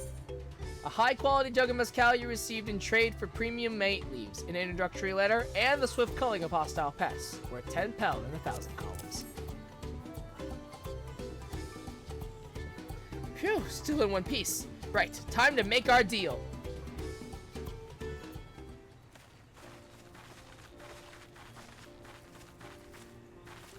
Get your tools ready, Saddler. We brought you your precious mezcal.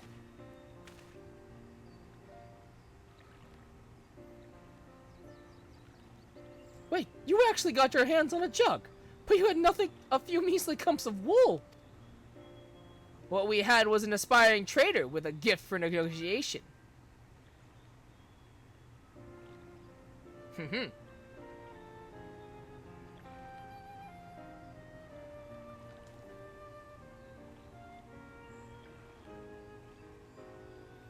Although I'd sooner aid no claimant but Zoral Ja, I cannot go against the guiding principles of the Pelu Pelu. The trade is a fair one. I will craft you your saddle, third promise. Great! Stay and wait if you like. I have all the requisite materials, so this won't take long.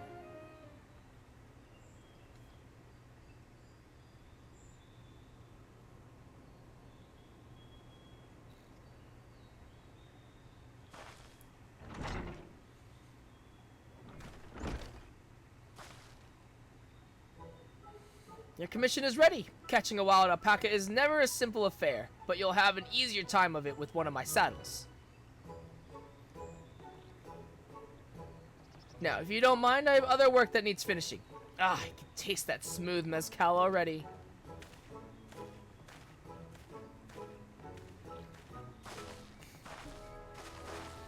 We did it! The saddle is ours! And to think we started out with only 100-pound basket of alpaca wool! Malbu, you are going to be an incredible merchant! Thank you. It makes me so glad to hear you say that, third promise. We got what we came for, so let's return to the ranch. The others will be waiting. Feat accomplished! Success! You traded a 1,000-pound jug of premium mezcal for a taming saddle.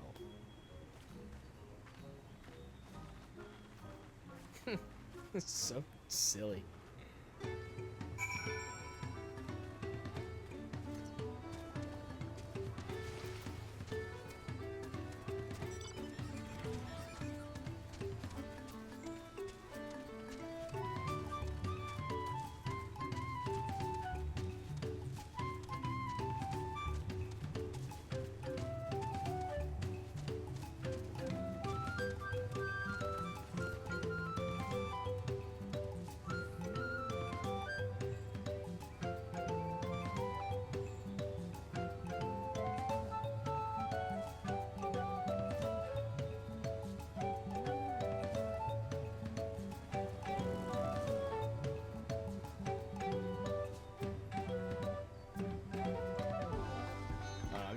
I'm just looking at my SC chat because there are people that are skipping ahead and they're like already in other areas. I'm just like, Jesus Christ, they're going hard.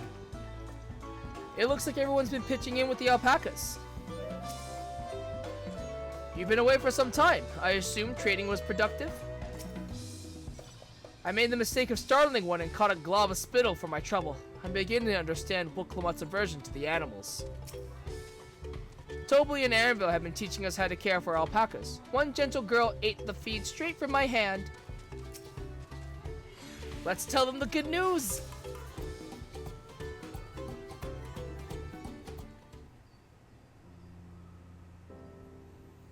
You've acquired the saddle then? Yes, and thanks in no small part to Moblu. Before you rush off to catch an alpaca though, let me teach you how to saddle one. I'll bring out one of our wild-born friends so you can practice.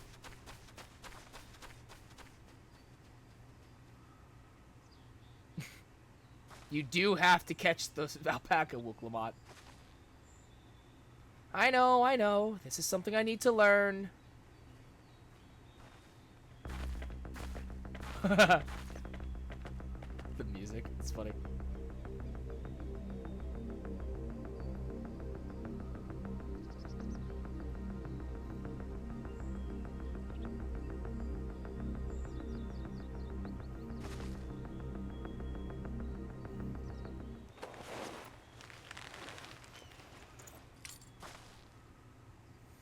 Great sucking gods, I did it!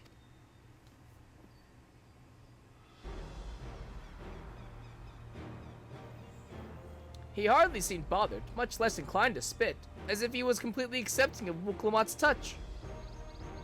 That is because of the singular scent with which the saddle has been coated. Alpacas find it very soothing.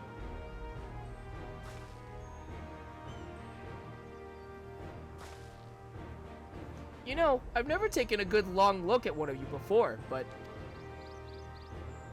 you're actually kind of cute. You're only now noticing that? Zoraija, he's back. What the hell? Having done exactly what he set out to do. That alpaca he's brought, is it just me or is it glowing? I've heard tales of such a beast. They say the golden alpaca lives a solitary existence deep in the valley, where it shuns the company of both man and its own kind.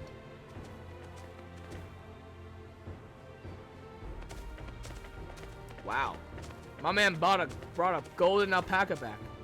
How did he manage to snare a prize like that? A beast knows its betters. Faced with overwhelming strength, it will yield rather than risk death. An apt illustration of how greatly the power of the first promise exceeds yours, Wuklamat.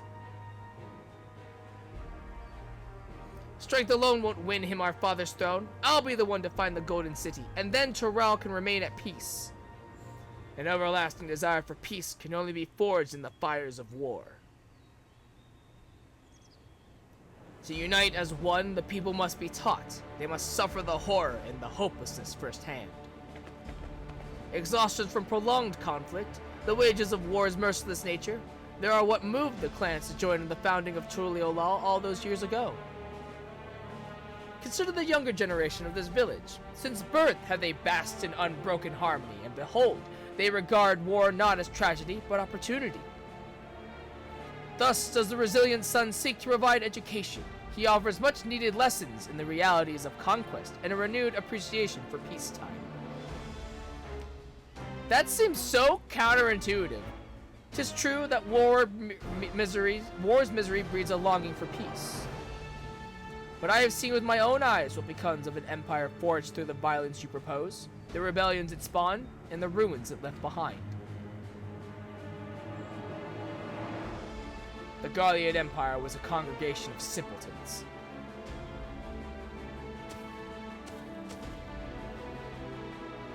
The oppressed fought back against their oppressors, as well they should.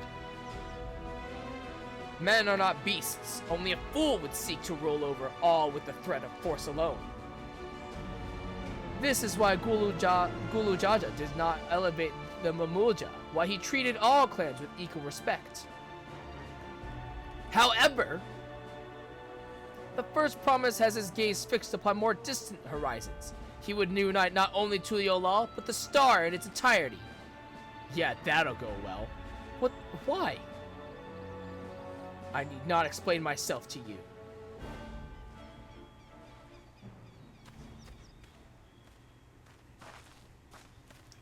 Oh, well done indeed. The first promise has completed the feat of gold with an appropriately golden flourish. May I present to you your much-deserved keystone.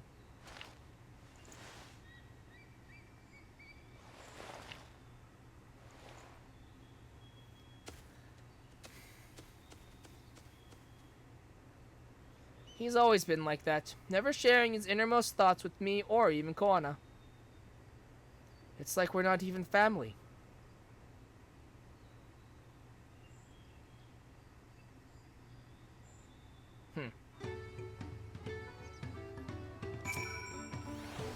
So much of our star has begun to embrace reconciliation and rebuild, and this would-be warlord would thrust us all back into turmoil. We cannot allow that to happen. What kind of idiot thinks the world can be united with war? Even most Garleans have since realized that their conquests were a mistake. A golden alpaca in the flesh. Like the golden city, I thought them a children's tale. I can never agree with Zoraija. I want Tuliolal to be a land of peace, now and always. I'll ponder Zoraija and his mysteries later. Right now, I need to think about finishing the feat of gold. I have my saddle, I've practiced how to use it, so lead on to where the wild alpacas roam. The Valley of Orenkanka is northwest of here. Come on, everyone. If we can't enter ourselves, we can see Wooklamont off on her hunt.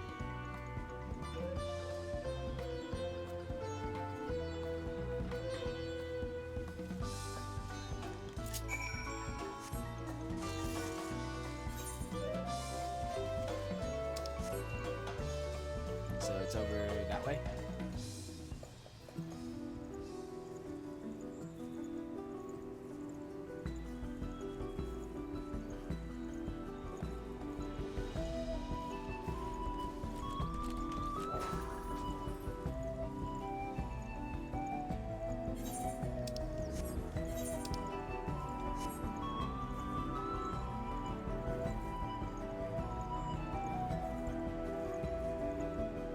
Level 91 alpacas.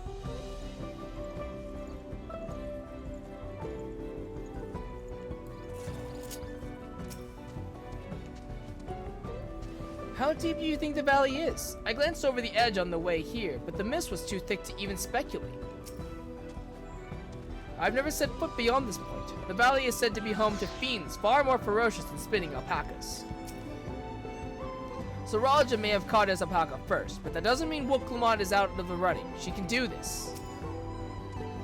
Orenkanka is a steep and treacherous place, so only those with the head ledger's blessing are permitted to go there.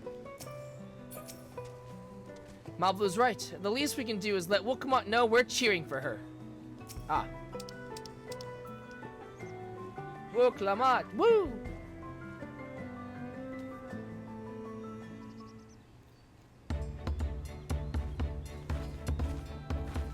Good luck there, Promise! Thanks. I'll need it. Truth be told, still not sure about alpacas. I'd rather not go near one if I can help it. But if I'm to rule this nation, then I'll need to learn how to live with them. Tural is their home too. Right. I'm off.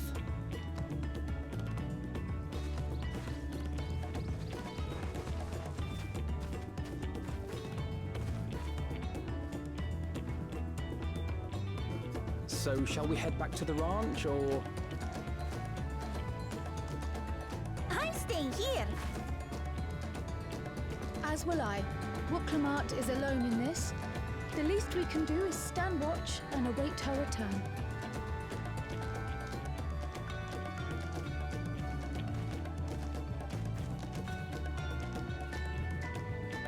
It may be a while yet. Help me pitch the tent. It's okay.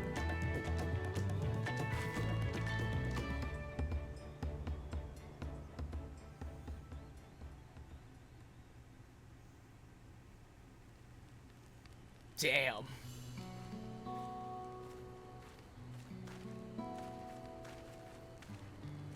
Trust a gleaner to come prepared for anything. What's a gleaner? Someone whose job it is to travel the world and procure uncommon things for their employers. Erenville specializes in finding animals, I believe. But aren't you a Shaitana from Shak Tural?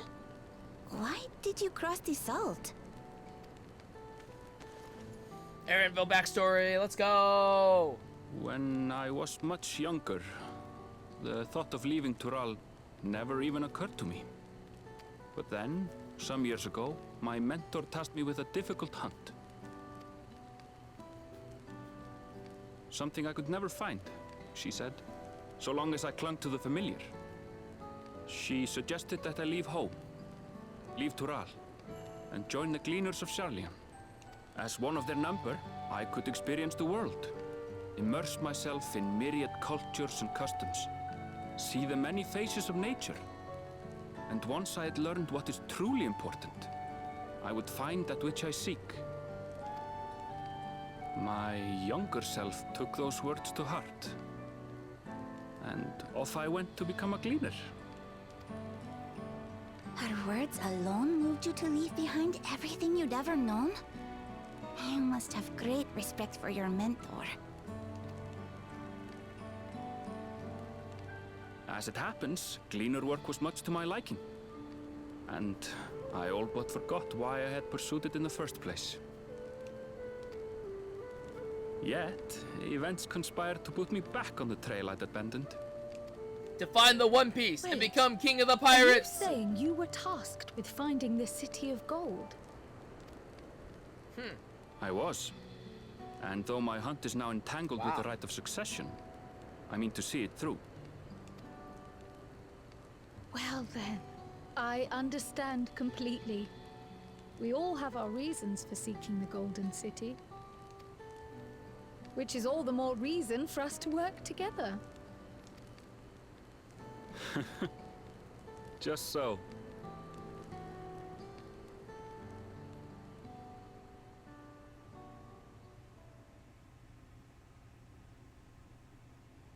I can't believe it took Clement a day to get an alpaca. Amazing.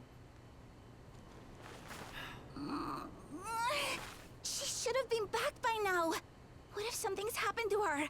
We need to tell Tobli and arrange a search party. Wait. Do you hear that?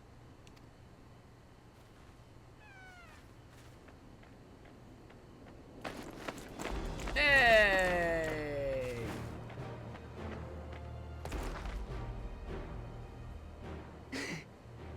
I did it. She sounds so tired.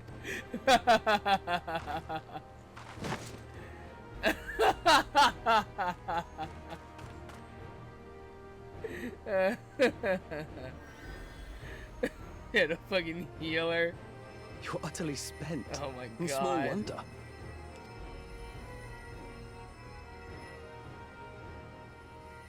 Well done, Third Promise. The ranch isn't going anywhere. Take a rest in the tent.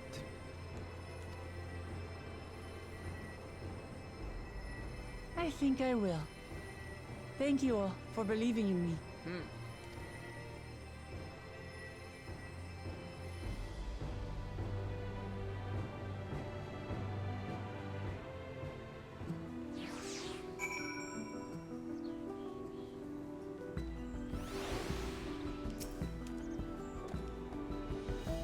Thanks to Alphino and his healing hands, I can actually stand again. Maybe even walk. Alphino was quick to lend a hand with dismantling the tent. Is this to be his new obsession now that he's mastered collecting firewood? We were out here for quite some time, but I'm glad Will Clement was able to catch her alpaca. And Aaronville choosing to share his story with us was a welcome surprise. I spoke too much. If Will Clement is up to it, we should be heading back to Toby. Will Clement has no serious injuries to speak of. However, she had clearly been pushed to the very limits of her endurance. I'm so relieved the Third Promise came back to us safely. And the alpaca she tamed is a healthy-looking beast. Surely this will be enough to satisfy the feat of gold. I don't have this dye. I have this. I don't have this dye. Alright, let's go Cactuar Green.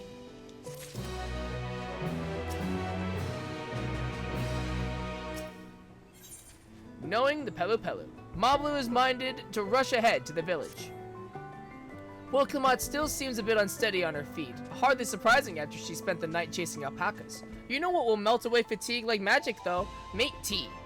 I'll run to the ranch and get a pot brewing. That way you can take your time and the tea will be ready when you arrive.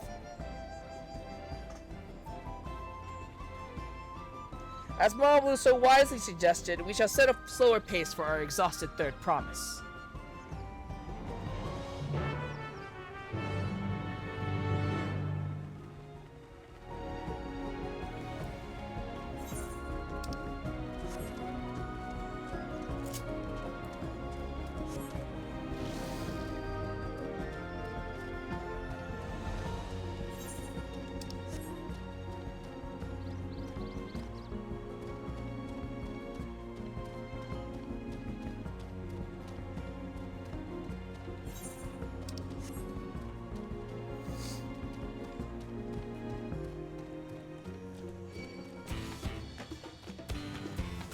Fireball, please.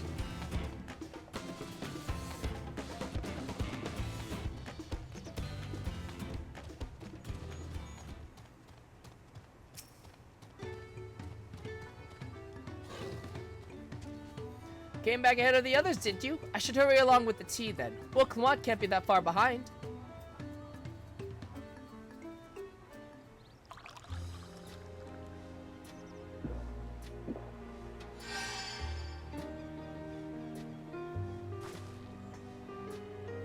Oh, that tea really is magical. I feel better already.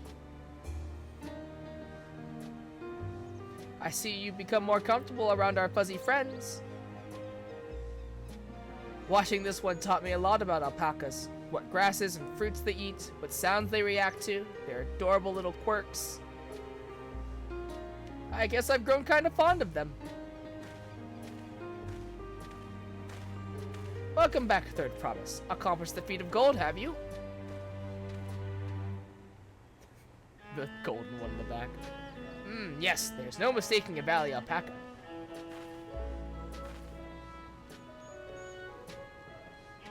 I commend you on your success. Well done. Yes, we did it!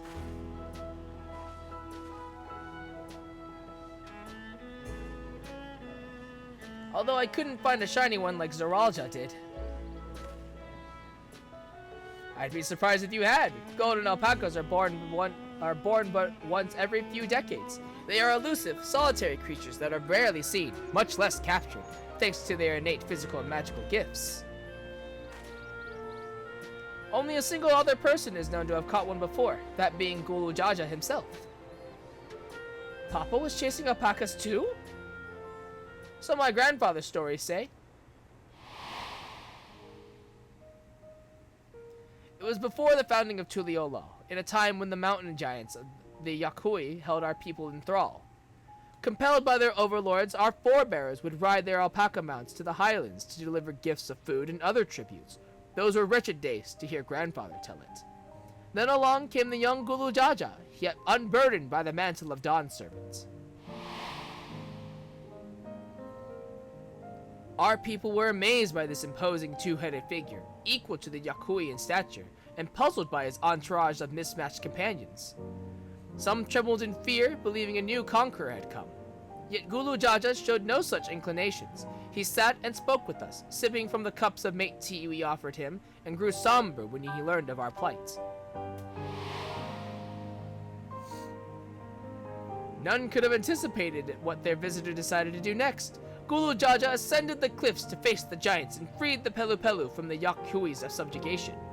He then turned an appraising eye upon our riders and proposed we take to the road to peddle our beverages. The suggestion seemed obvious for one who traveled as he did, intent on fostering amity between the clans.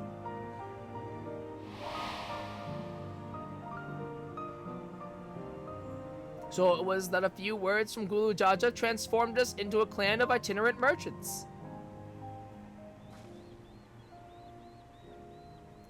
I've never heard the bond Papa forged with the Pelu Pelu spoken of in that way before. The saga is not so detailed. Then you may not know that Gulu Jaja sought a sure-footed guide for his trek up into the highlands. Thus did he capture a golden alpaca. So both my brother and my father caught the rarest of creatures, while an ordinary one was the best I could manage. The feat required no more than that, Third Promise, and you brought back a perfectly wonderful beast. Mablu's right. You're a perfectly wonderful beast. If anyone's ordinary, it's me.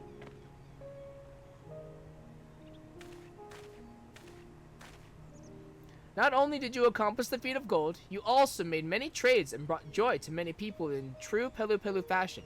I sorely doubt your sibling could have achieved the same result. You should be proud of the accomplishments which earned you your keystone.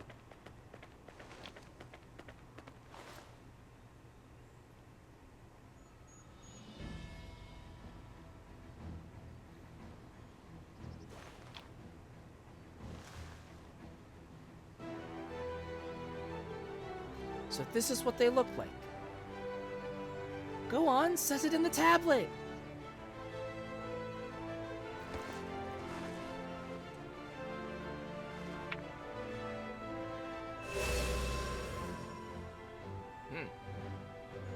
A perfect fit. That leaves 6 more. You're well on your way, Third Promise. We'd have been lost without you, Maplu. Thanks to you, I learned so much about the Pelu people and your customs. It might seem obvious, but I've come to realize the importance of properly knowing something. It was because I didn't understand alpacas that I was uncomfortable around them. I'm thankful to you as well, Woklamat. You've given me the courage to say what I wasn't sure I could ever say.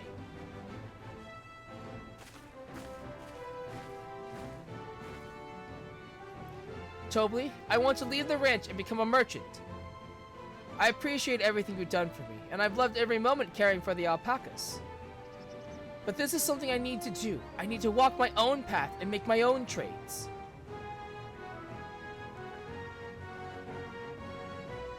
As your parent, allow me to say one thing. I've always tried to give my wards lives filled with as much happiness as I could provide, yet never once have I wanted that to be the only happiness you knew. You have my blessing to walk any path you choose, Maplu. It gladdens me to hear you found a calling you wish to pursue with such passion. You will make an exceptional peddler, I'm sure of it. Thank you, Tobli. What did I tell you, Maplu? There's one last thing I can help you with, Third Promise. You need to find the Golden City, right? That's the end goal. Then I suggest you talk to the Yakoi.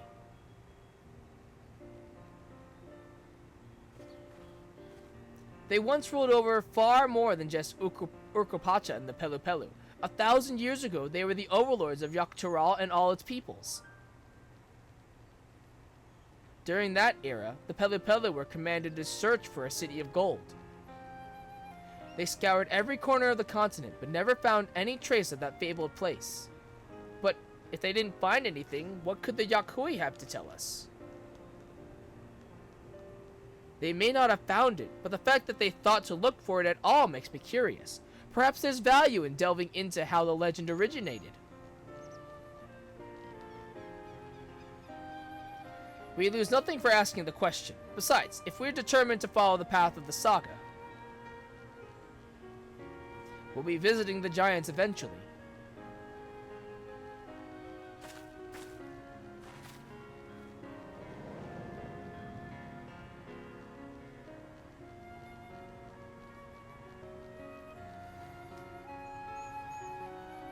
Oh, Kryl, I have a question I've been meaning to ask, and since we finished with the feet, where did you acquire that earring? My earring? Do you recognize it? Yes, pieces just like that first became fashionable in Yaktural around 20 years ago. Since then, it's become common to wear one as a charm for safe travel. 20 years ago, right about the time my grandfather made his journey. Yet the Dawn servant implied the earring was connected to the Golden City in some way. Surely there are more to its significance than simple fashion. If you want to know how it first came to be crafted, I could try to find out. Seeing as it's a regular seller for many merchants, I'm curious to learn about it myself. I would appreciate that very much. Thank you. Jumping feet first into the peddler business, eh, Maplu?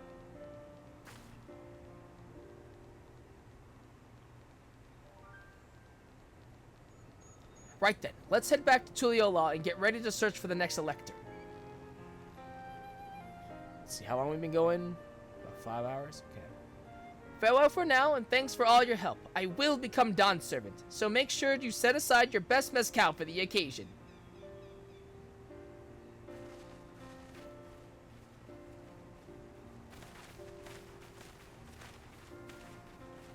She has a fearsome opponent in that brother of hers. He even brought a golden alpaca to heal.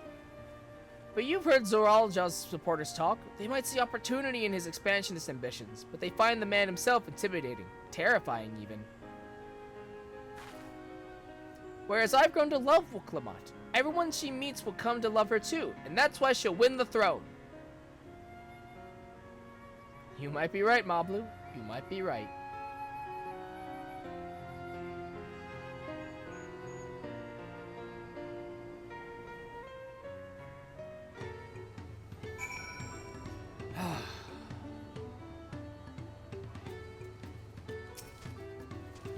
I expected as much from the moment I saw him, but winning the contest against Zoralja will not be easy. The Yok Hui once ruled the entirety of Yok Tural. I'm curious to see what has become of them. Four-legged troubles aside, Wooklamont completed the feat and earned a keystone. That's all that matters. I never dared hope we would find a lead for this earring mystery so quickly. It feels good to have the feet of gold safely under our belts, even if my victory pales beside Zoralja and his shiny golden alpaca. I know I shouldn't let it bother me, and gods know you've all been so supportive, but I want to be strong, or wise, like my brothers, to be a promise that people respect. Which is not likely if I stand here carrying on and on about things. Let's move on. Back to Zoralja with us, the contest has already begun.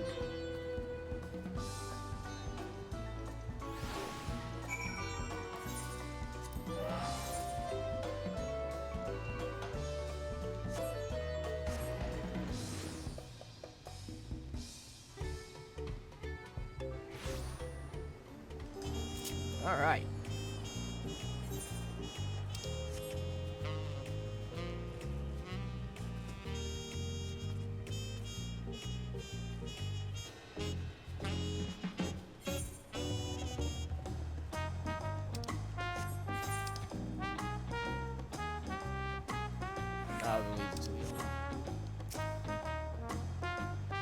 I've heard there are hot springs in Ukapacha, mayhap time permitting. The Pelu remind me of Lalafell. They are never letting their size slow them down or hold them back. They move at their own pace, making their textiles in mezcal, and raise alpacas to bear them to market. Neither Koana nor Bakuljaja appeared to be in Huachupelo. I imagine they're around here somewhere, making progress even as we are. A golden alpaca. Alone, I may have tried to track the beast myself. It's truly a wonder to the culinarian world. Just like that, we found an elector and won our first keystone. I knew I was right to trust your instincts. Come on, let's keep things moving and march onwards to Kozama Uka. Chances are good we'll find an elector there as well. Before we do anything, however, we should see what your patient Hanu friend has to say.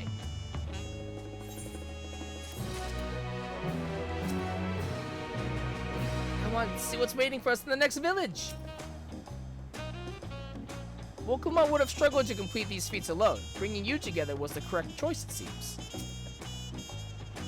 With one keystone already in hand, we've made an auspicious start to the contest. Hopefully our next attempt is equally successful.